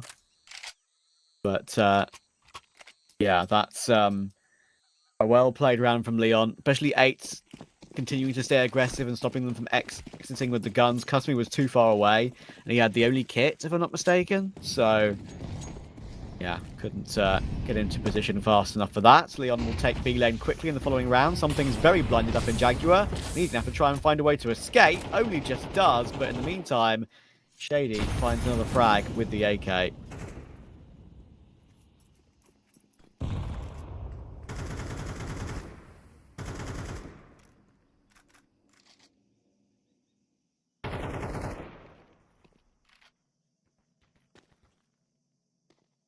Slow build up here. Leon, yeah, not really the way that they wanted to start this follow-up round. Something that they have really struggled with. You know, they'll have a couple nice rifle rounds dotted in there, but getting them together, getting them at the same time is just not good enough. Not been happening for Leon. Oh, bit of utility over the top. Some damage onto Kusmi, but again, no kills. Leon need to earn it back if they are to win the round. Out of position, but Shady's doing it all. 3 kills total for him in this round. At least 8's last alive. Good reaction. And 47 health is not the worst, but he's about to get swung on. And yes, there was already a flanking play anyway. I was just keeping an eye on the minimap for that one. And something takes it either which way. And VP Prodigy will edge ever closer. 11-5. They're 2 rounds away from playing Brazilskilers in that final of Group B. A chance for the playoffs, of course, the next stage.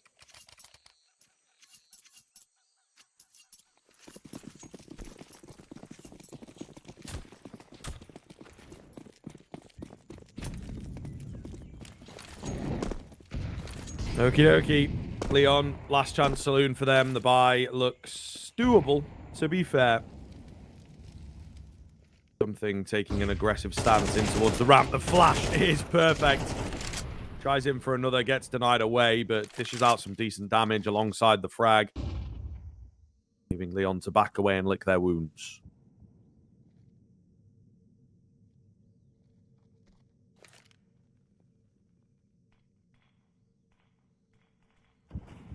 Shady. Wiggling in donut. Checking for presence. And he'll get it. So you have to be careful in that scenario, not to get peeked from the player above and the player below. From ledge to floor at the same time, because then you've got 2 separate players who could possibly take you down. He did spot out face crack on that ledge. Sarah keeping a close eye on it. That lurk through, but Leon have left the situation entirely, and it's going to be 4 players preparing to go toward B. They've got 1 smoke and 1 flash. I think that could be their undoing. That's not much to work with.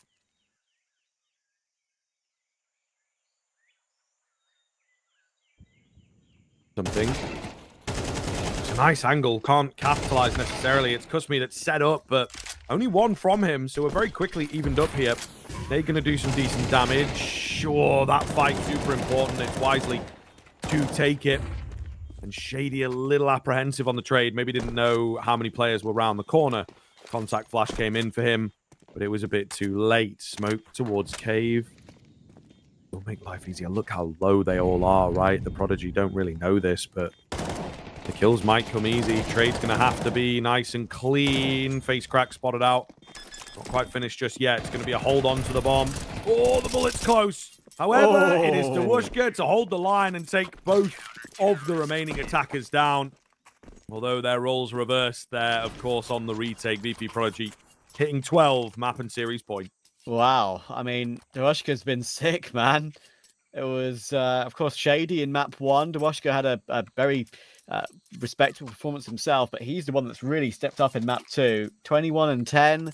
The wall bang to stop the wall bang. The fuse comes through safely, and Leon just can't get anything going for them, right? And I think they know now it's pretty much impossible to recover this game. They've gone for a full purchase in this following round. They've completely forgone the utility. 2 helmets are lacking on Lime and Raijin. One of them's already gone down, and the headshot contributes to that damage. Smoke on face crack, flash on Wisely, and that's all they've had from the very beginning. This is looking like we're nearing the end. Feels that way, doesn't it? The inevitability of it creeping in. Oh, speaking of creeping, though, 8 finds a big headshot. Nobody around to join him. But he's going to look to be a nuisance. The rotations are quite quick. They've abandoned B pretty readily, just leaving Shady over there by himself. This is the one thing, Leon. Yeah, you got the kill, but like your utility is severely lacking. They can't really close out any of the choke points. One flash to try and get that bomb across. Will actually make it in, but not without being spotted. Man advantage, thanks to the kill towards middle here. But Leon looking pretty good. Raijin, good timing, gets a catch, and maybe we are on for Leon. Kusmi, though, close to the action, going to look to deny. The bomb plant. Whoa, yeah, Wisely knew what was up as soon as he went in for the plant. He's run out of there, but unfortunately still goes down, and that might just have strewn enough chaos. It's all going to be on to Raijin. He gets cut off, and VP Prodigy have done it. Leon really not giving us anything across the course of the series. VP Prodigy make mincemeat out of them. 13-6, 13-5. 2-0 going their way and looking very impressive. I think, as said, Leon, some decent individuals, 1 or 2 well put rounds, but just not much of a deep game plan here today, Trav. No, and actually, it does make me wonder whether how much, of course, the recent game that Leon played against Big, they played both Anubis and Ancient. That was their most recent match on HLTV. That's a pretty decent game to work off of in terms of checking their strats. Maybe VP Prodigy actually went full anti-strat on this one. Obviously, we're not to know that. We don't have an interview with them. But yeah, it's going to be, I really think that might have helped them out in this game because, one, I think full stop, they probably would have won the game anyway, because I think they full stop played better, especially just aiming and kills. Simple as that, and team play. But I also think that at the same time, maybe it had a role to play. And yeah, I think it's a really impressive performance. And once again, we're seeing players, of course, that maybe we'll talk about in the future, and we'll definitely be talking about later today, because, of course, they go through to play against the Polish mixed squad of Brazylijski Luz. There you go. Trav definitely giving it his best go, of course. Every single time. I respect you for it. I don't know. It sounds pretty close to me. Maybe because the J is silent and all that, right? So... Right. Okay. Fair enough. Yeah. He's a knower. He's a language knower. But yeah, indeed, this is how the Group B bracket is starting to pan out. Obviously, there's going to be a few more games going on tomorrow. As mentioned, we have that game there, the winners match. So we'll get that first team secure. And then tomorrow, a couple more games going down to see who joins them ultimately. But at the very least, VP Prodigy have got themselves locked into a little bit of a further game. They've skipped a stage, even if they lose this one coming up. And yeah, looking very, very good. So I am interested to see. For me, Nexus in this group felt like the most experienced, most put together team. But Brazy have obviously pulled off an upset there. So I'm curious to see now whether it was sort of a fluke or whether Brazy can keep it going. Yeah, absolutely. And of course, whoever loses this winners match will go down to the decider match, right? And play the winner of Nexus versus Leon. And you would think, as you so rightly point out, that Nexus should be that team to deal with Leon, considering the performance we've seen from Leon today. So yeah, it could be a difficult game. We could still see Nexus make it through, of course, despite dropping down to the elimination match straight away. But yeah, anyway, we have that match, of course, and I'm sure Brazilski players would have been, keeping an eye on it as quickly as much as they possibly could, right? To see how VP Prodigy played that game. We looked at the veto, saw how well they played, Anubis and Ancient, and might even choose to ban it out. We'll have to see how that goes, right? Because that is a match we're going to have coming up in around about, I think we're going to start the pre-game for that in about 25 minutes or something like that. So we'll see you guys very soon for that winners match.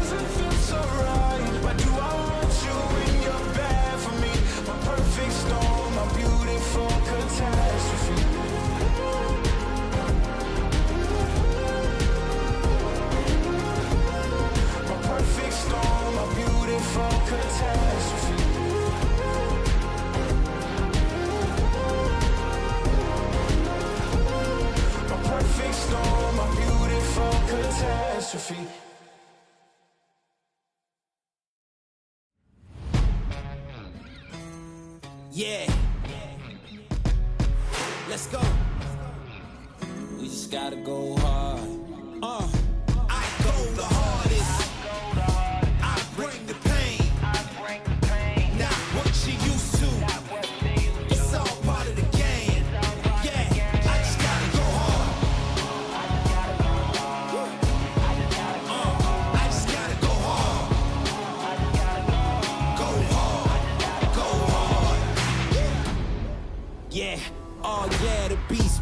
Adrenaline pumping through my veins, can't relax. Original, I am not the same as these cats. I sting them if they never ever mindin' they beeswax. I don't ever cap, but I'm wearing like 3 hats. Never been a rat, but I know where the cheese at. You'll never get a trophy cause they all here where we at. You better believe that.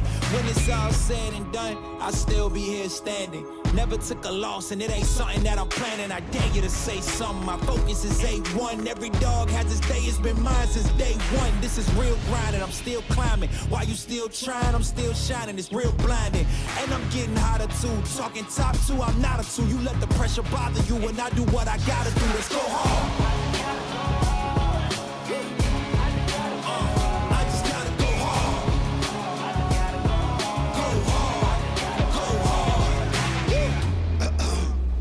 Coming close to me, flow is on atomic. I'm starting fires through poetry. The heart is out, staying loyal, no falling out. And if you step into the court, be ready, we ballin' out. Yeah, the coldest of teens, they know what we bring. Don't try us. They know in between, we go for these dreams in silence. Hard work, don't mistake it for magic. We been shooting in the gym. This is target and practice. Yeah.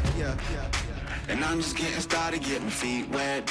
It's all in repetition, ain't a secret. All facts, all black dress code. Pay me my respect, collecting every debt. Oh, the hardest. I bring the pain.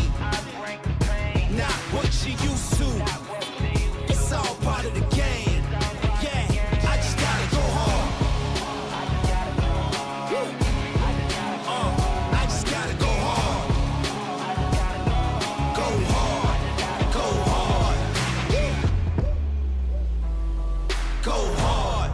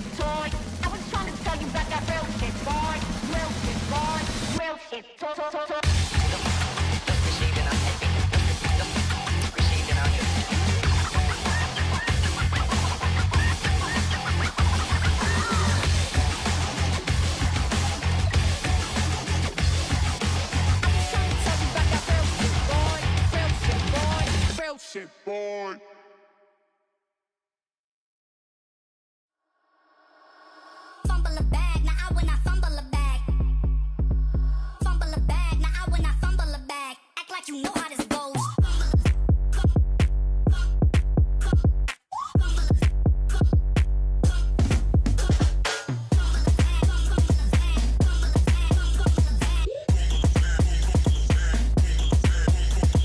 Fumble a bag, now I when I fumble a bag. Act like you know how this goes.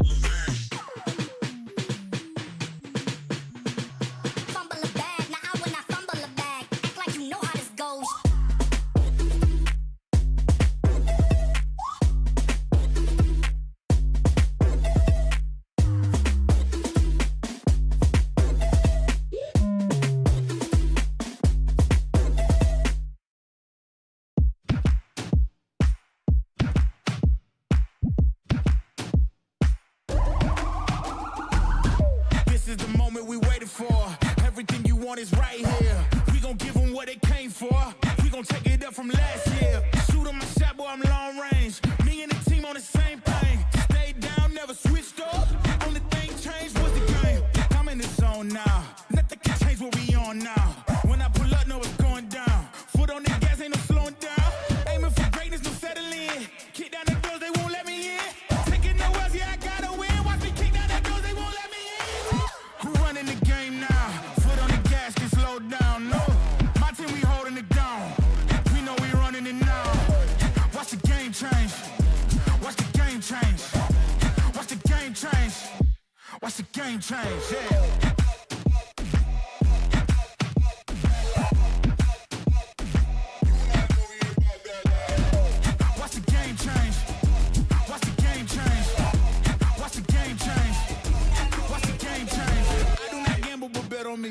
Tell them that's like, yeah, it's still love it. I'm taking a shot for my enemies. I can't waste no more time on my energy. I know they know I got it on lock. Go against me, that's a long shot. Cause I'm counting wins all around the clock. Never doubt me, boy, I don't stop.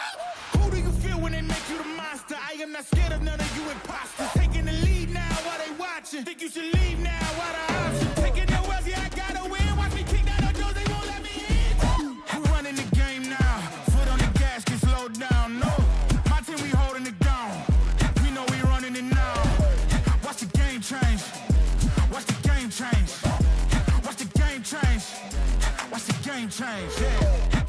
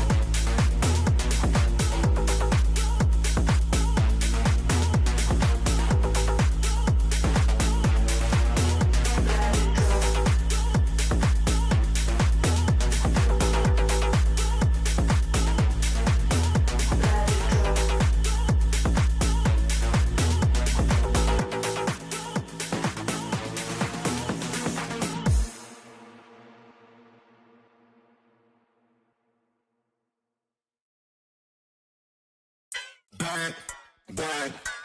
Yeah, bringing it back, back, back. Said I'm bringing it back, yeah, bringing it back. But you can tell my swing.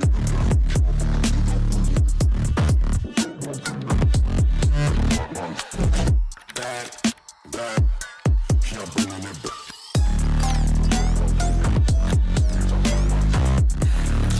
Like swinging the back,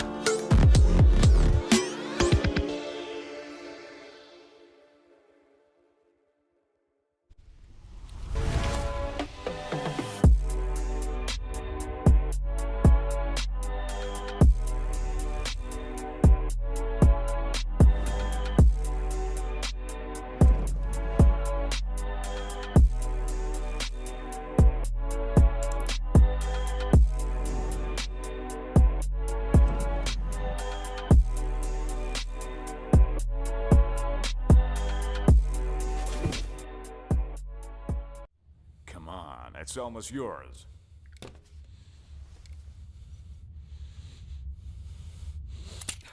When are you gonna get another chance like this? Go ahead. Go ahead.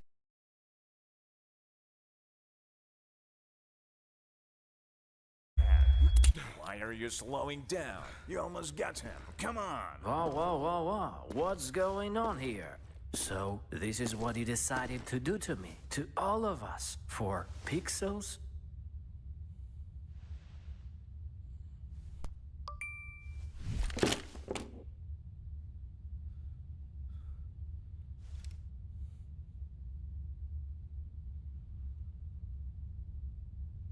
Fuck you and your Roland. Let's get out of here, bro. Have you seen how many scammers showed up? Welcome back to the Hellcase Cup number 9. We've got the winners match coming in, and we've just seen VP Prodigy complete a very comfortable victory over Leon. And let's see if they can maybe double up today, because they've got a different test to come in the form of Braziliski Lurs. I was told by a lovely producer, Gopher. I should be pronouncing it a little bit more of an E rather than a Braziliski. So we'll see how we do throughout the series. Maybe in the quick moments, we'll be sticking with Brazy. We'll see. I think so. It maybe rolls off a little bit better. Unfortunately, you know, not our native tongue. That's how it goes. So it is completely fair enough. The table flipped a little bit, I suppose. Usually it's kind of the other way around, that we get the advantage with most of the names coming in. Although, you know, I've recently learned completely not needed here, but Magno Jez, you know, Magno Jez, yes. We'll get this spread around, that it is just kind of mayonnaise in Russian. So, you know, mayonnaise, I think, is maybe the way that it goes. But ultimately, these pronunciations, indeed, can be a bit difficult. So Brazy feels like a good way for it to roll off for us here on the broadcast. But maybe once in a while, we will throw in Braziliski Luz. There Is you that... go. Yeah, Oh, that's pretty okay. good. All right, we're getting there, mate. We're getting almost perfect, I'm told, in my ear. They are up against VP Prodigy here, of course, for our winners game. Very much looking forward to getting into this one, as we have just caught VP Prodigy, of course, looking really, really good against Leon, dropping a total of 11 rounds across the 2 maps that they won. So form-wise, and indeed the ability today, how they have approached the game today, looks very, very good indeed. Bit more work for the Polish squad against Nexus. 3-map affair over there, a little closer on that final map as well, all the way down to the wire, in fact, I do believe. So we'll see here. Few more recognizable names on Braziliski. I feel like the VP Prodigy side of things do look a bit stronger, but it's difficult. It's very difficult to tell here. Nexus are a scary team. They're a difficult team, so maybe that's why it is a bit closer for them. As you can see here, the lineup of Braziliski Luz looking pretty good. Some recognizable names, like I say, Prism, I think, is one that people will really, really be familiar with, being around for a long time now. But of course, Polo and Koloku playing within that same lineup alongside him on Illuminar for a decent period of time. About 6 months or so for the majority of those boys over there. I think Prism actually in there a little longer than that, to be honest with you, on Illuminar, but all the same, Polish stalwarts at this point. Yeah, and I mean, these guys, of course, have been around the block for a long time, right? I mean, with the Polish rosters, there are so many Polish players, but, you know, the only big one that's really had success lately has been sort of the 9 core that then transferred to ENCE, of course. You know, it's great to see that. But there's been so many of these mixes over the years that it's kind of hard to keep track, whether they're under the Anonymo banner like Virtuoso was, of course, that you can see on the right there. Whether you've got even the Singularity roster when they went full Polish, and Illuminar, like you mentioned too, of course. I think Prism was, I think he had like a 2.5-3 year stint on Ingentium as well. I think that team was often around the sort of ESL Challenger League sort of level as well, right? So yeah, lots of names that we'll be familiar with if you are a Polish Counter-Strike fan. And yeah, Kloku, Prism, Swizz, I mean, all these guys, yeah, looking forward to seeing how they play. I think Swizz is the youngest on 19-year-old. So yeah, it should be interesting to see how they do, because for me, they are more well-known than VP Prodigy. But if we look at the VP Prodigy names again, after, of course, what we just saw earlier on today, there were some great individual performances. Shady had a fantastic Anubis. Dewashka had a brilliant Ancient. And the other 3 core in Externacera, Something, and Custom, they were just like, solid, middling, doing their job players, which really was all that VP Prodigy needed. Whether they need more in this game remains to be seen. I have a feeling they will, but we shall see. Yeah, I just don't think, Leon ultimately showed up today. It is kind of as simple as that. Sometimes we like the analysis to be a bit deeper and not quite as cliche, but those phrases go around a lot because sometimes they are very applicable, and that's just the case that I don't think Leon were able to match up. And the way the veto went down as well, VP Prodigy lacking officials on a few maps in the pool. Anubis and Ancient are probably their 2 most played maps, and certainly their most confident, at least in terms of the officials, like I say, on HLTV and whatnot. So they might have a map in the back pocket. We might see them stretched here a bit more pool-wise. That is indeed our next little segment here, as we have the Nuke, the Vertigo, and the Mirage. So when you roll down, like I say, Braziliski have got a lot more experience on these maps. You would assume that VP Prodigy know what's up. They have banned away the Inferno once again here. So that seems to be the permaban, but Ancient, not a great map for the Poles, so they will give it away and not want to play that. Anubis, maybe not a map that they want to test VP Prodigy on after the previous showing, so they get rid of Anubis immediately. In fact, Inferno is also a map that they really don't like playing, so it works out kind of nicely. So now we have less information to go off of, less evidence for VP Prodigy in particular. A handful of games. They did beat TSM on Nuke here in the Sky Esports qualifiers.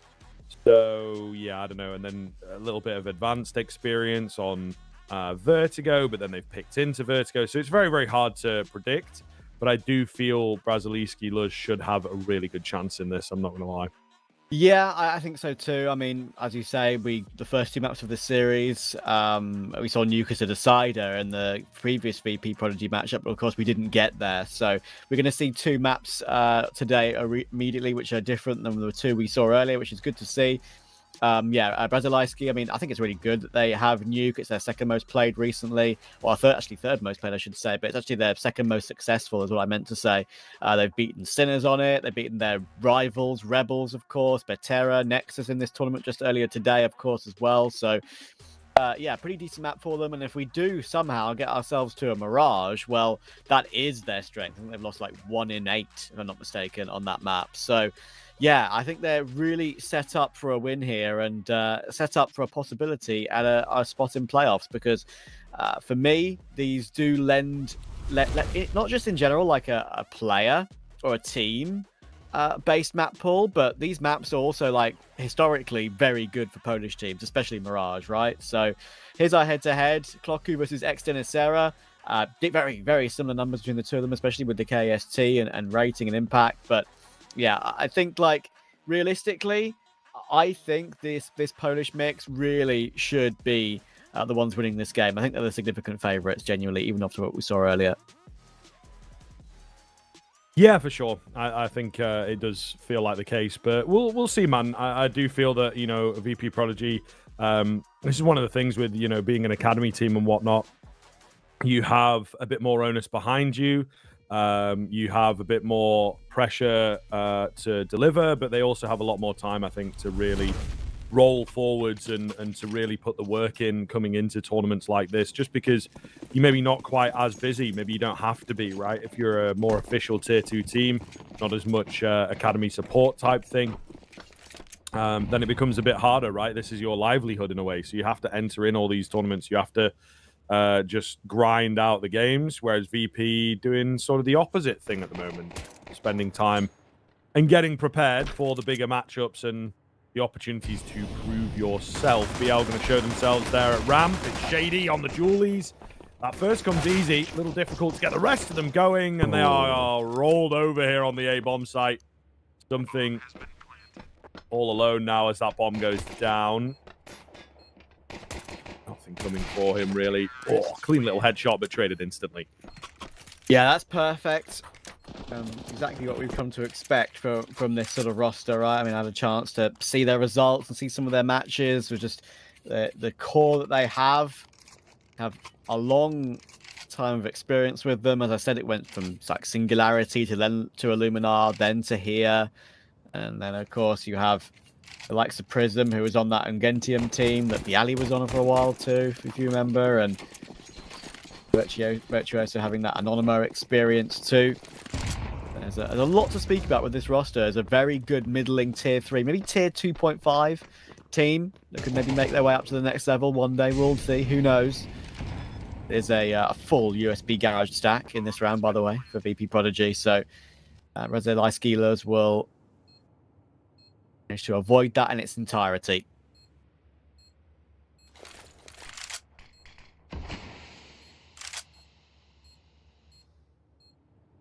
Yep, not going to give them any kills, really. It's a little bit of the super sweaty strats here from Virtus Pro Prodigy, but that's fair enough. Now, the worst weapon in the game on left hand is, well, weapons is the Julies. I completely agree with you. They just look so wrong, don't they? It just throws my brain off so heavily. Like, it's absolutely wild. There are some which just look so entirely wrong. Like even like pulling out an M9 bayonet and left-handed looks like really weird. Yeah. I mean, that whole knife is a bit scuffed. His thumb goes through the thing. I should know. I've had an M9 for like 6 years. Damn, respect. 7 years maybe. I mean, I've been and gone with skins. I think it's my birthday soon. Might treat myself. I'm thinking. Let me know. I don't know if you're a connoisseur. I'm thinking a well-worn Crimson Web Classic knife because, like, the webbing. The fade. Yeah, the webbing like comes through really nicely. So I think I'm gonna go for that. You know what? I think you should reward yourself. You only get one life. Treat yourself. Preach.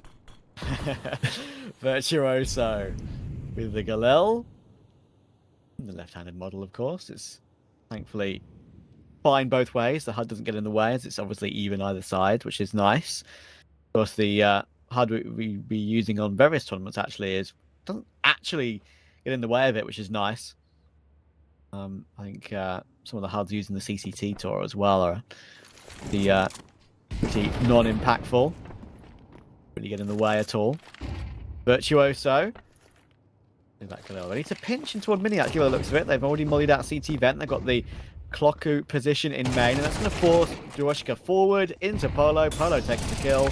And now, Kasumi has some work to do. Unfortunately, he can't find Virtuoso. 35 seconds on the clock, and Shady needs to provide some impact just while Denisera goes up the vents, but he has to check the cubby.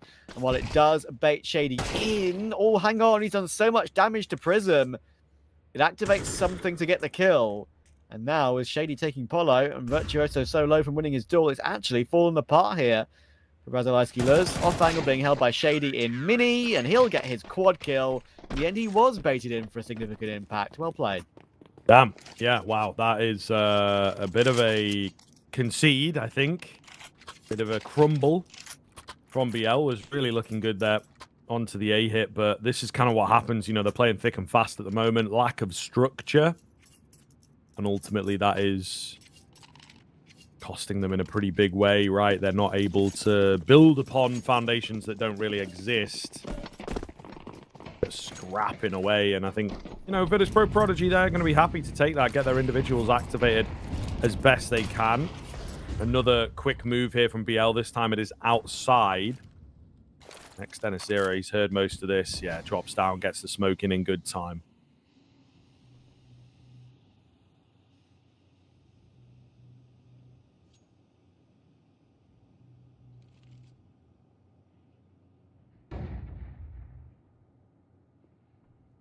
Down to the Deagle. It's already tacked down a little bit to 68 points of health.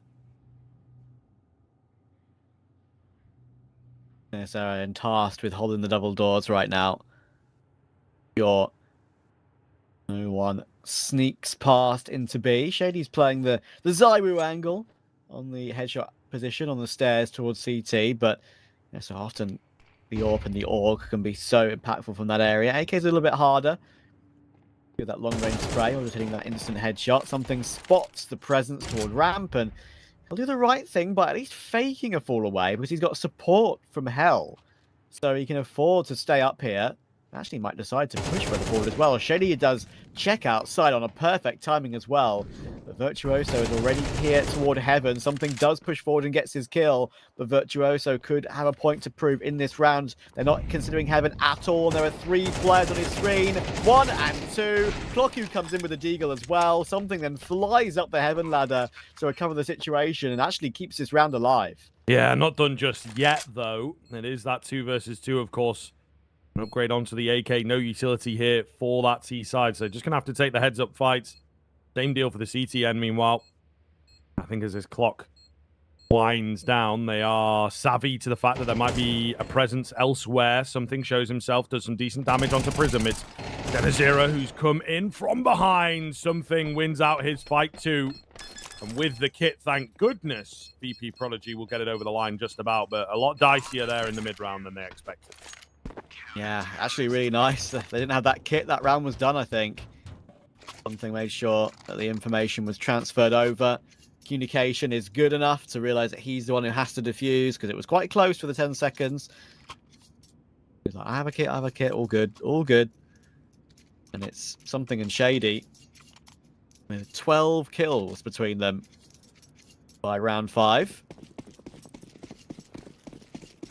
Next to Sarah, Dewashku and Kasumi only have 1 between the 3 of them, so it really has been a 2-man show so far for VP Prodigy. But they have put Brazilski Luz down to pistols, so Something has a chance to get some more on the bank, to be honest. Gets himself 3, 4, and a 5th. A beautiful Modam with the AK. That's what we call farming. Yeah, that's what we call a quick round. Well, indeed, looking really good. Taking, yeah. Lovely stuff. ADR 500. Oof. Beautiful. Beautiful to see an exact, clean round number on the ADR tracker. But yes, Mr. Something actually looking very, very good. That ace is definitely going to help, but he was still, alongside Shady, the highest fragger for VP Prodigy. BL now left a bit guessing, left recovering things very quick and aggressive in the early stage. A bit calculated for sure, but, you know, in the face of that CT side. And it's not really worked. Once the guns have come out, VP Prodigy have been able to hold their own.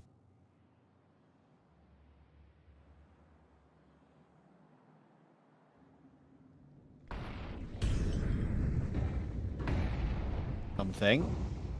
Lens ready to pop up when he is required, and actually obviously has enough time to get into the angle to deploy his incendiary. But Shady, partner in crime, has been taken down in the meantime, and Something, oh, he's got knife out and he's making a lot of noise. Clocker has got all the information he needs here on Something's position. He obviously knows he's not gone through the double doors.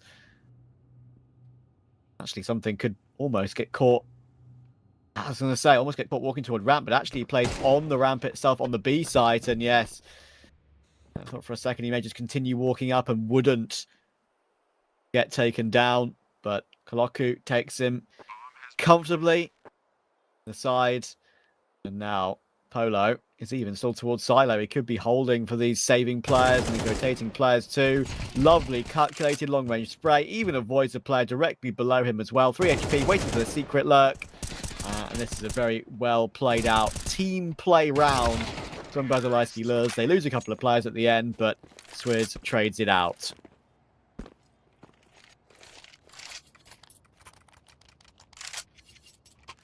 Very well played indeed. So a bit of a game on our hands. The back and forth has begun. VP Prodigy back round with a buy. This UMP keeps rearing its ugly head here. VP Prodigy do quite like it, but it is mainly the M4s I'm looking at. The AWP as well. I think it'd be nice to see Shady get activated. Yeah, I've been seeing a few UMPs lately. I've seen VP buy them up a little bit as well, weirdly. I don't know if you saw that in some of the games you did of VP in Pro League, but they seem to be, I think it's Flit sometimes buys it up. Fame, a little bit. A couple of occasions. Don't know what they know that we don't. But yeah, first kill will come through for Denisera, just sprayed through the door smoke. Virtuoso sadly caught off guard for his sake on that one. Flash through, but Denisera could just choose to fire some more shots through at any time and possibly even do more damage. Swizz has managed to get past the mini entrance, and Polo taking Dewushka opens up more, but now they're starting to multi-frag. Now we're getting into the action, and Cusman gets his first 2 kills of the game. Denisera gets the second 2, and Shady gets his KD up to 7-4. So VP Prodigy will keep Razalaiski Lures at, well, not arm's length, but maybe finger's length. Indeed. A decent look. As again, VP Prodigy doing a really good job of answering back. You know, it was something that they did fantastically against Leon. And we kind of gave maybe Leon the discredit, as it were, for allowing that to happen. But maybe it is VP Prodigy. Good with their mix-ups, good with their responses. Not letting the lost rounds get to them. Denisera takes the head of the first. A little quick boost up here. Looking for some more. Going to get it too. Fantastic bit of movement there, to be fair. Not easy to pull off.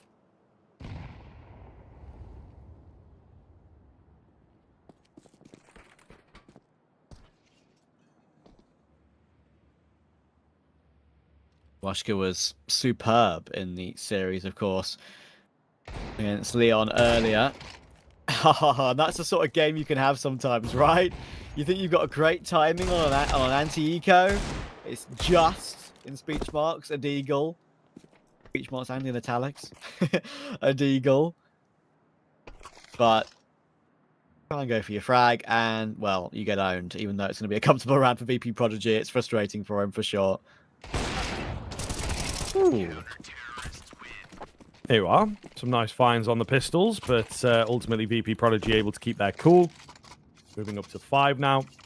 Putting together a bona fide PT side.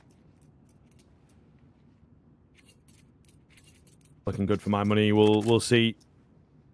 Razalaiski Luz gonna have to prove why indeed they wanted to go towards this map. Yes, it is that T side, but all the same, I think they have to stay hot on the heels of VP. And this is a big round in which to do that.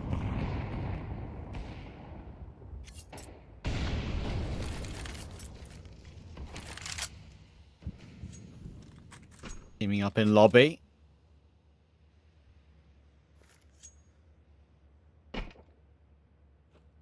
Rushka took his time to make his way off the hut boxes silently, and then his teammate just clunks his way down anyway. Doesn't matter though. Change much in this round. Looks like some late outside smokes will come in for the Polish squad. Maybe late secret is the plan. Say late, still a minute to go, but so often you see these smokes used around the minute mark.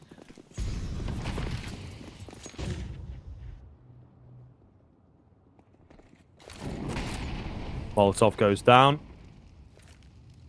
He's still hanging around though.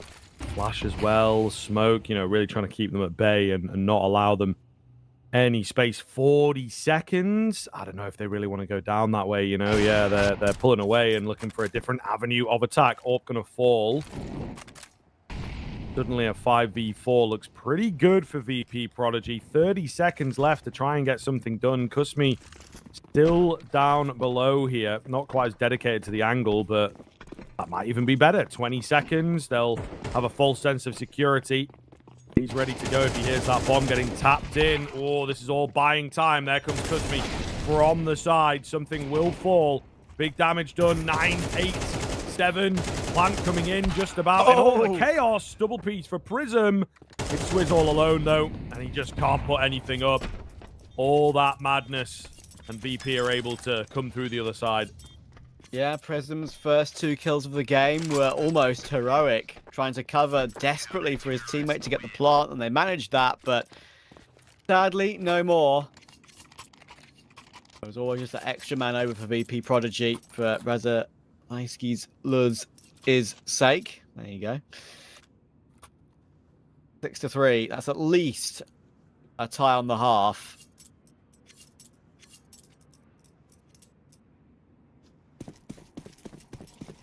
29 kills between 3 of their players right now. But it doesn't matter if they're dealing with as they come. That's a little bit of a fast peak though there. Actually, it looks like they're going to pounce straight off the back of it. Goodness me. The first kill that comes in makes their mind up immediately for that strategy. They just pop straight through the door smoke. Polo takes a couple of kills outside as well. And, well, I think we were surprised at how quick they were on that one. I think even VP Prodigy were just as surprised, if not more.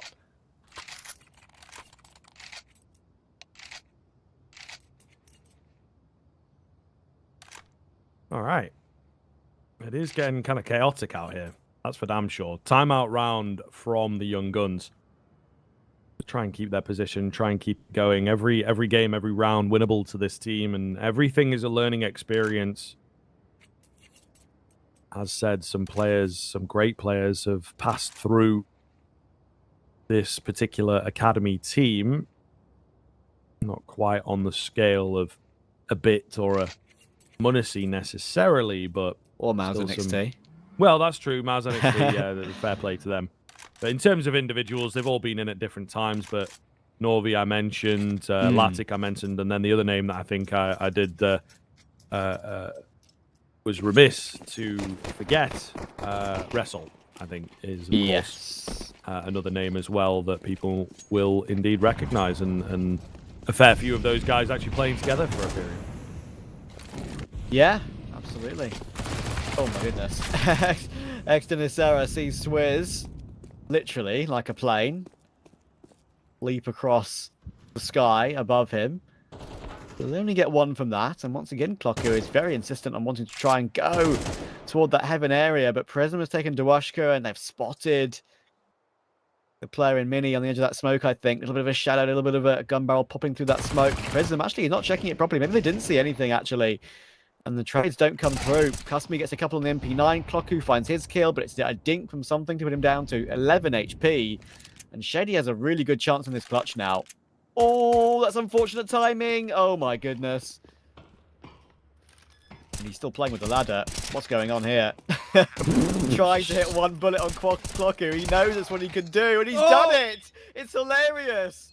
And now it's a 1 versus 1 against Polo. Unfortunately, Polo is a slightly healthier player, but Shady has switched to the M4. Unfortunately, not to be. That was the only way Shady could get that kill and recover the round. And to be fair to him, that was, well, hilarity. Yeah, that was pretty funny. And also fair credit to him to actually find that kill. Yes. After so many attempts. Up and down and up and down. You know, you'd expect, surely he's just going to die here, you know? But nope. He does it. So, a bit of a gamer move there. Rough buy coming round here for VP Prodigy. 6 rounds out from the CT side. Would you be happy with that? I feel like that's not quite enough for me. Yeah, I think same sort of sentiment there for me.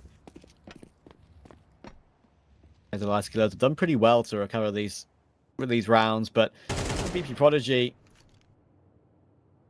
it might be a bit easier for Realisky Lud, actually, going by the way the game started, but they've fought for it. Virtuoso almost gets CZ'd, but actually he does really well to get one more, and as you can see, Casby with the MP9 mid-air, with the new kill feed icon. I think that might actually be the first time I've casted a mid-air kill with the new kill feed icon. MP9s, I'm sure, will be one of the most popular to have that icon pop up. Very accurate mid-air and often used in that way.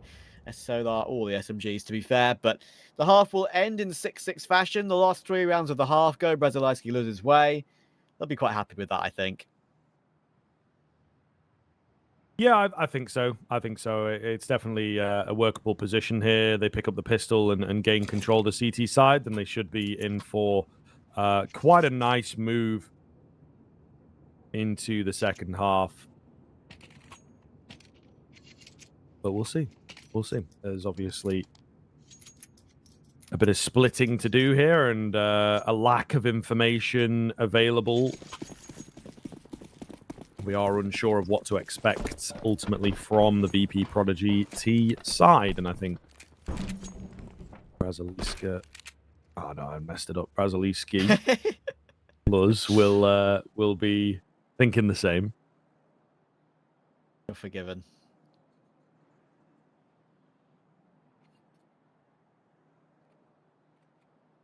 Quiet round here, Trav.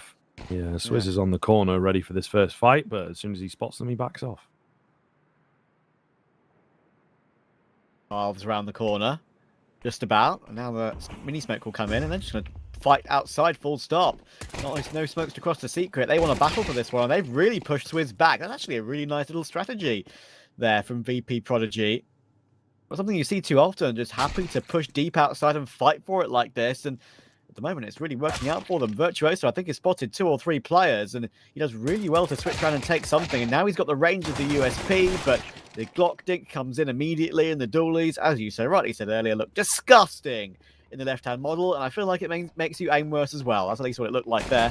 Clocker will be 1 versus 3. He's been spotted out, and Dawushka will take him. So that is a nice little call there from the T side on the pistol. Yeah. Something simple, but quite smart. Nice and worked out. VP Prodigy looking good then. So BL, you would expect here to just eco things out, go for that early rifle buy, but it does put a lot of pressure on that first rifle, you know. Should be an 8.6 here. And you're looking down the barrel of 9.6 and a potential 10.6. So, you know, very quickly BL are going to have to give us something substantial with the weaponry. My guy has gone for the BL option. Respect. I mean, it's what it says at the top. So, you know, people know what team I'm talking about, I'm sure. I know. I'm being cheeky. When you say BL, I just think of like, because I'm British, I just think of like, I mean, we're both British, but because I just think of like British Library or like British Leyland or something ridiculous, right? I've heard that too many times on Top Gear and other TV shows. I see, yeah, I see. It's funny. Nice shot.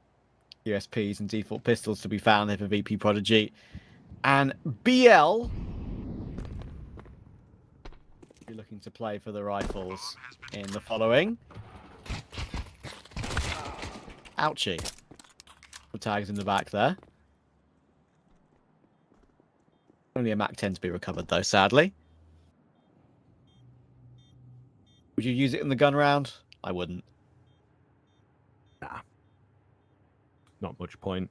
It's more of a send it in at the end of this round and hope for an extra $600. But it could help. You've got an early gun round, so maybe you become a utility mule, and it is Nuke. You'd have an MP9 in place of that, maybe. So he might actually use it. You know, he might convince himself that there's logic to using it here. I've seen a lot of players use it and surprised that they're willing to use it as well, right? I guess it's like economy is so important on CT side these days.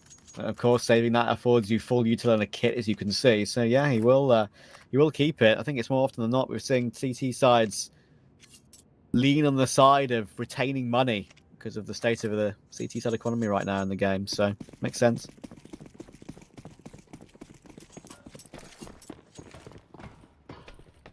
Alrighty, huge round here, of course. VP looking to get things hammered home and pick up another map steal. Wouldn't be their first of the day. And of course, get yourself locked in for that playoff spot. Really would be great for a young team like this to prove themselves that quickly against, you know, other opposition that are a few steps above them in theory, but maybe in practice, not quite the case. To be sure as well, speaking of cases, make sure to check out Hellcase themselves. There's Hellcup 9 code going down at the moment that will give you some bonuses. And of course, there is that. Well, I think there's multiple banners down below, actually, that have giveaways and whatnot going on. So if that is your bag, get on over and, yeah, a little bit of help. And then I believe there's like a crowdfunding thing going on. I'm not entirely sure. That must be, you know, money spent on the website goes into the prize pool here, which is kind of cool. Exactly. I think I'm just looking at it now. I think first place winner of the entire tournament gets 40% of the funds raised on the crowdfunding pool. So be up to date with that over the course of the tournament. That'll probably be raised quite significantly. Washka. After plant, I should say. I mean, default in lobby. We'll deal with Prism nicely. Now, VP Prodigy are looking to get into an after plant. There will exit. Clocku is close on the flank, though. Oh, the dink goes both ways, but the AK is in Denisera's hands. And Clocku would have had a chance maybe to do something with that, but not this time. And the shots are being hit now by VP Prodigy. Dwashka has recovered this game nicely. He was 0 and 7, don't forget. Now 5 and 10. So, yeah, I think the Polish side are under pressure right now.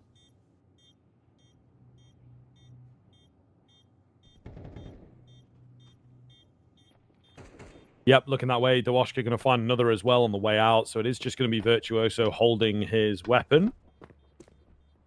Ooh, even then, he's got to be careful. He's going to walk into the path of the hunter. He does take him down, though. So will most certainly be all good now. But yeah, as I mentioned, really big round. 9-6. And the logical move here is to eco around this M4. Maybe a bit of, you know, deaglage and whatnot. But with Prism being a bit rich, with a weapon available to drop, they are definitely thinking about it, aren't they? You know, they've not made a decision yet. I think they might. Ooh, there was a moment, but they split it down the middle. Prism will get a FAMAS, and the rest of the boys just a few deagles, really. Yeah. A lot of damage taken, of course, to the bomb, and I've actually seen instances recently. As you saw, the Virtuoso took his Kevlar down to 43. I've seen instances of the T side, especially on a map like Inferno, right? Take so much nade damage and then so much damage from the bomb, saving in pit. Actually destroys their entire armor, and then they go into the next round not realizing they need to rebuy it because they've survived, right? I think there was one instance recently where I saw a player on 12 armor, a nade came down banana, removed their Kevlar, and it caused them to have aim punch in a future duel. And they probably would have been thinking to themselves, I thought I had armor. Well, you did. And then it got broken away. It's a lot harsher in CS2. Especially with the bomb explosions too. Let's see if they can get the M4 and the FAMAS into the action in the following round, though. It is actually one of these rounds which can be difficult to overcome, so VP Prodigy do need to be careful here. Absolutely.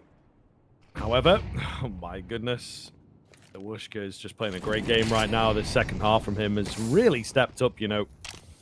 PT side was maybe quiet. The second half, he's been a real nuisance. That's a relatively big kill to take. They will recover the FAMAS, but what are they going to do with it? Man down, trying to gamble on the B bomb site. So Virtus Pro Prodigy just have to be careful here. Kusmi working his way down, may well run into the majority of the stack, not the entirety of it. Yeah, going to get overwhelmed. Pretty big kill there. Quite clean as well. Bad timing on the swing for Kusmi. Obviously, he wasn't to know, but 2 players on the other side, and now Polo has a chance to deliver. The FAMAS will fight, and that will try and bait the 5-7 in, but that's a wonderful check from something. I think Denisera has made it up the heaven ladder as well in time to not get caught from ramp. So if they pull the pin on the upper site here, all should be good. Certainly feels that way. Not a super done deal, but maybe with that kill, yeah, before I even really get the sentence out. I think that will do it. Swizz spotted 2. Fakes a bit of a save position. Oh, the AWP tags him. They still know that he's around and trapped in at CT. Might go after him. They've got cash. They know exactly where he's at, so why not? But in fact, going to play it safe. Very, very safe indeed. Not wanting to take any chances at all. Just give him the AK. They're happy to find double digits. Yeah, and an extra bolster of their economy as well. 3 players alive rather than 2 is impactful. As you can see, they are sort of on top of each other's heads, close in the corner as possible to not take that as much damage to the bomb as they can. Will be allowed to save that AK, and it'll be important obviously to have that in this round. They can buy full util on everyone. Even afford to pop in a helmet as well, Swizz.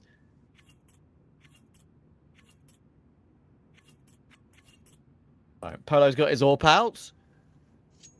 That'll be something that gets the Polish squad back into this game. VP Prodigy again putting up a very impressive level, especially considering the slow start they had on Nuke. Saw Anubis and Ancient earlier, now we're seeing Nuke, and they look very respectable on all 3 thus far. Yeah, I think we're happy with what we're seeing here. Burst out on towards the A bomb site, something a bit different. Oh, Prism melting while he's blind. He will actually get a kill. Credit to him, and it creates enough chaos here. Boku from up top shuts down the hit for now, and with the smoke coming towards towards Squeaky, there's not much they can do. Virtuoso, however, gets followed. Oh, and Clocku just looks away at the worst possible time. They'll make their way in, looking to boost above the smoke. That is what they're going for. Clocku's ready. Can't get the second. It's all over the place. Kuzmi's actually found himself a double kill. Oh my goodness, it's a mess. It is a real mess. 2 versus 2, and Kuzmi's dropped his gun. Okay, he's going to recover it. But you can see just a very chaotic one here, Trav. Yeah. And crazy how chaotic it has been, and we've still got 40 seconds in the round. 2 versus 2. This is so important for Razalaiski to get over the line. Got the advantage with health and positioning, but could change in the next 25 seconds, and Polo could have guessed incorrectly here. Might just be allowing VP Prodigy to get this plant toward the upper site. That's exactly what they're going to do. And a double hut setup with a swap of the AWP on the low HP player. That makes things a little bit easier for VP Prodigy now. Kasmi can just commit to an angle. Be up against his fellow AWPer as well. Double back through hut, through lobby. Nice pick toward heaven, but that sets up Polo. And now it's all down to Shady. We've seen him do some great work on the AWP himself in this game. But Polo has a smoke and Swizz has a kit. They've not used either of that so far, though. They're holding the defuse, and oh, I thought they were about to get punished for not using that smoke. There was a great chance there for Shady, but they just hold the defuse and keep it held in time.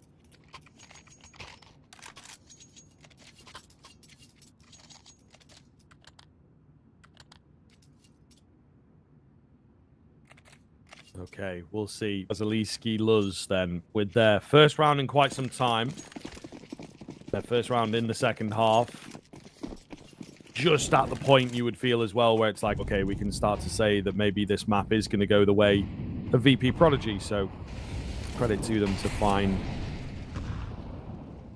the important one. Big nade damage onto that T side. Great way to kick things off. And Polo is ready for Shady. AWP on AWP action. Virtuoso realizes he can continue to put little hot shots through the smoke and see a gap on the corner of it. Ability of seeing them cross, of course, but the A1S, you have to worry about your ammunition a little bit more. They'll be allowed down into secret. Virtuoso does need to be careful that his gun barrel doesn't stick out from that very close cubby position in garage. And something just got in toward outside before he was spotted. Or Virtuoso was spotted. So 45 seconds. Prism is tasked with jump spotting the secret position to see if they've crossed, but there might be a timing that's been missed here. We'll see. Something slow peek round, not spotting anything here. There's the fight though. Extended Zero going to win it. Kusmi down below, but he will be found. All over the place once again. 3 versus 3. Clocku desperate for a fight, desperate to give the numbers back. It is brief. It's Prism with the untraded one. Can he be dealt with here? No, sir. Quick find. Round the corner. Secures another round, and a big one actually, breaking the majority of the bank. VP Prodigy might try for a little something, but ultimately not enough money for a fully fledged buy. Yeah, really nice round there from Prism. He did a relatively slow game by his standards, but final kill was particularly important, especially considering how low he was. Their economy ever so slightly above water with the full purchase in the following. No AWP, of course, but have put VP Prodigy down to that weird level as well. You're going to have 3 rifles. Make that 4 with the Galil, so they're fine. But if Braziliskilos are to win this round, it would be 10 rounds apiece pretty quickly.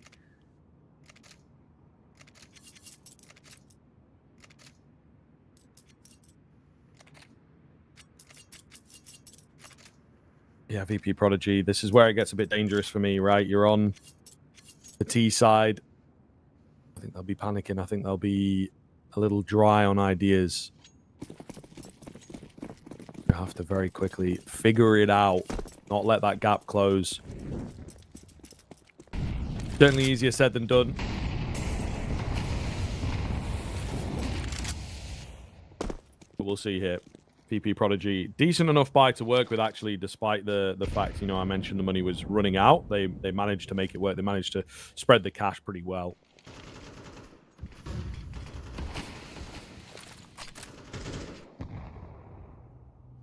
One of the most common things on Nuke now, of course, when those outside smokes come in, CT side will have some HEs to blow that up and check for the cross.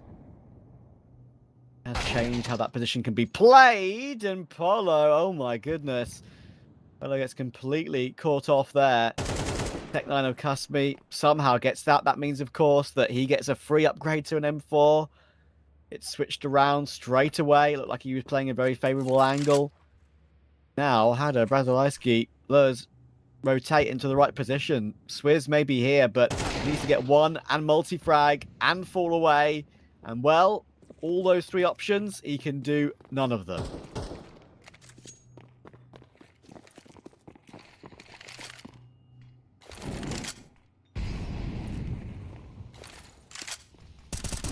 Quiet here for the CT side. Not much of a response thus far. Virtuoso spamming away, trying to find something. I think they will give the round up. Deal with that player on the top side, but VP Prodigy, it looks like they'll have an easy finish into this one, Trav. No real resistance from BL. Just have to hand it across and allow them to move up to 11.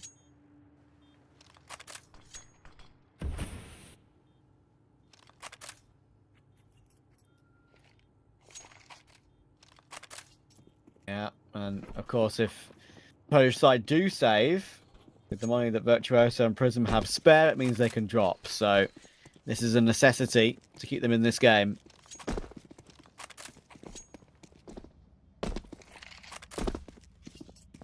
Not much in it at the moment. Still quite close. Still potential for BL to close that gap. So I am kind of rooting for them a little bit here on Nuke, but VP Prodigy definitely, I think, impressing far more than we were expecting. You know, a map that felt pretty good for Braziliski Luz. They were in a very good position coming into the second half. And VP Prodigy on the T side have actually taken names, have actually impressed us heavily and looking set to steal it away.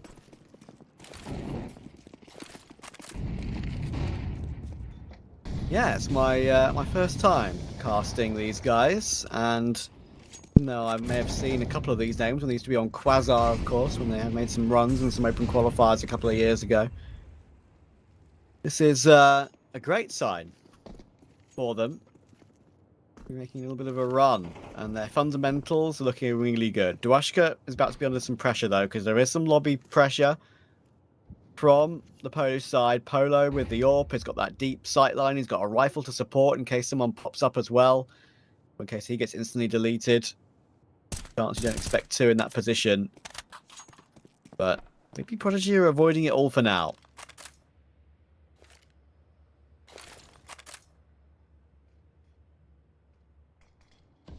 All the way down to Secret. Could be the move here. The Washka holding on the backside. Oh, it was Clocku downstairs, ready to go on the fight, but he gets bested. Kusmi with a great entry. Prism is still here. Might not expect him, right? A second man in the back halls is very unexpected indeed. Oh, he comes in for a second kill as well. The AWP shot. Polo misses. He's onto the M4. What is going on here? Kusmi, pistol out. Oh my god, in between a rock and a hard place, but he's going to make it work. Gets Virtuoso, who is fully healthy, and now it is Polo who gets naded out. How has Kusmi not gone down there? I'm baffled. That's actually one of the wildest quad kills I've seen in a long time. I mean, he should have been dead 3 times over. Living a charmed life was Kusmi in that situation. And just to compound it, he finishes it off with the HE as well. Pulling out the sidearm, of course, and that's the Tech 9 he had earlier on in a couple of rounds prior that actually took that opening kill. He's still got in his hands. He survived since then, and it comes to save him in a critical situation. Incredible.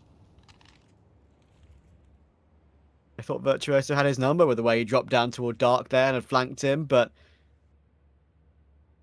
crazy. Teamwork goes awry for Braziliski Luz.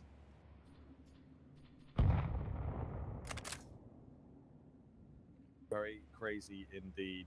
VP Prodigy in perfect position now, I feel, to get this over the line.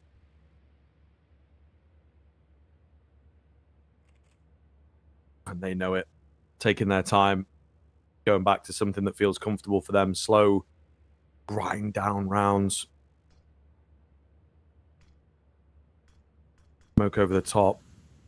Clocku down below here, ready for a fight, and indeed he might see some action in a moment.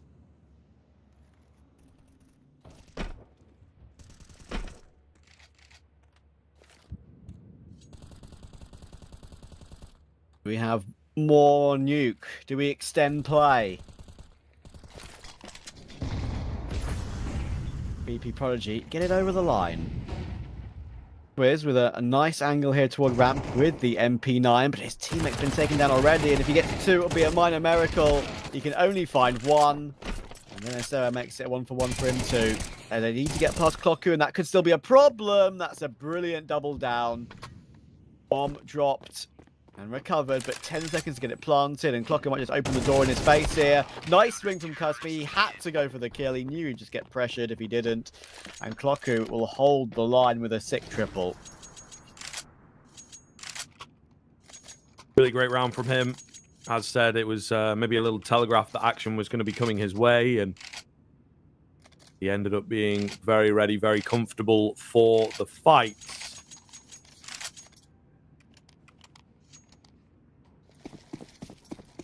Still, VP Prodigy, plenty of cash to work with to buy into this one. It will run out quite quickly, but they'll be looking to finish things here. Not allow it to go all the way down to that 24th round. They do not want the overtime. They do not want to give chances across to BL. Come back into the game. So I feel you got to shut them down now. Otherwise, that comeback train might just get rolling. They're going to burst downstairs towards Secret. Polo ready for them. Get to smoke down early. Yeah, playing the angle where he can fall away. But plenty of flashes to come in and a nade to break open the smoke. Polo actually does well to find one. Next Squid's still here. The answer is no, and he gets the double. It looks really easy at that as well. Loku will help out toward Dushka, and Denisera may have got that quick lurk frag, but he's been spotted out by Virtuoso as well. Stuck between two angles. Swizz takes him down as he shifts into the angle, and there's a distinct possibility that we could have a chance at overtime here. VP Prodigy will absolutely be full saving. Round 24 will be where it will go down.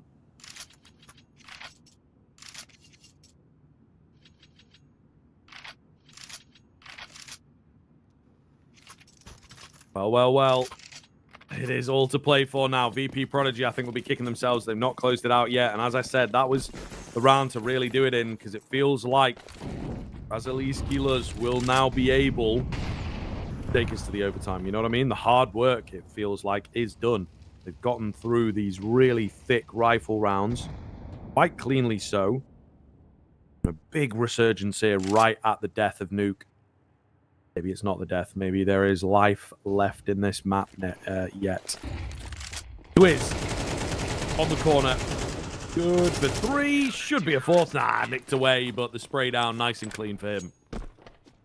Some confidence for what there could be left on this map as well. Trust me, Denisera something, all on 18 kills for VP Prodigy. Just trumped now by Clocku on 19. It's been tight across the board for both teams, and we do get to the final question. The final question that VP Prodigy will pose to Razaliski Luz. A chance to take us to overtime.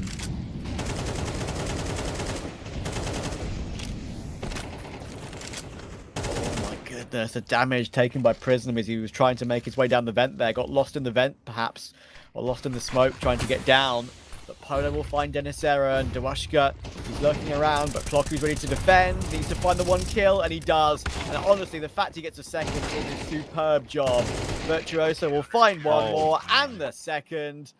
What a great battle back that is from the Polish squad. Yeah, so sharp in those final few rounds. You could see VP Prodigy really running out of ideas. The T side of Nuke. It's a difficult one. It is a difficult mistress to tame. And they unfortunately were not able to do so. I'd say for a fair chunk of it, you know, they just got off to a good start, kept the CT economy quite low. But once the CTs figured them out, the rounds completely flipped.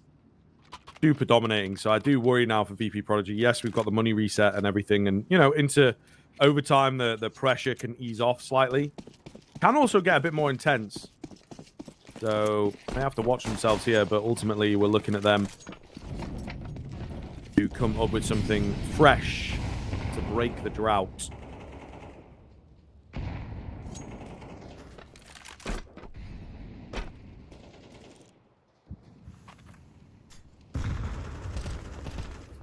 It'll be hard, of course. I mean, when we get to overtime, it's not like we switch sides first time round, right? You have to stay on the T side. It can be tough. Great find already. Shady down. The hands of Virtuoso. Oh, did he spot the door player there? I think he may have been. They just communicated in time that their door position could be open, I think. That utility down. There's barely half a second to spare.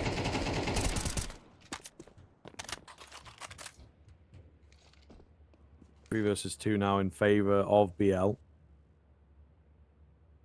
Sneaky spot. Smoke dissipates. Yeah, they were ready for it. Dewushka does well to find one, but an easy trade. Something all alone. But he's just looking to be a real cheeky young man. Not going to happen. Clocku takes him out. What a resurgence this guy has had, by the way. Clocku taking over the game in the sort of past 8 rounds, I would say. Absolute monster. 23 and 15. That is pretty clean. And VP Prodigy will be kicking themselves. Multiple map points. They cannot find an answer on T side and at least get a 2-1.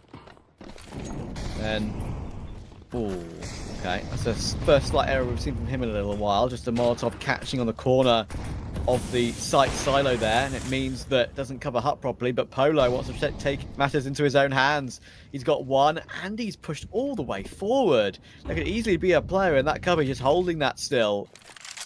He's confident, and you can tell, and he actually pushes so far in, he catches the player on the T-roof ladder. Incredible.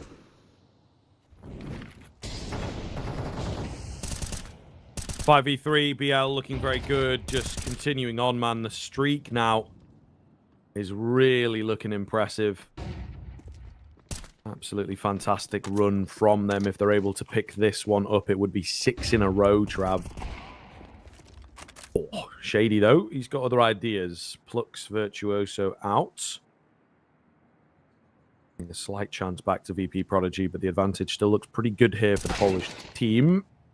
But they have to be careful not to let it slip through their fingers. The secret push has been thought about. Ex-Denisera still gets caught.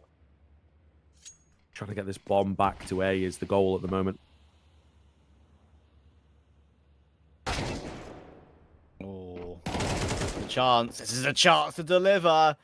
And something, even though he was low HP from earlier on, the fact he was already on the A site, the first is impressive, the second is really nice. Sure, it may be a difficult angle for a CT side to face, of course, having to aim straight down, but to hit the clean headshot is sick, and this could be what breaks the streak. Polo, 1 versus 2. He's trying to elevate his position up against Shady. This could be a really cool call, but what can he do with it? Spots Shady, missed shot. Now the duelies have to do the work. They're both low. They could do the work. This smoke is just saving them right now, and something plays the corner of it. Little did Polo know that the duelies could have worked for both of them straight away. And VP Prodigy find an evening round, 13-13. Damn. That's 5v3, man.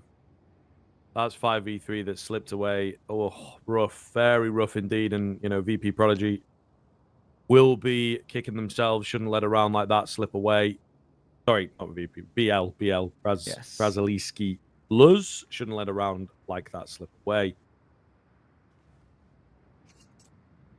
Attack pause here, Trav, from VP Prodigy. I think they understand and are confident in their CT side, so they need as many T rounds as possible. That's where they have struggled quite substantially, so they're attempting to make sure that they have the best possible scoreline moving forwards.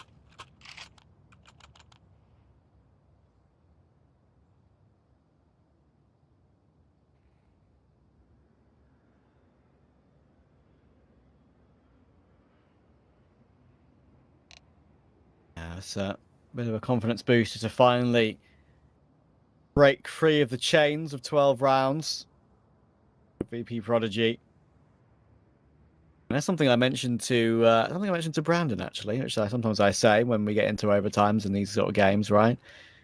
2-1s, like safety cars, can breed more safety cars or accidents in Formula 1. 2-1s can breed 2-1s. You are correct. I think sometimes we can be here for a while, but we'll see. It was quite bad towards the end of Go, I will say. We had overtimes flip-flopping quite a lot into Tier 2. But, I don't know. It's evened out a bit more. CS2, the overtime's not quite as savage, but, you know, it's difficult, isn't it, as teams get more and more comfortable with the game. We probably will see a fair few creeping in.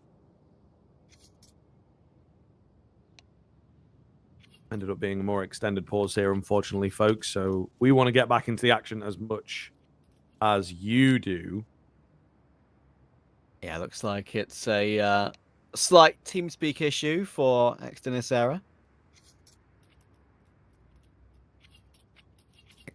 Zera. Often you see a non-Brazilian player using Zera at the end of their name. True. It's very true. And we've sorted it out. Who takes the 2-1?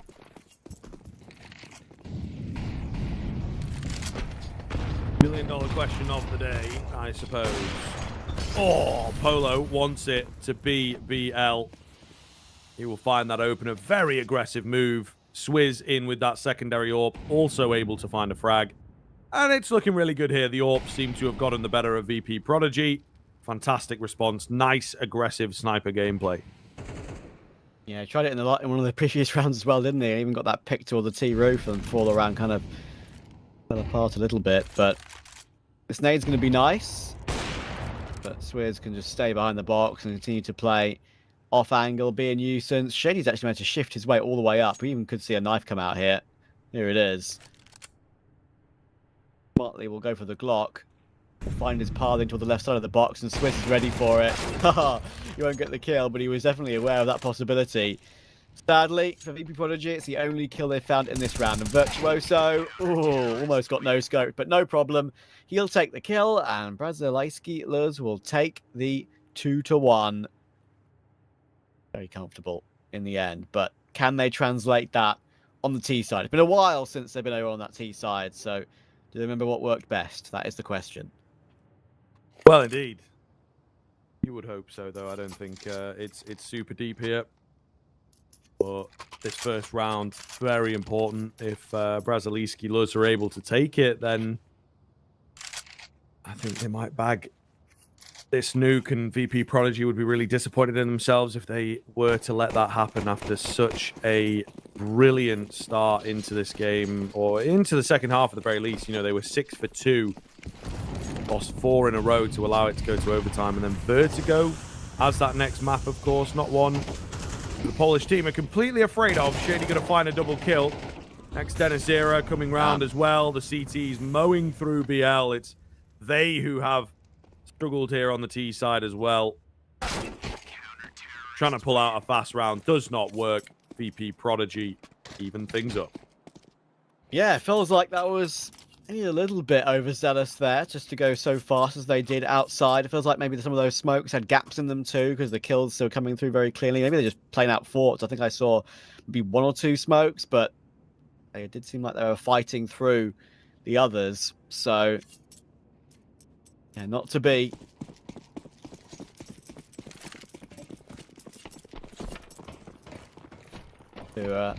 Inseparable. We saw, of course, Brazilski had a really long match against Nexus. That went to, what, 13-11 on map 3, I'm pretty sure? Yes, yep. So they've had a long day of Counter-Strike, and it's by no means anywhere near done yet.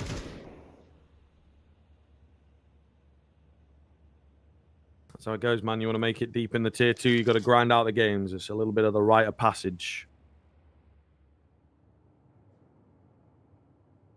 Question is, are we going to need to extend Nuke again? Or will we find a victor here? Extendazera moving in, super aggressive, not checking his angles, and he will be punished for it. Virtuoso takes an easy one there, and a man advantage now for BL looks pretty damn good. Swizz got the right idea, but not quite the timing. He's going to peek out and find this player, and he does indeed. VP Prodigy pushing the issue. And unfortunately, no kills this time.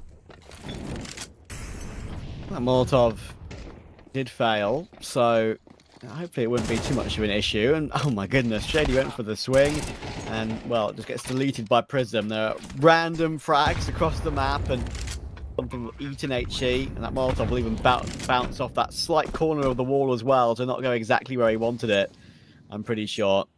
So he's going to decide to save the AK. Probably is a a valuable save in overtime with that one-shot headshot ability, and it will be Braziliskilers who will have the first attempt in overtime at a map point.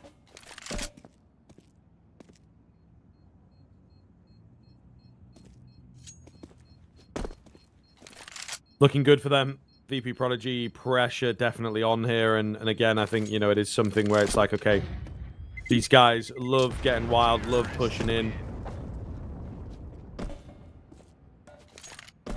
I don't think that there was really... as well. And a tactical pause, the one, of course, extra that you get in overtime, will be used now. Makes sense. Might be the last time they get a chance to do so.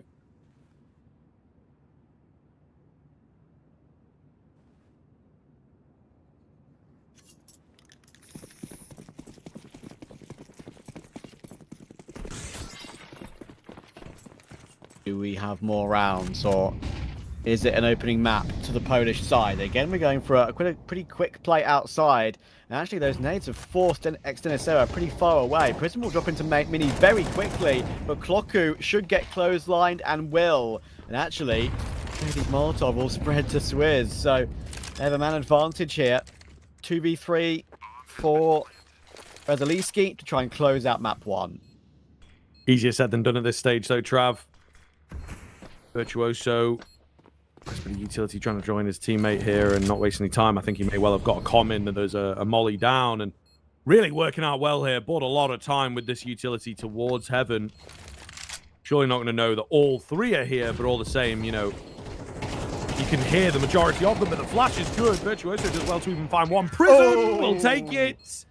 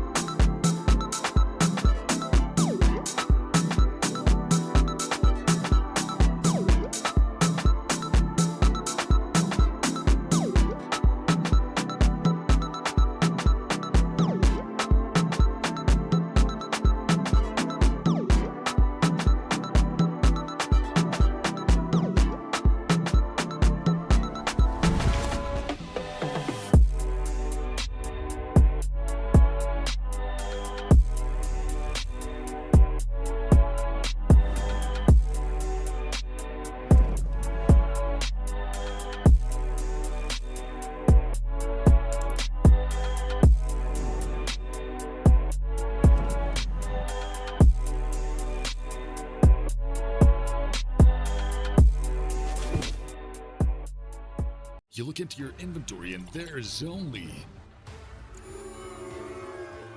It's time to forget about this garbage. Here you will find everything to play with really cool skins. Open top cases. Upgrade dropped skins and turn your junk into a cool gun using the contract system. Every day, thousands of people upgrade their inventory with us. Hellcase.com. Look at yourself in a new way.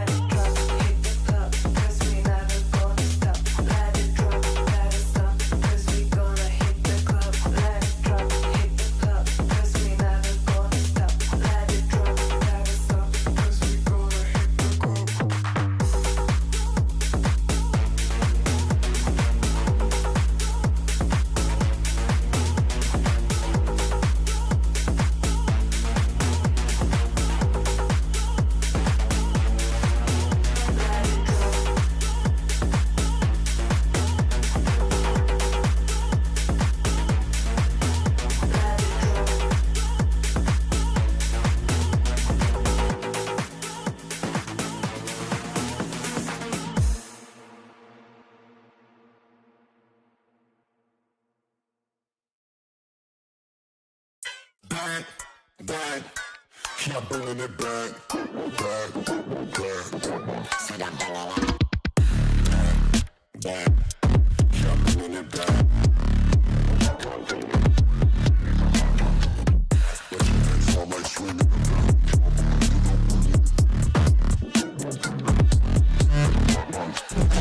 Back, back, yeah, bringing it back.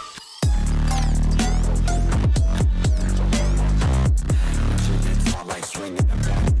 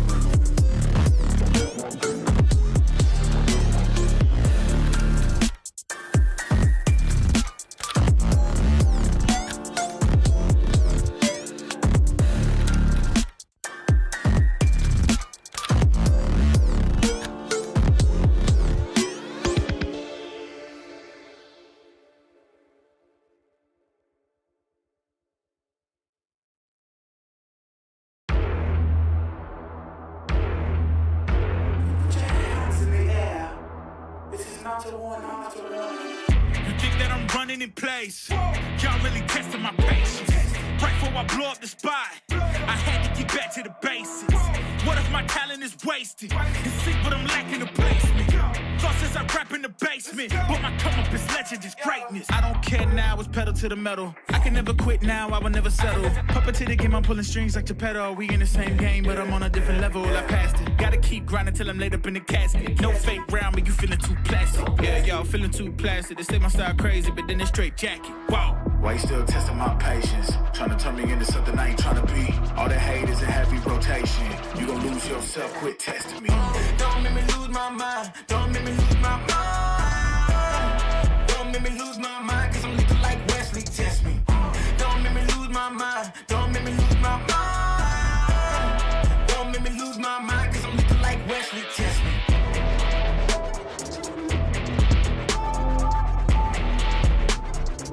Cause I'm looking like Wesley, test me.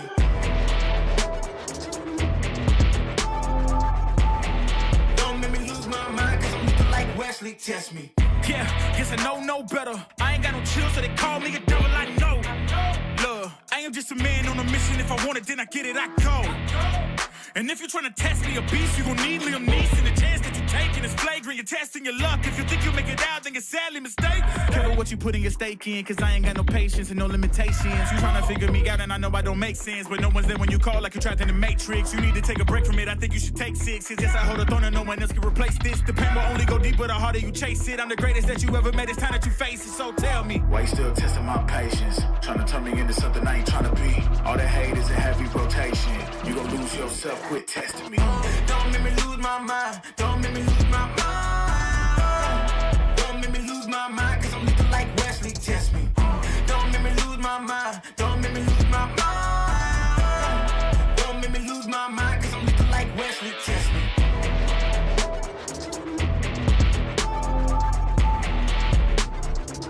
Cause I'm looking like Wesley, test me.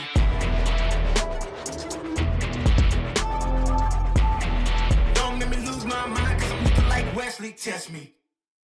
Kiss like that, that, that, that, that, that, that. Kiss like that,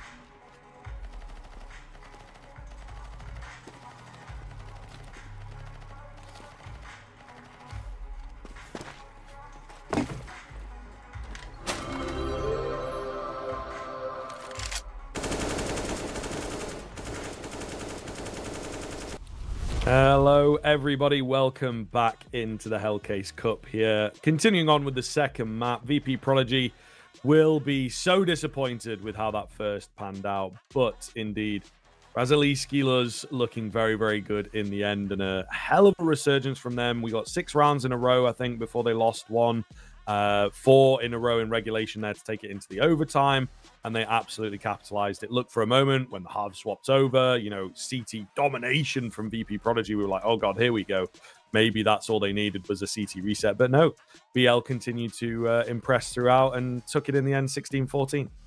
Yeah, and the last round of that game was pretty nice as well. I mean, Prism, of course, won that 1 versus 2. I thought it was over once the CTs waterfalled out of heaven, even while they were a little bit blinded up themselves by their own flash. But yeah, Prism did really well, and that's really important for them to get over that hump, you know, immediately, right? VP Prodigy will be upset they've let that lead slip, as you say. Their chance slip of possibly taking that map, and now we go into Vertigo, which is a map that, you know, both these teams, it's hard really to say for VP Prodigy because we haven't seen much of them on HLTV, but Braziliski are a little bit, they're okay on it. They've beaten Sangal on it recently, but it's not exactly their best map. So I think it's probably one of the reasons why VP Prodigy have picked into it. So we'll see. VP Prodigy can obviously play a very pack-based mentality, sort of a puggy-based mentality, and that's what Vertigo can kind of lean yourself toward, right? So I think there's a chance, purely because of the map choice, that we could go all 3, but we'll see.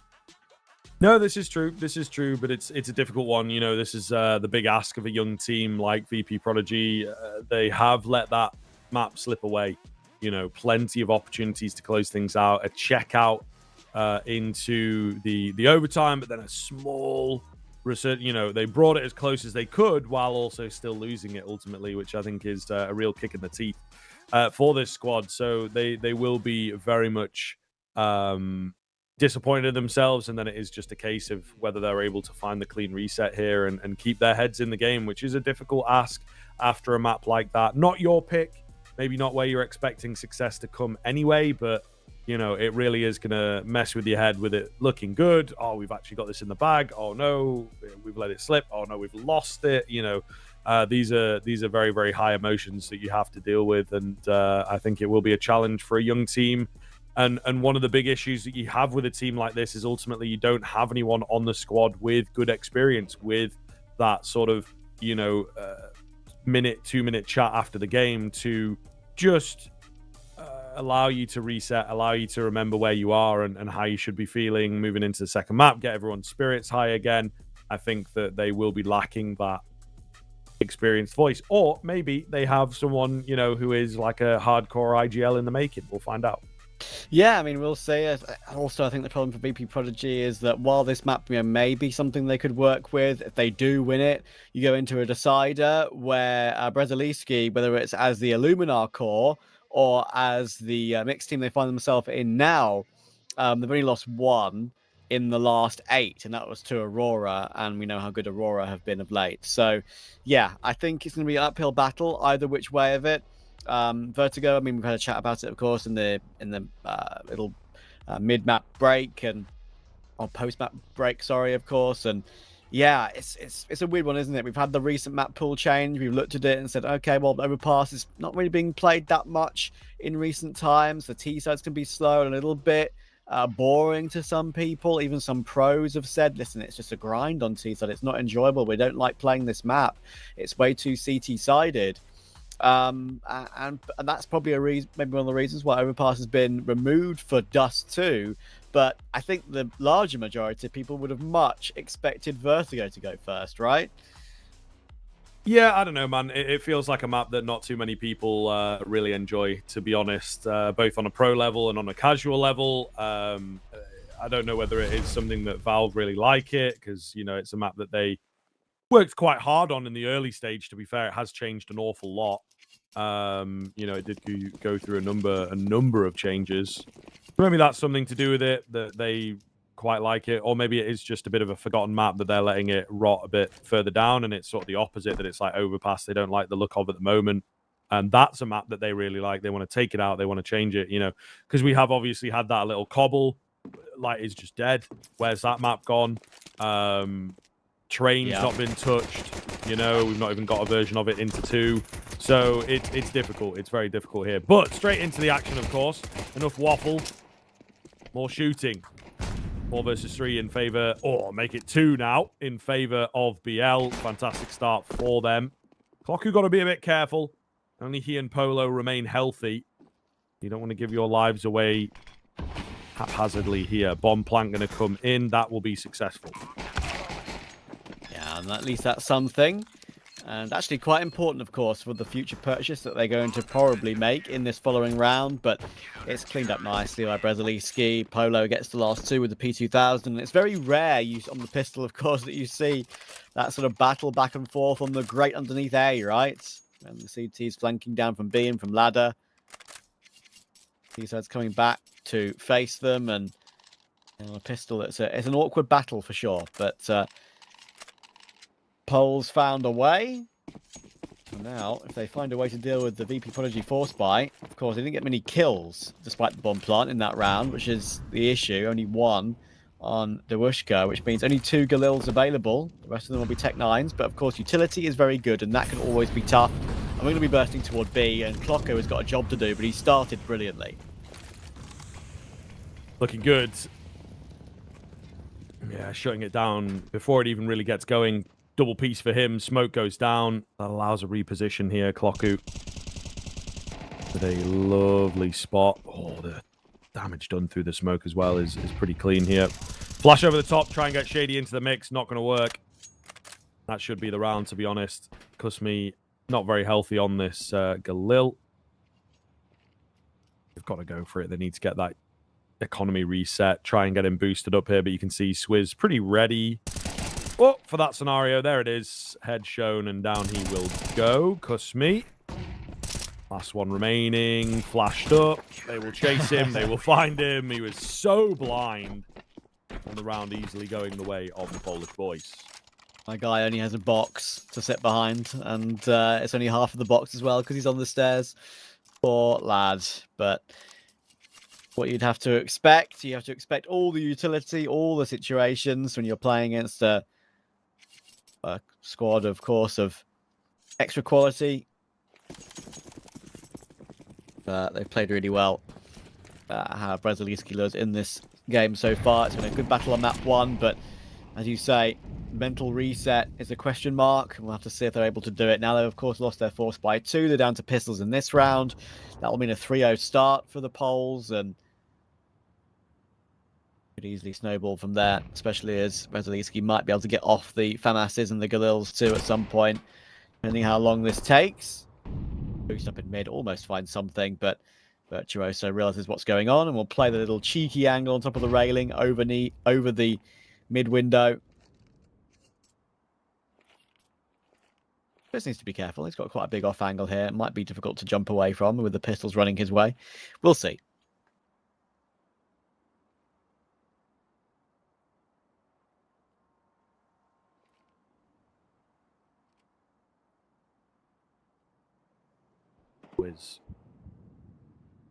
Love this angle. He'll make it work. Backed up by Polo as well. And there you go. Lovely, lovely stuff. Something remains alone. He's got that armor and eagle. So we'll see. Maybe. Ooh, could get a catch. He's up the ladder in good time. Nice. Don't want to mess it up. No. He goes for the frag. Ooh. But, you know, he doesn't want to mess that one up. And he's going to save the FAMAS, I suppose. It's fair enough. I saw him shifting over to all the railing there, and I wondered what on earth he was going to do. Whether he was maybe throwing the FAMAS off the map or something. But is he deciding to go for loss bonus? I think he is. He's making a lot of noise. I mean, why would you do this with 7 seconds left? He realizes now that maybe CT is actually his best place to save. So he'll do so. He couldn't find an enemy to die to. So he'll take the loss bonus. Or won't take the loss bonus, sorry.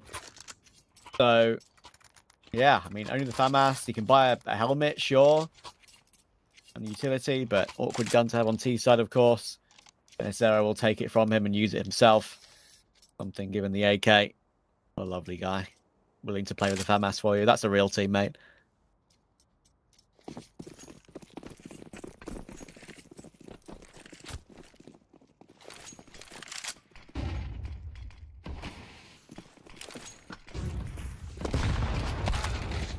Ooh, Polo going to get spammed down early here.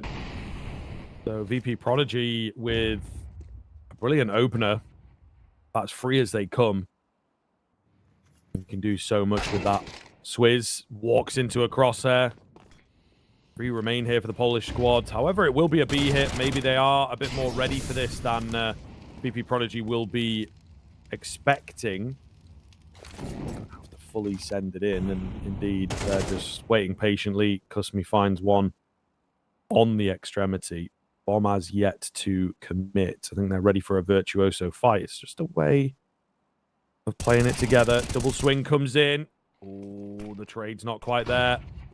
Been away from the flash. However, Extenicera not going to give him the fight. It's Clocku left to defend. Hey, but Shady in super deep to drop him. Yeah, just that last split second of how the timing was going to go, whether Clocku was going to switch around in time. Could have made it a 2 versus 2, but not to be.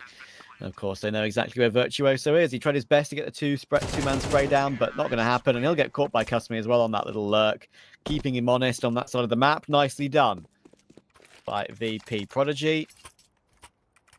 And yeah, I think there were a few misnades from Braziliski in that round. We saw Prism, I think, after he got that FMS kill in CT. I think he tried to Molotov default on B, if I'm not mistaken, but maybe hit an accidental left-right click throw rather than just a left-click throw. Didn't change anything in the end.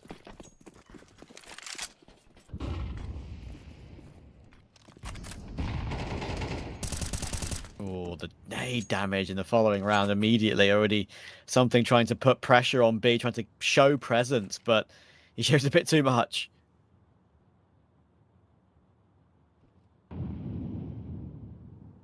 Virtuoso stacked up here. Looking good for BL. Great little setup. Trade is there, but Dwushka, I mean, even going for that. Maybe the comms weren't quite there. I don't know. You're obviously going to go down, aren't you? There's no way he finds both. 4 versus 2 now in favor of the CTs. VP Prodigy, not much that they can really do about this. You got Extenicera maybe in a sneaky spot, but they're kind of expecting him. Oh, spotted out as well. Prism knows he doesn't need to face. No need to throw his life away. He's already got Swizz towards sandbags as well, which could just keep him alive and bolster their own money. They know they're on a limit with that, so important to keep as many up as possible. Swizz will get the last, then his arrow will drop, and that's a great instant rebuttal.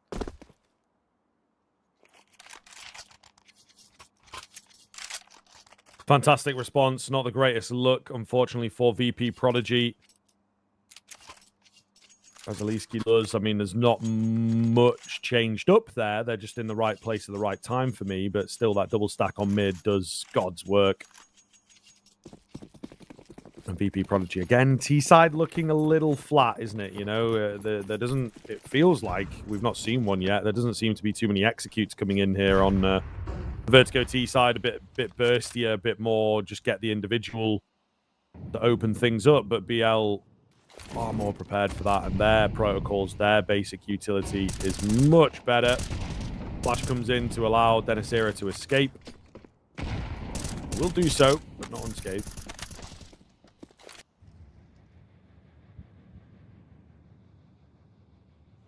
Something's back again to create some issues for Braziliski in that T default position on stairs.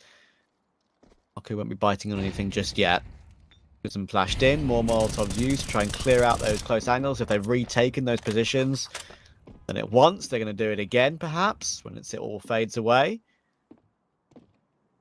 And they'll walk 4 players underneath A. Common, take ramp at around about 40 seconds on the clock. They're going to double swing it, and Prism knows that, and smartly just puts a few bullets through the yellow tarp to do some damage before he falls away, and then he retakes his position, and he'll be thinking how on earth he hasn't got that kill a little bit cleaner. He finds it in the end at least, which means he doesn't go away empty-handed, but Prodigy is still vaguely in this round. The rotation from Braziliski is really good, though. Oh, all right. They're really good. They may have got that extra kill toward A, but that's just a fake being stolen. They might not be ready for something so close, but yeah, now is a problem. Kasmi has no time to put this bomb down, and he is getting pressure from every which side. What can you do? Nothing. Yeah, Braziliski Luz, very, very solid stuff from them.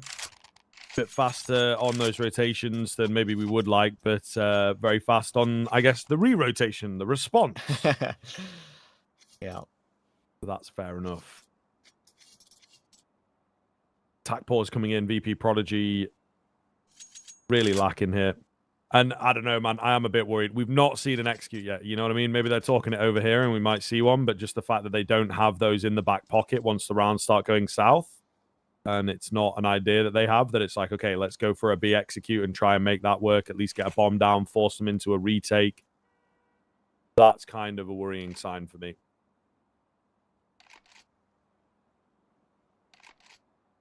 Yeah, it's what they were trying to do on that previous round, of course. They were trying to take ramp and then get themselves into position to get the smokes down left and right, but BL continuing to push up close, right, and stop them from getting set up. Just Vertigo 101 if you're a CT side. Don't let C side execute on you. Try and stop them before they can get into position, and you have to go through processes of flashing through smokes in against after plants and stuff like that. So yeah, very tough. Virtuoso in mid as they rush his way with the pistols. He gets 1 and significant damage on Denisera, 2 points of health. Here's 1 point of health as a buddy, but that's it. Polo in position. We'll get a frag and a tag.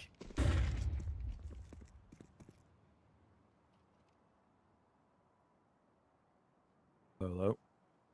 Oh, did he hear that? Not quite sure. He's definitely seen it now, though. I tell you, it's a weird sight to see that AWP unscope and then be on the left-hand side, but I'm not going to joke. It is very strange to see. See, like, yeah, I told you. It's a little bit overzealous there. No reason to give up an AK, but doesn't matter. Should go down pretty quickly, and there we go. He'll be sent off floor 51.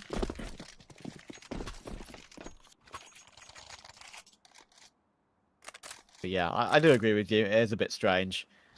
I'll have to see maybe if things are updated in the future, whether as we said, maybe it'll be server-sided, or sorry, client-sided, so we can always see right hand. Right now, like, it's not messing with any HUDs or anything, which I think is a good sign. Or like making just messing it look with weird. my head, messing with your head. Yeah, if that's fair. I'll probably get used to it though. Oh, of course. The classic thing where they're like every format change or HUD change or UI change, everyone's like, "Oh, I hate it. Oh, it's disgusting." Then a month later, it's like, "Oh, okay, it's all right." Yeah, could be worse. Yeah, you do Stockholm syndrome yourself into it. To be fair. But yeah, I don't know. Maybe it'll spark a bit of an interesting conversation around, you know, whether one is usable. Clocku. Oh, wild spray down here as he finds himself a double. Oh, nearly in for the third. Not quite, but surely has set it up. Overzealousness here, though, as Kusmi will indeed keep it together for 3. Solid stuff. The retake still in full swing, not slowing down here. No time to pause, no time to breathe.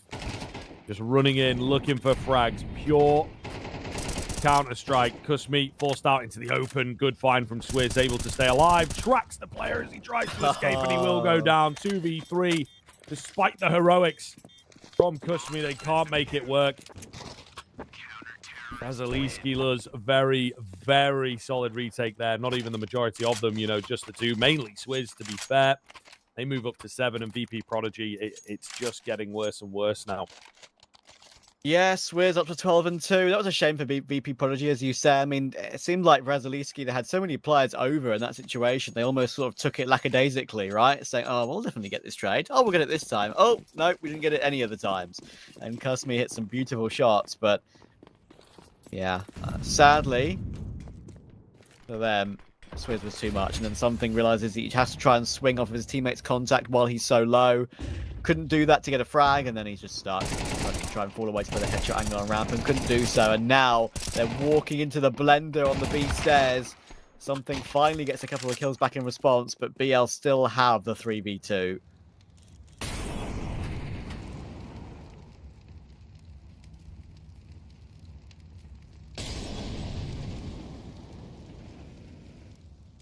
Olo. Trained in with the orb. Flash is going to come over the top. Second one does catch him, but something not really able to capitalize. It's all a distraction for Denisira, who comes round from Guardian. 2 versus 2 now. Bomb plant should be momentary. The only issue is 1 smoke and 1 flash. They have to be well placed. Denisira in particular doesn't really want to give his position away. Digit's going to be tapped in. Wiz the closest. Prism on the way. Smoke is really well timed. They just have no info. Smoke goes in deep. Molotov to join it. Wiz up top here. Clears a few angles. Not really able to spot anything. Flash going to go down. Will charge forwards. Catches the gem player, but doesn't catch the frag, you know. Oh, it's Prism on the flick. Wins out the round, and BL get another retake. Something is going to be a little bit upset with himself, isn't he? That's twice in a row now that he's had those sort of situations on the B site and an after plant, and he's not been able to deliver. You feel so safe on that mid box, playing the headshot angle often, don't you? But it's very pre-fireable these days. I've been there myself, thinking you've got it all said and done, and then you just get bopped like that. And Prism, that's great work. Something couldn't fall away on that first attempt, and then in the second attempt, he caught out on that angle, sadly for him. And a little bit of an experience perhaps showing on Vertigo now for the boys, the young VP Prodigy boys. Slight quality difference is leaning to this game being a little bit easier for Braziliski than it actually has been, to be honest. It could have easily been, what, 6-3 at this point. A few things have gone their way. But 8-1 is comfortable.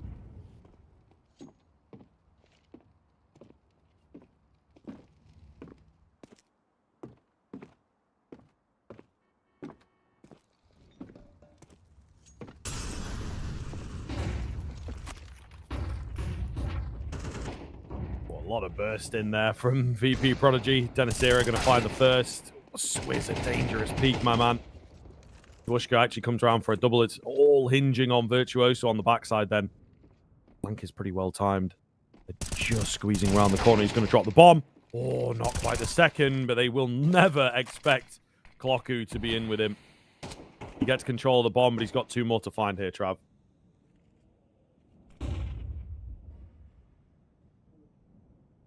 See if we can get another one for BL. Another clutch. Could be on the edge of happening. Something's creeping forward. Oh, that's a fast reaction. You could tell, couldn't you? You could just tell that he had to basically just react off pure instinct for that. And of course, the rounds have been so close in this half. So many clutches for Braziliski that they're left with this purchase. It's going to be okay, but it's going to maybe have a couple of FAMASs and MP9. It's going to be an MP9 rather than the FAMAS. So yeah, it's not perfect as we edge toward the end of this first half.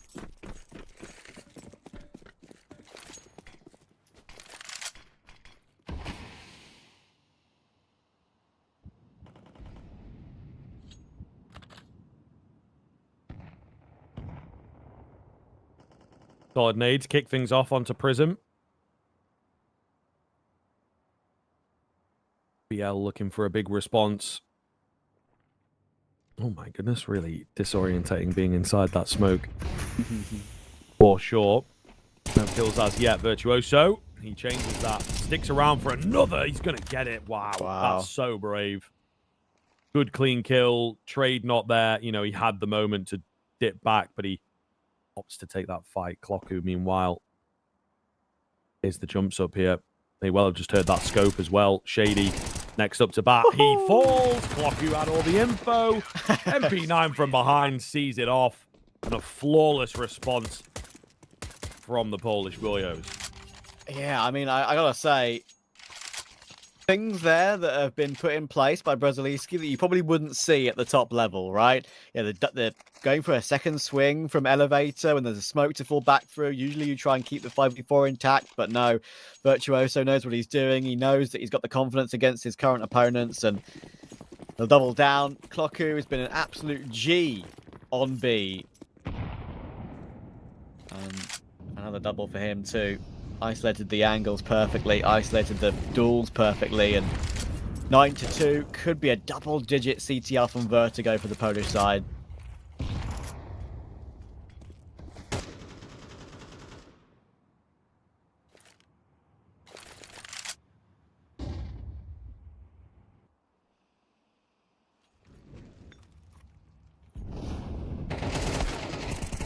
Nice find from Dennis Era. Traded instantly, however. Rest of the team trying to make something happen. Swizz goes a bit aggressive in for the peak. Tiny bit of damage dished out, but not enough for my money. Not enough to lose his life.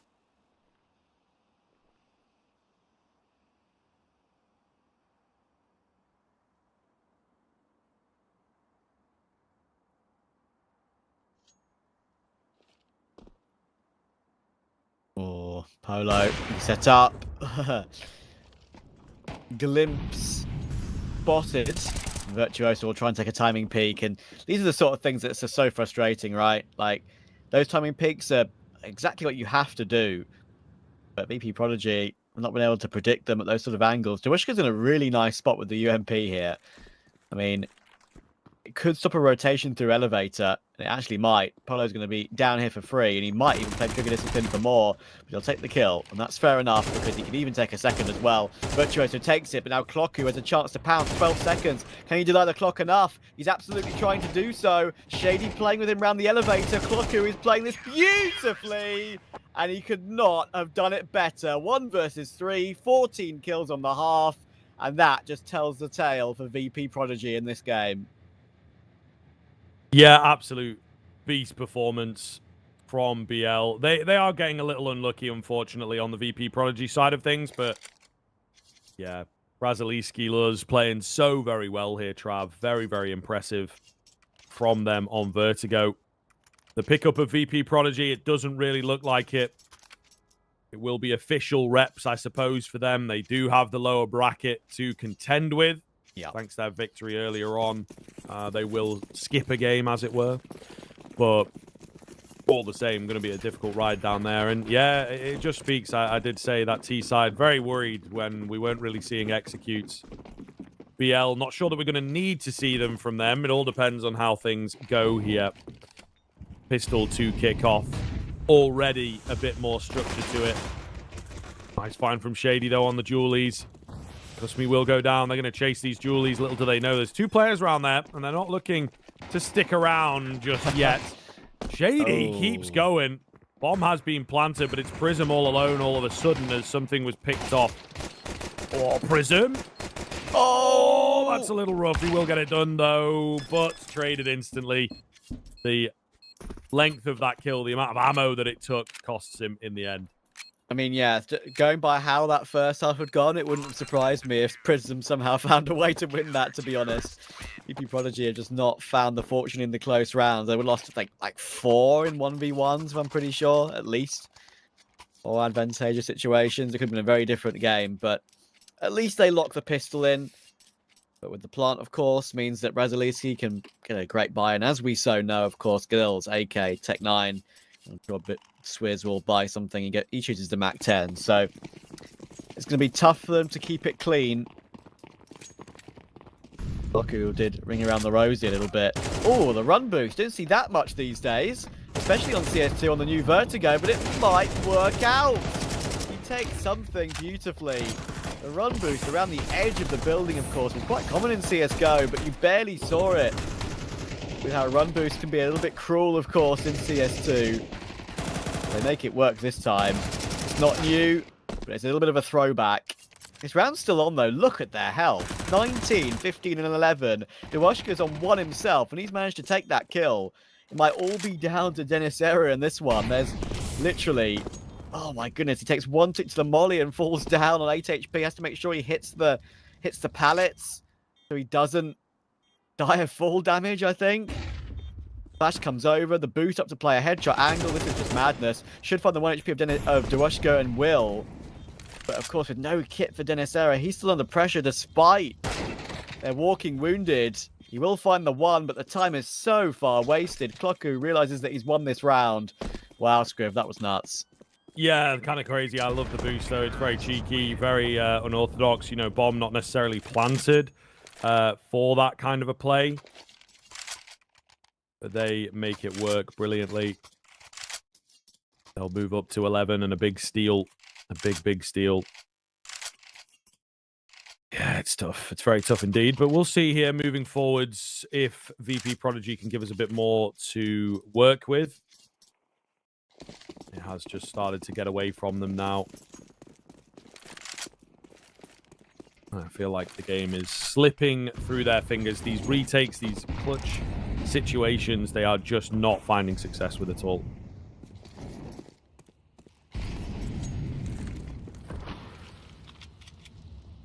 This is one way to get the M4 in play. Not shifting off this 3-man boost. Should get a kill. Does. And they'll fall down. So gimmick put in place that works out this time. Polo answers back with his Mac 10 and actually gets a free reload in and is allowed to fall away, and Virtuoso is taking that mid presence too. The worry, of course, about that Darushka UMP, but I'm sure he'll be checking CT here. Oh, lovely shot. UMPs look pretty good in his hands in this game. Minute to go, 3v4. Oh, okay. Make it 3v2. Oh. Now 1. Okay. Something all alone. Gonna grab the AK and save. I mean, what can you really do here? The retake, not possible at all. And there is a degree of frustration, unfortunately. VP Prodigy never turning up to Vertigo. Unnecessarily checking out. They are late for their reservation here. I suppose whatever this is meant to be is not finished yet, so maybe they had a little look on the old Google Maps and saw that their room doesn't exist yet. But all the same, not looking good, is it? Yeah. Nice to actually see these Polish players, you know, as this mix, as this old Illuminar core, you know, actually settling down. And poor old something can't even say, wow, the Mac 10 of Polo has done so much work in that round. Look at that. I mean, 17, 14, 14, 14 kills across the board. It's an insane team performance and so many clutches as well. So, yeah, nicely done. But yeah, I mean, I've seen this team play a lot, of course, recently. I haven't casted them, but I've seen them, you know, on the HLTV homepage, of course, playing matches and saying, okay, well, you know, they're finding some results. It is a mix of known players from that old Illuminar core, like I said. And yeah, I think they are playing very well as a group as well. And they'll deserve their playoff spot in this tournament for sure. And Swizz is trying to put an end to it here and now. Mac 10 going in, no helmet on Denisera. And he spray transfers onto Kusmi as well. It's about to be done. Yep, that seals it in. Bomb going down, puts the remaining 2 players on a timer, of course. Swizz, surely not expected here. They'll give it a little look. Darushka will win out the fight. Now they know the location of 1 for sure. Second has been heard. In nice and deep here. NBL not messing around. Much more experienced on this map. You can see Darushka finds another, but he survives. Barely on 12 HP. 1 bullet finishes him off, and Razaliski Luz will get it done. Incredibly solid stuff coming out from them. Yeah, a fully deserved victory. And yeah, they will probably be quite hard to face from the other Tier 2 teams, I feel like, in this tournament. They're definitely a worry. A team that can upset you for sure. And they went into this game the favourites. We both said so, although it kind of shows that, you know, VP Prodigy, what they can do against a team like Leon with some known names. But yeah, I think in general, very solid. And especially on Vertigo, they kind of just put the nail in the coffin over and over again, didn't they? Because so many rounds where VP Prodigy had an advantage on the B side, or had an after plan, caught out over and over. And that Klocku 1 versus 3 was, you know, particularly, you know, paths to perfection, wasn't it? So, yeah, perfectly played. And VP Prodigy will have to go again. And I believe that is against the winner of Nexus or Leon, if I'm not mistaken. Yes, I think you are indeed correct there. So it'll continue sort of panning out here, of course, and we'll see how things There we go. continue. Yeah, you are, of course, correct. Nexus, Leon. It'll be an interesting game. I mean, Leon didn't really show up to play today, unfortunately. There just wasn't much to them. Not much that we could read into without pistols. I think they got like 3 or 4 rifle rounds across 2 maps. Yeah, so really not good enough from them, and they will know that. Plenty of experience on that team to try and pick up the pieces. They've got a bit of time into the afternoon to work on it, but they will be kicking things off tomorrow quite early on, I believe, in fact. So, yeah, no messing around for them tomorrow, but Nexus, a pretty scary team to face off. VP Prodigy, of course, still have time, still have just 1 victory to find to qualify in. Braziliski Luz, meanwhile, our first team here from Group B to get solidified into the playoffs. So, you know, some good moments. Again, we didn't see a great deal of tactical depth out from them, but I think some impressive players and sort of going through the motions, going through the defaults and whatnot. I think that they are a pretty solid-looking team. It's just a case of breaking through their ceiling now. Yeah, exactly. I mean, as you say, it's a situation where they could use their individual ability to win out these close clutch rounds, right? It made the game not close at all. In the end, once they did get that big lead, they could do what Swizz did on that last round, right? And just run up ramp with the MAC-10, and knowing they've only got SMGs and probably no helmets, and just destroy them all, basically. So, yeah, great stuff. Nexus versus Leon, of course, as you so rightly said, is the early game tomorrow. And the winner of that plays VP Prodigy to decide our final team through Group B. So, yeah, should be a fun few days, of course. You've got the next group to come after that, with the likes of Sampi, Alternate Attacks, and Endpoint as well. That's actually a pretty fun group. So, plenty more action to come in the Hellcase Cup. Make sure to tune in next time we're on, and we'll see you tomorrow. But for now, good evening.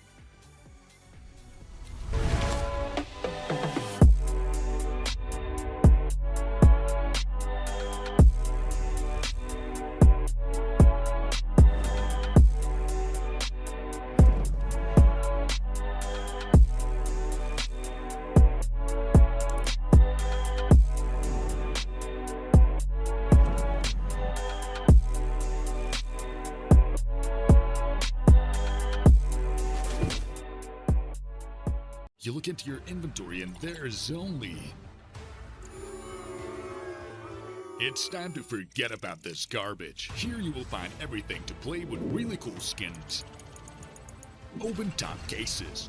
Upgrade dropped skins and turn your junk into a cool gun using the contract system. Every day, thousands of people upgrade their inventory with us. Hellcase.com. Look at yourself in a new way.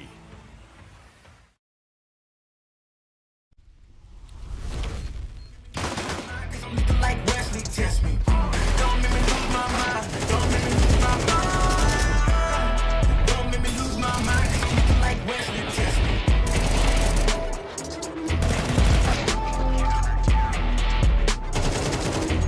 Like Wesley test me.